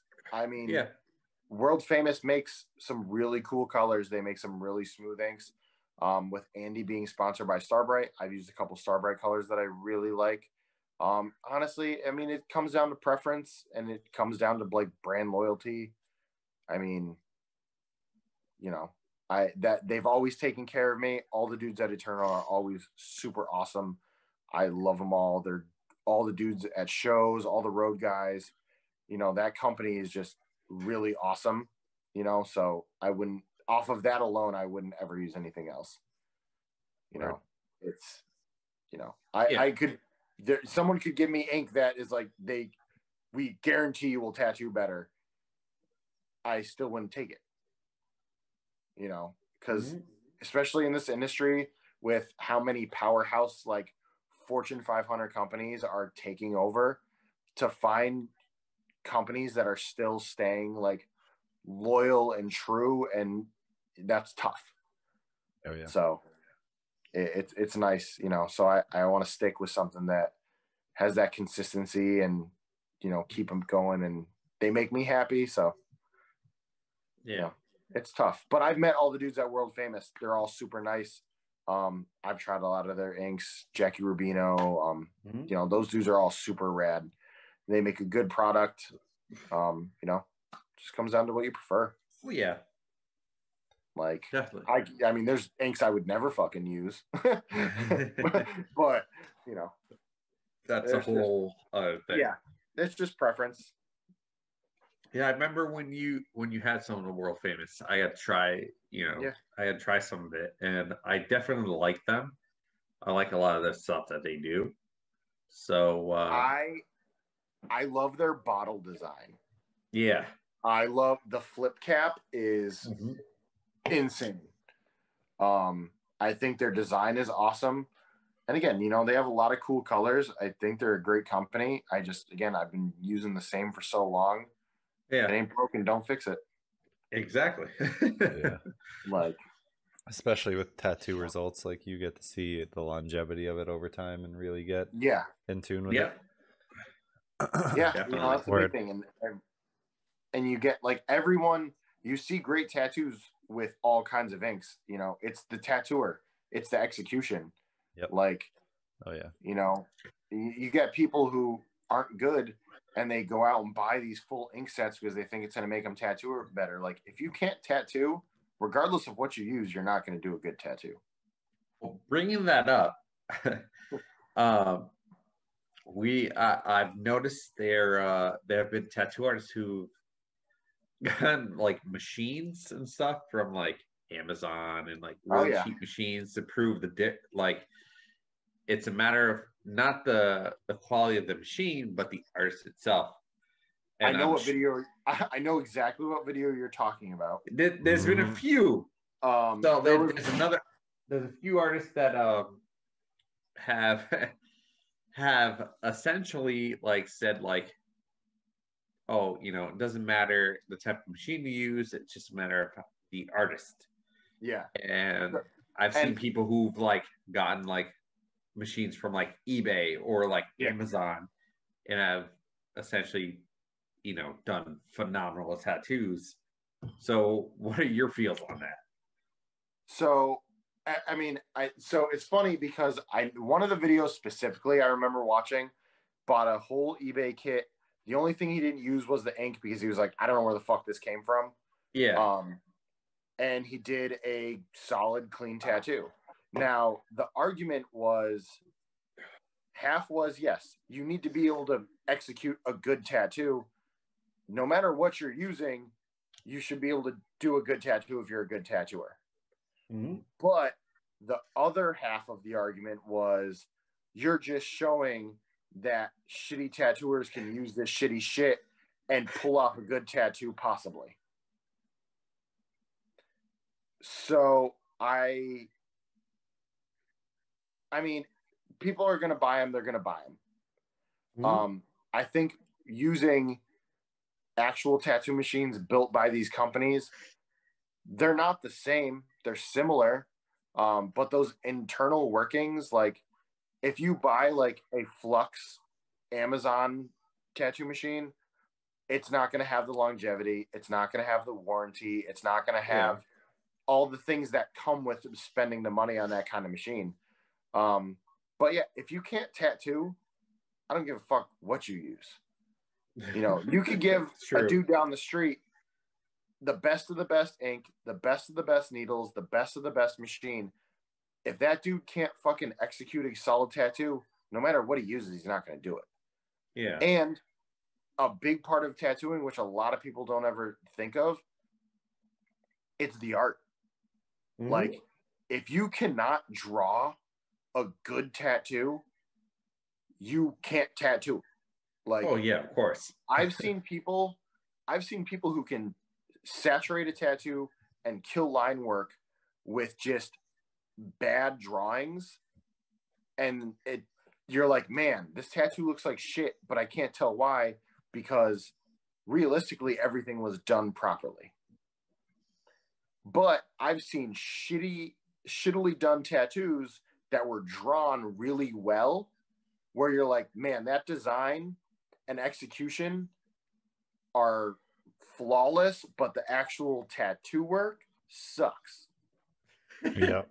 Yeah. Like it's tough, It comes down to that. And I used to tell that to him when he first started. Like, his art was amazing. Yep. And I'd be like, dude, you have this like little gray area that you can like squeeze through because a couple of like the precision pieces of the tattoo aren't done well, but your all around drawing and concept is fucking amazing. Yep. Yeah, I think I saw a lot of that, especially when Dennis started at the shop, and I told him straight up, I was like, well, I can be frank with you and give you the info that you have foundations that need work. I was like, fortunately, we have people here that are doing good in those areas that you can hopefully, connect with and take notes on. And accept. And then, and like his artwork was killer. So yeah, to get back to the story earlier when I was like, it was kind of serendipitous, like hiring him. So I put out like the we're hiring, and that was out for a while, I think 2-3 weeks. And then Josh, who was the front desk guy, was like, oh, actually Justin knows Josh. Yeah, you tattooed Josh several times. You did like some really nice lettering, I think, on his calves that said straight edge. He's the reason why she was able to get a job at the Edge. Josh Roy. Yep. Okay, I remember him. Good dude. And yeah, so he put like the 2 and 2 together of like getting, I think he got a message from Dennis or something that was like something to the tune, of showing interest. And he asks me, he's like, oh, this guy, he's been working with Justin, who did a bunch of his tattoos. So like I knew you through his work because I saw the work and I was like, oh, those tattoos are sick. Like, you're killing it with some lettering. I think he has some black and gray stuff that was nice too. I was like, dope. And then he's like, oh, this guy works with him. I'm like, oh, well, if he works with him, then he must be solid. Like, at this point, who is it? And then he's like, oh, his name is Angry Pencil Studios. And I'm like, oh, that's crazy, because literally when I put up this for hiring shit, I was sitting there and hoping. I was like, why can't I get, because I had been following Dennis since before his apprenticeship, just on his art. Yeah. So like I saw his art come through somehow through somebody and ended up following him. I was like, and I knew he had started tattooing, so I knew, I was like, oh, that's hype. Like he's gonna be sick. I'll watch this dude's like career kind of take off around the same as mine. With these art skills, gonna be nuts. So I was like, why can't I hire someone like this Angry Pencil guy who's like got sick drawings but is just getting, started, and like find someone like that to get to be in the shop. And then, he hit us up and it worked out perfect. And I was like, yeah, come in for an interview. So it went well. But it was just like, it was very strange, like thinking about it and then having it like manifest in real life. That's It's like, awesome. it's like one of those things that like, it was like so deep. Like when it happens in your head, you're like, is this shit a simulation? Because I just fucking like hacked some shit somehow. It seems too strange to have that happen. I know he's happy because I remember talking to him like right when he got hired there, and he was just like super stoked. And I know a couple things didn't work out before that, and he was definitely kind of having that like punch to the dick moment. Yeah. And yeah, and then he was like, dude, I went down to the edge. Everyone there is super fucking cool. Like it went really well. And I was like, dude, if that's where you're going to be happy. And like, my thing was like, I didn't know how Connecticut licensing and all that shit went. So, being an owner, that's where my head went. Yeah. I'm like, fuck, like, because during the time before even getting hired by you, Justin let me kind of work at his single studio for a little bit, and I was able to actually get some stuff done. So I was wicked stoked when I actually got a chance to work for you, and it's obviously been a success since I've been with you for like 2 years now at this point. Yeah, dude, the work that you're putting out now is killer. Like definitely on par or exceeding like what I expected to have been done going forward. Like that avatar piece, that back piece is just, it is next level. Like that shit is sick. I think that's like a big breakthrough piece for you. It can fucking draw. Oh yeah. I'm hoping. Dude, that was always my thing. I was like, dude, you can fucking draw. Now just do better tattoos. Yeah. Yep. That's definitely what he would do. Exactly like that. Yeah. And that was the thing, man. Like when he brought in that portfolio, and I could tell it wasn't traced, it wasn't copied, and I was like, dude, this shit is fucking awesome. Yep. Like that's. I feel like your favorite thing out of the stuff I brought in was the scarecrow with the pumpkins. Yep. I remember that. That was because your color theory, because that you had it like Prismacolored, right? At the time, that didn't have any colors to it, so it was just an outline with some shading, with some chart like pencil shading. Yeah. Did you ever color? Because I feel like I've seen it colored. I don't recall. Or you just done pumpkins in color. Yeah. I've done pumpkins with color, but I've never actually. I don't think I've ever colored that one. No, your art was fucking on point, and was really hard to find at the time. Like, and like I said, man, if you can't technically pull off a tattoo 100%, but your art is there, it's a great tattoo. Yeah. Yeah. Little inconsistencies in line work can be fixed. Saturation can be redone. But like, if you have a bad drawing, it's a bad drawing.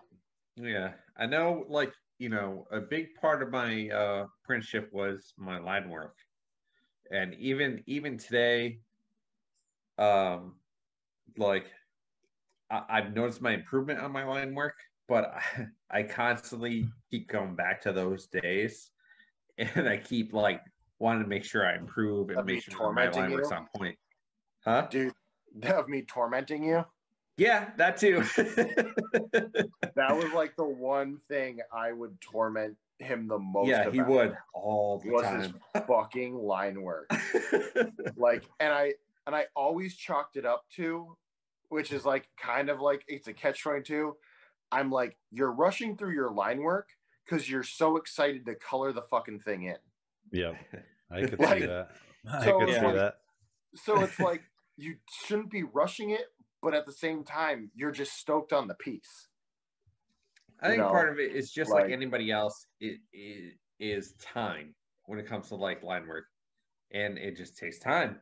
And it took me a while to like realize that it just takes time to do the line work, so that you can get to the point where you get to do the crazy stuff like the coloring and the black and gray and all that stuff. And you know, I still constantly keep trying to improve on my line work, even though like there are times I see my pieces and I'm like, all right, I'm happy with how the line work came out with that, but Nice. it could always be better. And part of me feels like that maybe that's just an artist in me, or that's just me judging on my own shit. You know what I mean? But I keep trying to improve constantly, all the time. And you have to, especially now, you have to constantly be striving for better, because there's a fuck ton of tattooers that are chomping at your ass, that are right there waiting for you to fucking fail so they can fucking take that spot. Yeah, definitely. Yeah, I think line work, like in the beginning, that was the first thing that I had addressed. I was like, yo, I can see you're making these lines with a rotary. Like, first off. Second off, they're like over sculpted. Oh, man. I love that. Yeah. Like that was the two things that I saw, and then I think both were accurate, if I recall correctly. But it's been a long time for me and a journey. Like, some people can put like money lines in with a rotary, but I was having the same shit. Like, looking at your work and mine, I was like, it's like the same assessment. I'm like, it's just almost there every time. And then I saw like those little spots that I would see in my own shit, and I was like, yeah, like he's probably dealing with the same thing I am, where it's like struggling to find something that puts in clean lines that heal clean. Like, honestly, like the fact that like work towards that. You know, when you were planning on hiring me, and I did my little quick tattoo, it was nerve-wracking, because you brought up some other tattoos I've done, and my line work was a little shaky. But the fact that you gave me a chance showed me that like you were interested, and I wanted to make sure that I did what I could to make things better. Because you had potential. Yeah. Because, well, part of it was that in the fact that like it always went back to you, because like I wanted to make sure that, you know, I think this goes for anybody who has a mentor.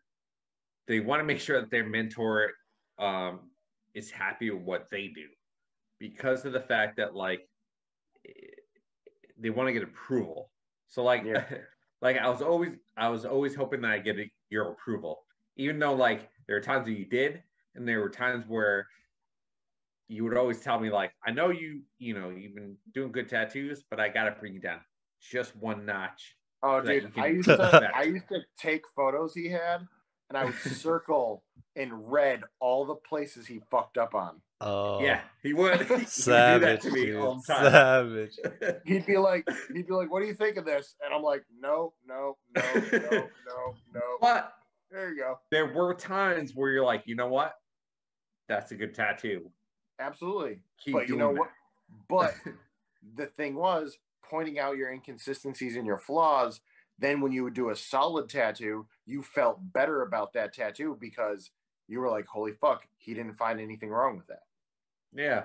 Yep. You know, and like if I didn't care and I just said fuck it, every tattoo you do, it is what it is, you would have never progressed, because you were just like, oh, I guess I'm doing okay. I feel like based on repetition, like I think it depends on the person, because you guys have that relationship, but for me, like in my apprentice, like I didn't want to like crush like her spirit in the early part of tattooing. Break him down. She already had the dedication. Honestly, like she had that you like can level. say that. So I just wouldn't like, for me, I was like, I'm gonna look at her work and watch, and I'm gonna let her know, the tattoo is good, and if there's anything like glaring, I'll point it out. If she asks about something in particular, I'll be like totally honest. But otherwise, as long as it's like steps in the right direction, I'm not gonna just like tear it apart. But now she's been tattooing for like a year plus full time, so I feel like now might be a time to mix it up and be like, yo, I'm gonna start sending you circled pages of all your tattoos. Like, no, I know you can handle it, so here's what I do to my own shit. Let me show you, bring it into overall, doing it to yours. like, I feel like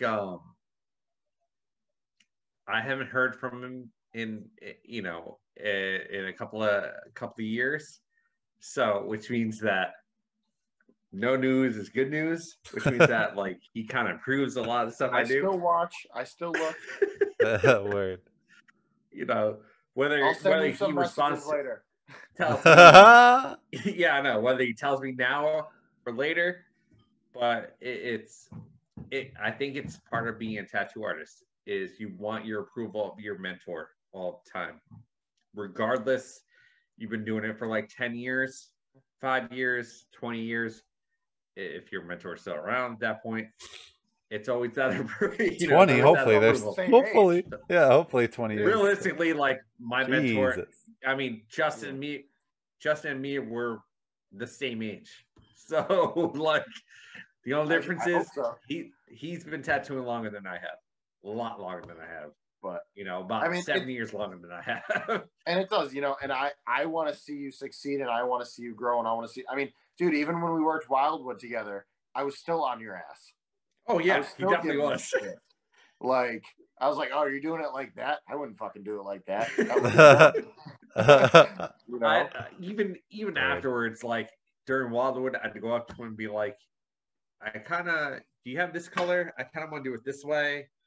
And, he would give me advice. And I think that's the best thing about being a mentor is that no matter what, you're always still giving advice.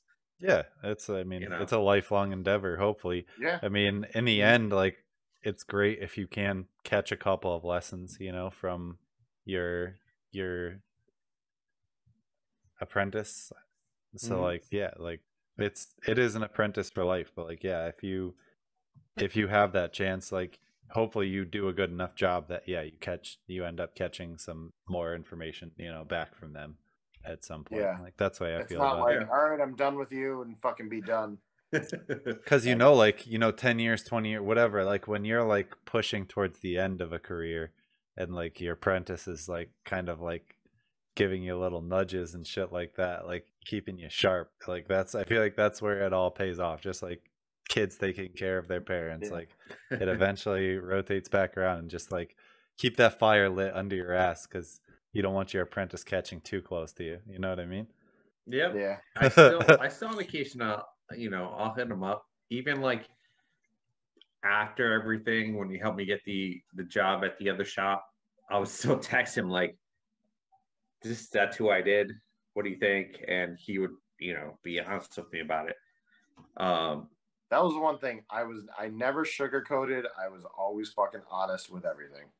Yeah, he definitely was. So it like there were times where it sucked, but I would understand where he was coming from, and then I would take that and try to improve on it. And I just want to reiterate that I was like that because other people I've given the chance to quit in a week. Word. Mm-hmm. So I hate to see that. And so I really, and I gave him the same spiel I give, and I was like, dude, this isn't easy. It's a lot of fucking work. Like, we're not friends. Like, we can be friends outside of here, but when you're here, like, this is fucking business. And if you can't handle it and you can't take it, then this isn't where you belong. And told him, okay. And okay. He would draw and he would do everything. His cleaning skills weren't the best. Seems right. Go fuck yourselves, both of you.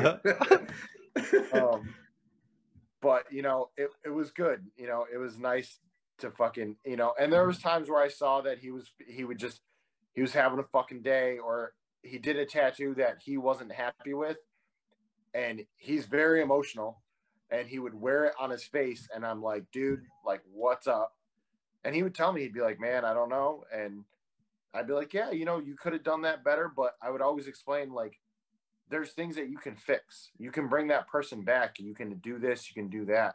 You know, there was never anything that was beyond repair. You know, you never did anything to the point where I was like, oh, fuck. Like, you know, so, and that was the thing. It was your inconsistency, and it was just, you know, and it was your excitement, because I'd watch you draw tattoos that you were stoked on, and you couldn't wait to fucking lay that stencil down, and you had all the colors done. And that's how I could tell when you were really into a tattoo. If you did a full color study of it too, and you brought it in and you were fucking ready, I was like, this isn't going to have the best outline, but it's going to look awesome.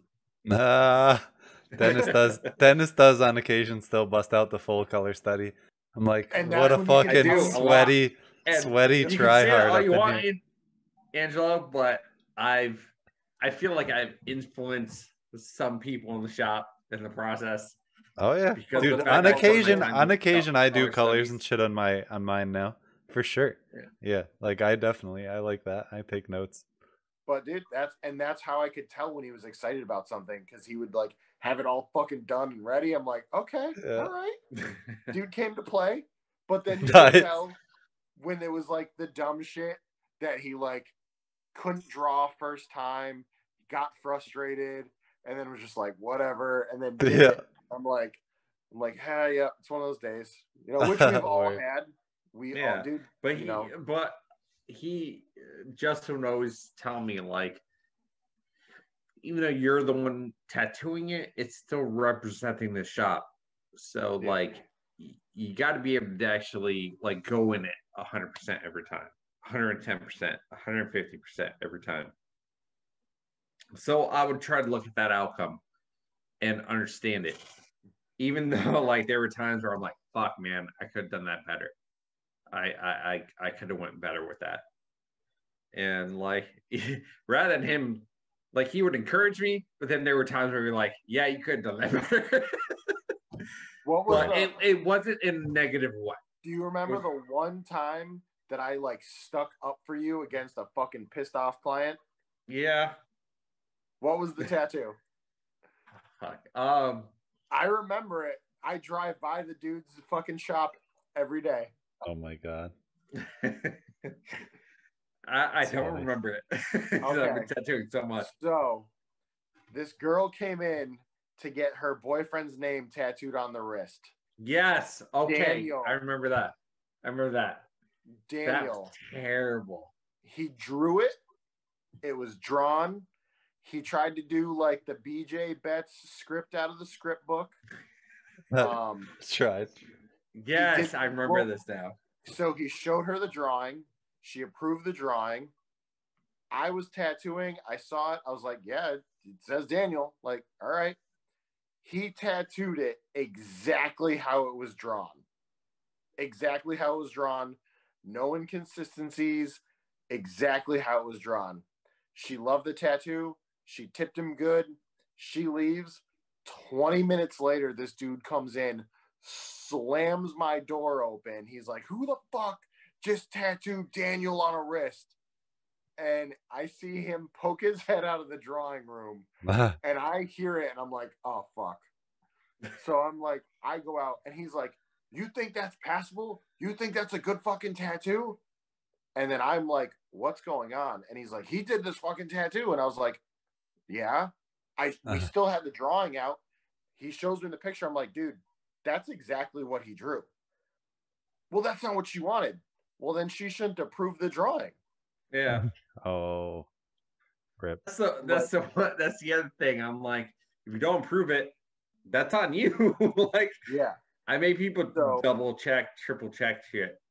She wanted like, well, what he said she wanted was like thin line, like defont.com script. And he gave her something a little more stylized that he didn't like. So he had this fucking huge conniption fit. But I'm like, dude, it's exactly what he drew. I can't do shit. Like, I can't help you. And then he's like, and then he asked me, he's like, well, would you have done that tattoo? I was like, I draw differently. I would have drawn something different. Different tattooers have different styles, man. I don't know what to tell you. Yeah. But I passed that dude. I passed that dude's company every fucking day. Oh my God. Yep. Every day. It's funny to have that reminder. Oh, I see him. But like, it was just funny because that's 5 years ago, so things have changed since then. But the thing, it wasn't bad. Yeah. It's just funny, like the one time that you like have someone who like starts shit, it wasn't even bad. It's just not what he wanted her to get. Yeah, I had one in the shop the other day. I was getting, actually, I think the last one I did before taking a break for being sick was a dude that got a family tattoo, and like his wife made a lot of the calls on it, and like he ended up, like, I drew something, it was like a family tree, you know, some names like in the branches and whatnot. It's kind of like Bammerish, but I'm like, I'm gonna draw it cool. So I drew like he wanted his family name and the roots, so I made it like sick, like roots lettering, and like the shit was gonna be cool, like multiple line weights, some gray shading, like make the tree look tight, and then like end up doing this, like, you know, more of a clip art style, all black, fully saturated, like fine-ish type of piece. And I'm like, I don't know, like, I knew you were a dude and like a father, and I was trying to give you a forearm tattoo that was masculine. Like, your wife had me redraw this thing like 6 times, and now it looks like it belongs on her. On your wife, yeah. Like, probably, like, you know, like, it's tough. It's just tough to figure out a way to like say things politely without like totally blowing some shit up. Like, sometimes I'll be patient. Sometimes and just it gets to a point where you have to. Yeah, well, for me, like, I'm not gonna like undo, like, if they're so strongly firm on wanting this one thing. Like I said, I would do something similar to that. I just took it further. So if they want to backpedal on my adjustments, it's fine. But like my clients, like, it's been lately, like any of my clients who let me do my thing, I've been fucking crushing. And then when people like push me to make compromises are made. It's just unfortunately in the quality of the piece, because it doesn't have as much of my essence, so it doesn't have like as much of my ability to create the same like level of niceness for somebody. Dude, I remember when you had that dude come in who won like I think it was like Salty Life with the hook. Oh boy. He did it. Salt Life. Yeah, and he did it. And about a couple weeks later he came in and complained about it because of certain colors or something like that. He said like where I made the hook go through the skin, there was like a little too much blood, and that it made it look like gory because I made the skin look like it was like really folded up. Like I did like a really solid rendering, realistic version of it. It came out great, and he was like, this isn't like the picture that I showed you of that other tattoo. And I'm like, nah, that's someone else's tattoo, first off. And I did it like to be a little bit more intense because that's the way you had phrased it. But like, then he's like, I'm getting feedback that it's like too scary. I'm like, the fuck are you, like, you wanted to get a realistic looking massive fish hook through your arm with blood dripping down from it. What did you think would happen? What did you want it to look like? When people when people caught it out of the corner of their eye and saw that you thought you really got a really fucking hook in there, like, yeah, it's scary because it looks like a fucking hook is in your arm, bro. But yeah, that was a strange situation. That actually caused like a whole rift because that guy's the uncle-in-law of my brother-in-law, so like they don't even speak, and like that guy's estranged from the family now over this tattoo. Yeah, over the tattoo, because like that's fucking stupid. Like they kind of stuck by me, and I offered this dude, I was like, dude, I'll cover that with whatever you want me to cover it with. I can try to lighten it up with lighter inks, so I don't think that's gonna work. I'm happy to pay for it to be lasered, like any of the above, like whatever you do, you know, as a professional to try to like appease someone. Way nicer than I would have been. But it's like a 1 in 1,000 thing, you know. Like I never get that, so I'm happy. Like if it is like 1 in 1,000 people that comes in, that's like, this is fucked. Even though I said it's fine, like this isn't what I want. like I'm happy to get down, and Disappearing Ink will probably like just do them a deal if I ask them to anyway, and then I'll be like, oh, I'm paying for part of it. Like Yeah. that's yeah. So I was there when he like came in, and he was pretty rude about the situation. oh, he was a dick. And like then it got to a point where when you know somebody you set an appointment with comes up with you and is rude, you kind of have a tendency to kind of be an asshole to them. You know what I mean? Like regardless. And that's kind of what happened in the situation. You be rude, like people are gonna rude back to you. I'm at a point where like I don't have to worry about that anymore. Where I know when I work with Justin, I'm like kind of have to work with it and figure it out. And, but you know, I'm not at a point where I'm worried about clientele anymore. So if people want to be assholes. I mean, honestly, clients during COVID are just, it's much different. Yep. You know, like I said, everyone has got a shorter fuse. Everyone's been cooped up. So like I try and give most people the benefit of the doubt. I've had a couple people who I've literally had to tell to fuck off and get out. Because they don't want to follow the rules. But most of the time I'm like, dude, take a step back, fucking chill, like get your shit together, go fucking smoke a cigarette. You know, but I'm trying to give everyone a little bit of leeway during these times because we're all kind of right there on a shorter stick. Yeah, I agree. But I gotta say, I'm definitely doing a lot of cool shit. I think people are just excited to get out and get tattooed, and they're Yep, I was saying the same thing. Bringing a lot of dude. I've been so happy with some of the stuff that people have been coming up with and bringing me, and you know, it's super rad. And I think that a big part of it is just people want to get tattooed and want to feel like they have some kind of normal life. Yeah, oh yeah, it's definitely like one of the last bastions of like adult entertainment. Like we can go out and get tattoos, and like it's slightly normal at the tattoo shop, but you got to wear a mask. I feel like that's why it got so busy for us. For sure. Once we opened up, people were like, well, we got nothing else to do. Why don't we get tattooed? You know? So, and especially like, I don't know, for you, did you have any clients during that time frame where you had to take off because of the COVID situation where you had to reschedule? Oh yeah. I had clients, and honestly, they were very understanding. They're like, I wanted, you know, I'm okay with it.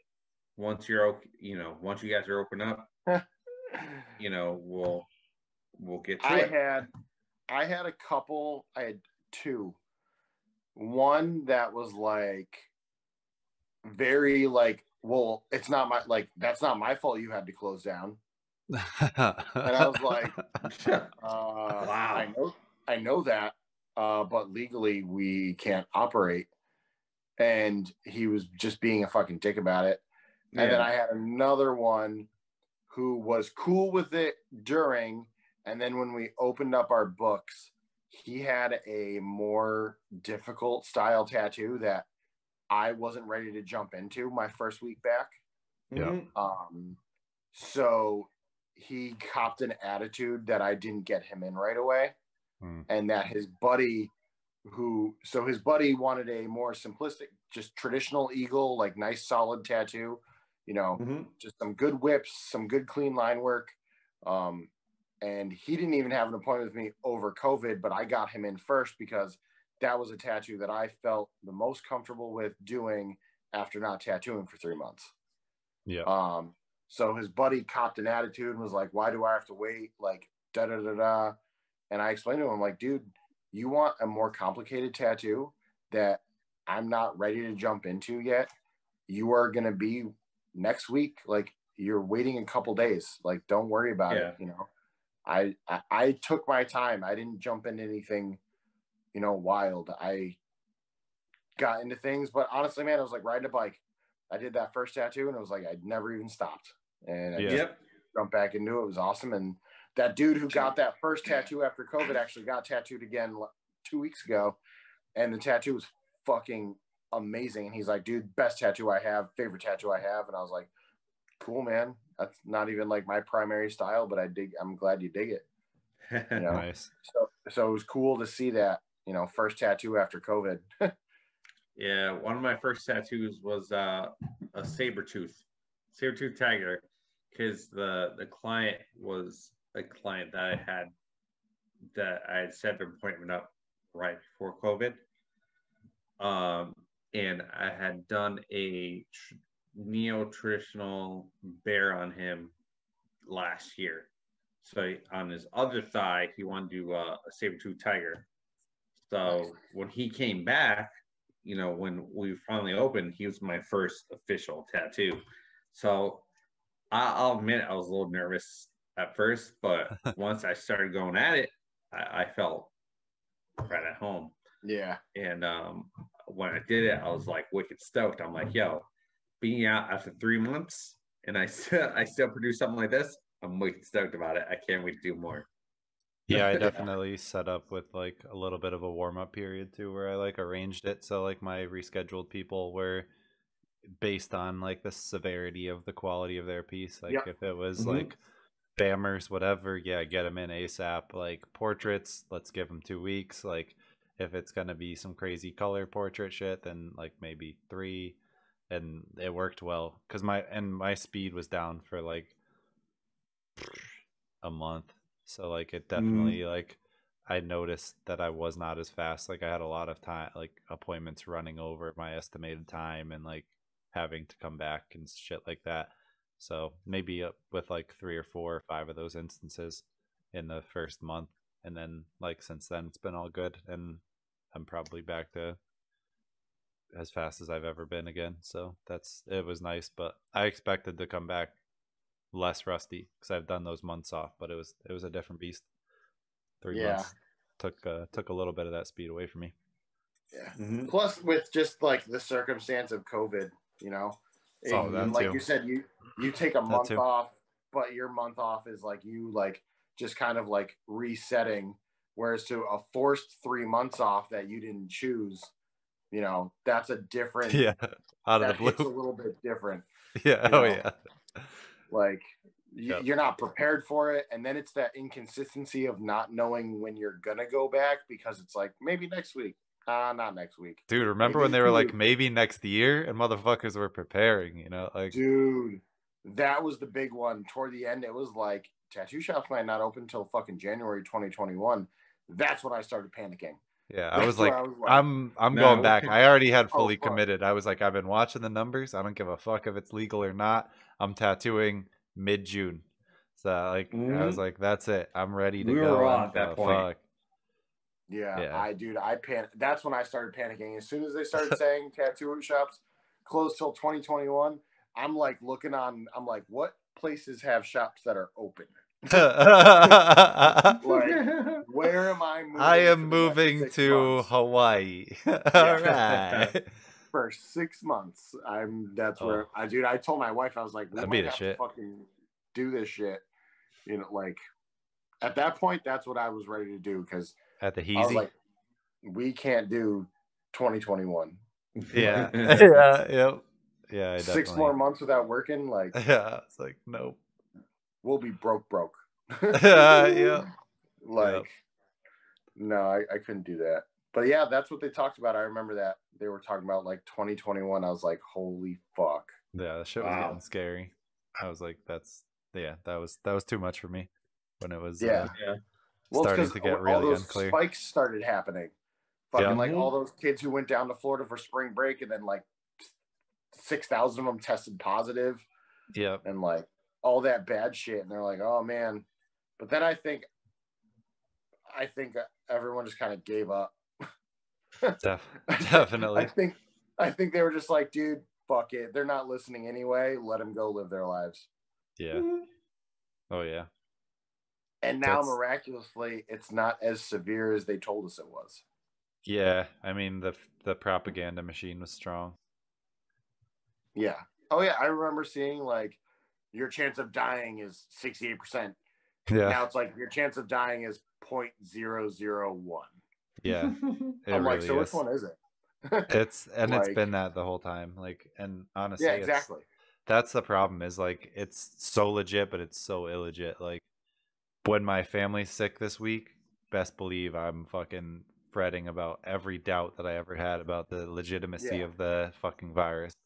But when, I'm at work for 3 months straight and never really hearing about many people, like maybe 2 3 people that I know, like that I speak with that lost someone, that I'm like, it's not quite what they kind of said it would be when they were showing us images in the beginning of it. If you remember, it's tough to remember, but if you saw some of them you might, the images that were supposedly from China with people just dead in the streets from it wearing masks. Like they were in the streets dead wearing masks.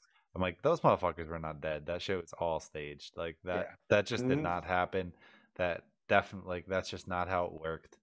That there was a big setup. Like it's real, but there's like an element to it that's like shadier. And then the politicization is real. I've personally had a few clients that have lost family members to it. So that made me question the legitimacy, because I definitely hit a point where I was like, this shit's fake. They're fucking lying. Like, and then I had a client like who was like, my grandmother passed from this, and then I had another one, and I was like, all right, fuck. Yeah. Yeah, like I definitely knew of some people that passed from it and was like definitely like it got into their nursing home and like wiped, fucking wiped people. But yeah, my thing was like at the beginning, they wouldn't test you unless you had like all 5 of the 5 symptoms. Yeah. And now it's like if you have one, they're like, yep, you're good, put your head back. Yep. Like, and I don't know. I can't help but think if they would have done things a little differently. We're never gonna know the true effect because the numbers are all fudged.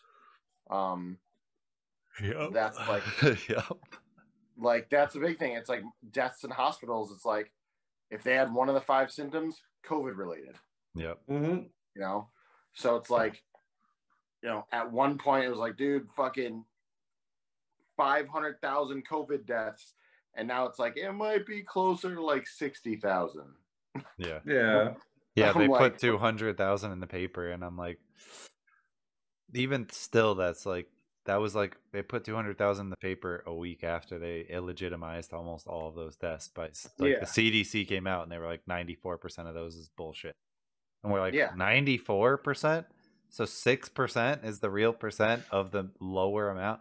Like, as far as I was concerned, when I was prepping in March, like we were about to lose like a third of the people on Earth.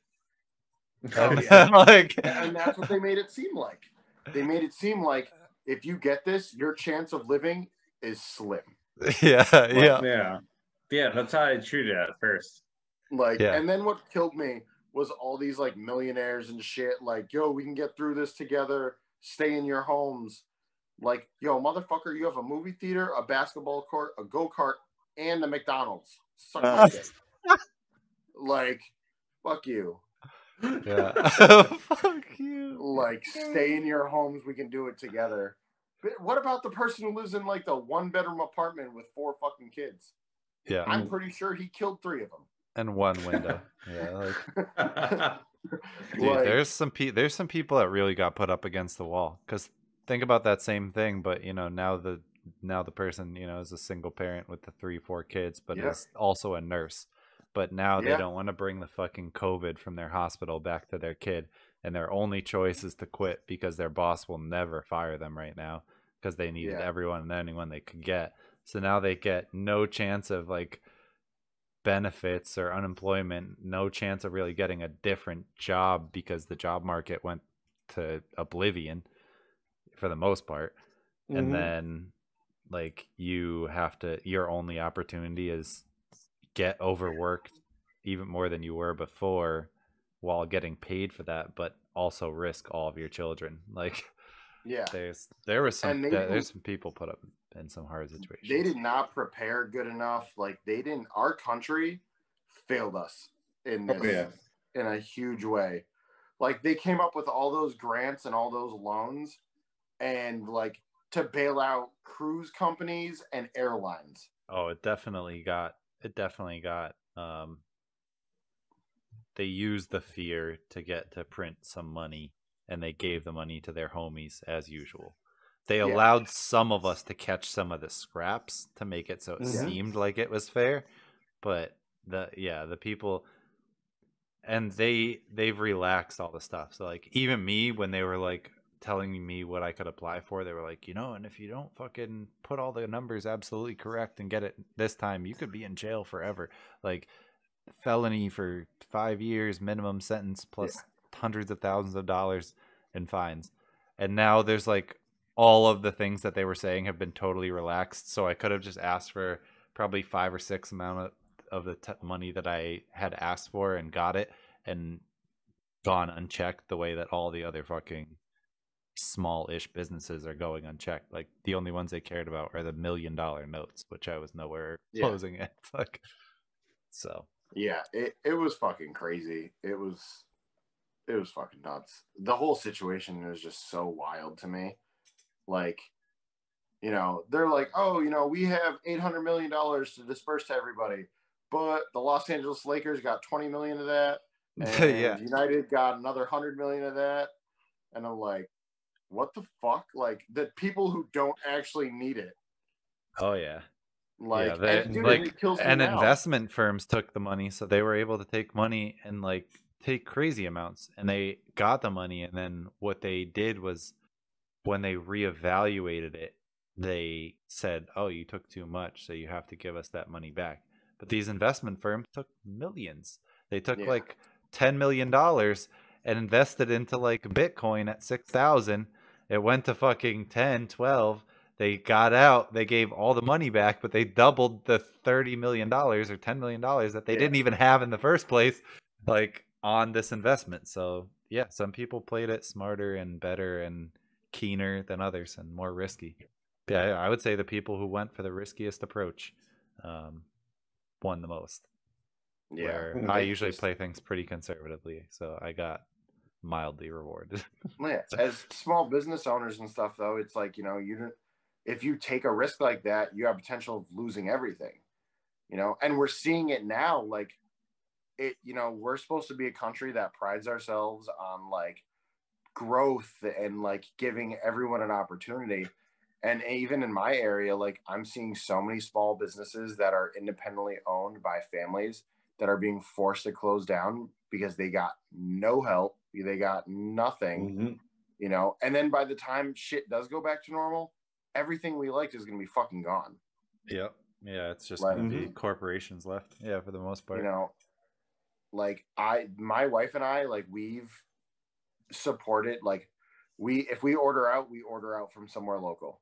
If we go out, we go somewhere local. Like we don't do the chain stuff. Like we try and support as much as we can, because there's so many places are closing, so many places are being forced out. Yeah, and honestly, like for anyone who has things that they love, fucking give them your money, to the degree that you can, because every dollar counts. Like if you fucking order at your local pizza place instead of Domino's, or get a burger from place around the corner instead of Sonic, like you're gonna be paying the right people that will be able to be there for you. And even when I do, like, now that when I do go out, dude, I tip like 10% more than normal, because the fact that they're risking just to be there. Yep. Yeah, I agree. I've been doing the same. I've always tipped well, but I've been giving a little extra if I do go in person, because they're putting their necks out. Well, my mom was a server when I was a baby. Like my mom was a server when I was first born, so I've always tipped servers well. But I'm tipping a little better because of all this. Like, I've always been the type of person to tip well, as long as the service is on. It doesn't even have to be amazing service. Like as long as you don't like fuck me over, I'm gonna give you a 20% tip. But Dennis knows how I feel about tipping when you pick up food, and I actually sometimes tip when I pick up food now, because like I know that those people aren't getting the tips that they do usually get otherwise. So like if Yeah. a waitress hands me my food, I'll give them like $5, $10, I don't know, Yep. whatever, because I know that people are having a hard time making ends meet. Yeah. And a lot of them are being forced to work and not even make close to what they were making because their employer didn't want to give them unemployment anymore. So like these waitresses that are used to making a couple $100 a night in tips, who now can no longer waitress, but their place open for takeout, are being And they're forced getting to work there. $5 an hour. Oh god. Yeah. Because they have Oh yeah, that they're getting the absurdly same extra pay. low minimum wage. They don't have normal minimum wage for servers, so anyone Yeah. who's a server that works for tips normally is like usually in Connecticut. I think it's like $6 in comparison to what's now a $12 minimum. But yeah, Yeah. it's a weird dynamic. I agree, and there's the crazy part is that there was no government mandate about not being able to collect rent, and then no tax benefit given from the states. Like the Yeah. state of Connecticut shut my business down, and they're not even giving me like a sales tax credit for the amount of rent or rent and utilities that I had to pay over the 3 months that nobody was in the Yeah. business. Like, and now I have to fucking pay my management company, you know, like the land owner, leaseholder, and they're getting the money, but most of the people can't even pay them. And then now people are leaving, I think soon, even in our plaza, and then there will be open spaces, and then those don't get filled, or maybe will get filled at a lower rate than like what's normal. So like these, you see companies going out, but it's, I feel like a lot of like retail management groups could be doing a lot more to like help Yeah. people make ends meet and be like, hey, like, you know, I at least the management company that works for us is allowing people to pay next year for like everything that accrued. They can wait until like at some point next year, but I feel like for the most part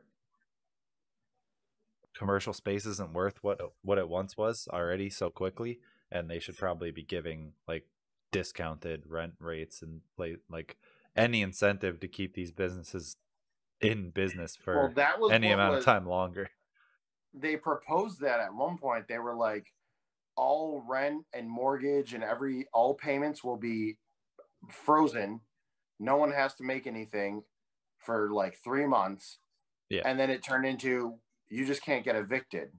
Yeah. Okay, so if someone can't pay their rent or their mortgage or for 3 months, they're still going to have to pay it at some point. And at that point, they're going to be so in the fucking hole that they can't afford it. Yep. Yeah. Like, that's exactly the way I heard it when I saw it. Just to give you guys a heads up, we're going on about 4 hours. We're actually at 5 hours. 5 hours. 5 hours live. Oh my god! So we've officially sent it to be the longest episode. Yeah, this is like the longest episode we've had. Wow. So I knew it was going to be like diving in with both of you having like that relationship of like mentor apprentice. But I think it might be time to kind of cut it at this point. So we're getting ready to hit about 4 o'clock in the morning. Yeah, I agree. Oh fuck, dude. I agree. Shit. My kids are going to be slapping me at like 3 hours from now. I know. I gotta put my kid into remote schooling at like 1. Me too. At 8:17. Wow. So it might be time to cut it. Yeah. Give our closing statements at this point. Yeah. Well, I'm available. I have some time left towards the end of this month for tattoos. If anyone's watching, that is one of my clients. Otherwise, hit me up on Instagram. Don't have too much else going on otherwise. For anyone who is here, we have one emote, sweet emote, tattooed Kappa. Don't necessarily subscribe if you're going to pay for it, but if you have the Amazon Prime free subscription, hit it up, get you that sweet Twitch emote. But yeah, thank you guys for being on the show. Thanks for having a long show. Obviously it worked out. So Justin, anytime you're interested, or if you're interested in more appearances later on, we'll definitely have you again. Hopefully Bryant will be healthier and in here too, and we can get even more of a discussion going. But yeah, thank you for coming on and tell us where to find you on the web and in person. You guys can check me out at Justin X Tattooer, at Horseshoes and Hand Grenades in Chicopee Center in Massachusetts, HSHG Tattoo. Thank you very much for having me on. I am more than happy to come on here and talk shit for another 5 hours. Cool. So, yeah, man, thank you for taking the opportunity, even though it was kind of like a last minute kind of thing. It really was. Because we weren't sure if we were going to do anything this weekend. So thank you. Yeah, appreciate it. Yeah, But, I had a blast. I definitely appreciate it. Hopefully we'll see you again soon. As for me, I just started my t-shirts. You can find them at tpublic.com/angrypencilstudios. Other than that, thank you for anybody who actually watches even prior to this. Thank you for being on the show with us. Justin, hopefully we'll see you again soon. Absolutely. It's always fun to kind of reminisce over old times. But other than that, everybody have a good night. At this point, we're 5 hours in, so Dennis had one too many beers. Yeah, it was a good saucy, good saucy sign off. 9. Oh yeah, definitely. Yeah, not wrong with that. With the exhaustion. Yeah, he's loopy right now.